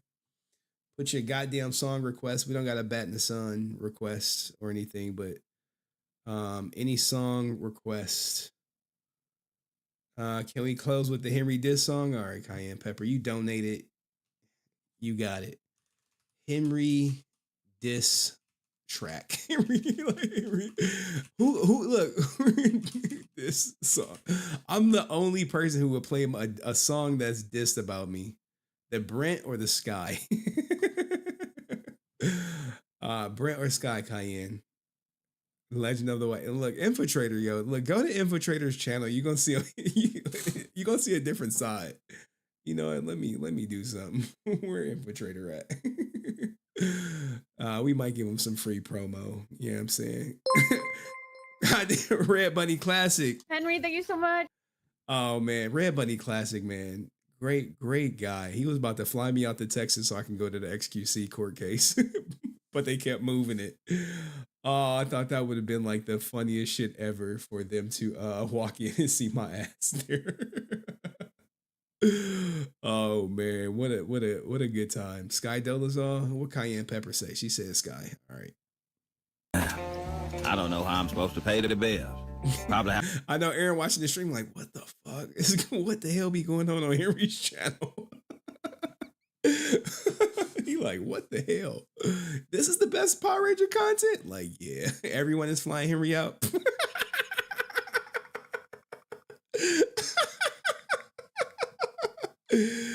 Look, let me tell you this, y'all.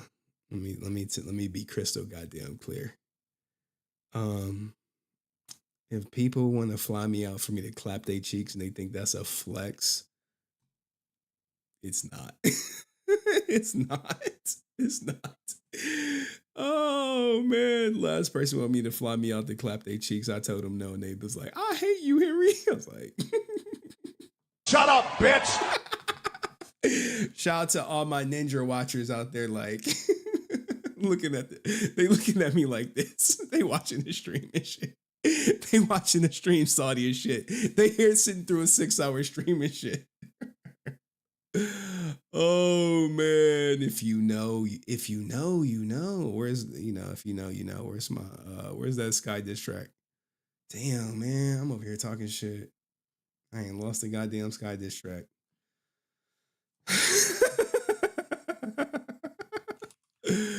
Oh man.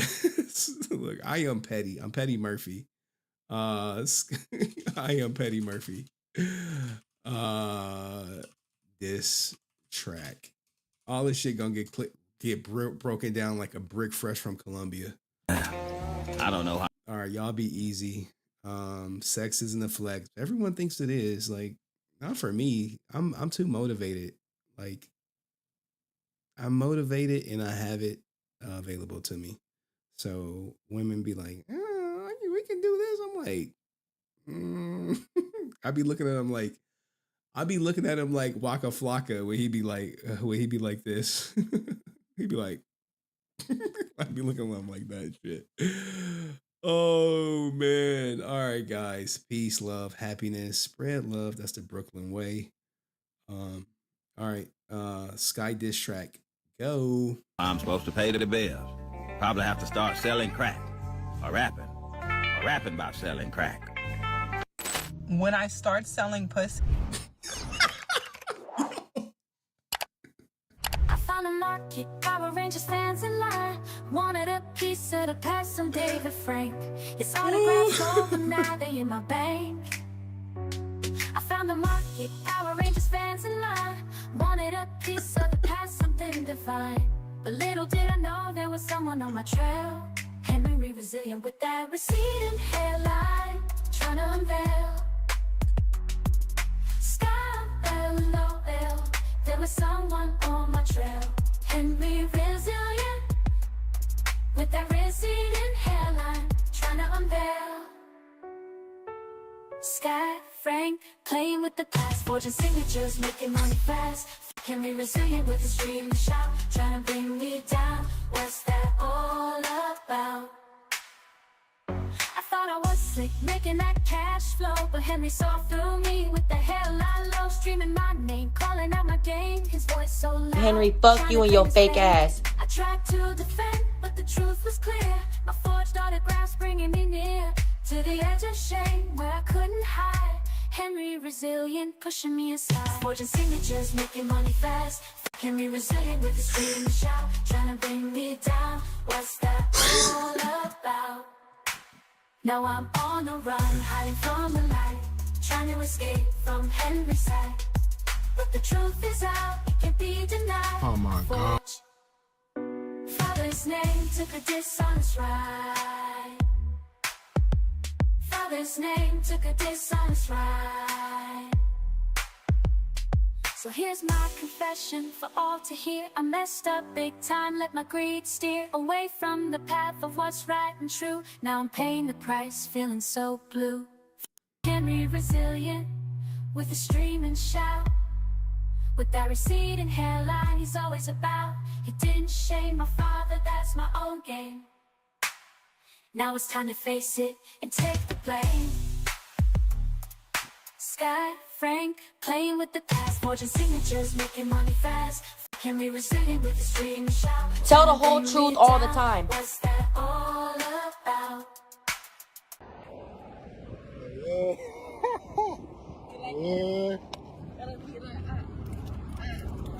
Come on, man. We out of here, man. Yeah, that brother's starving. Henry, fuck you and your fake ass. You a fake ass bitch.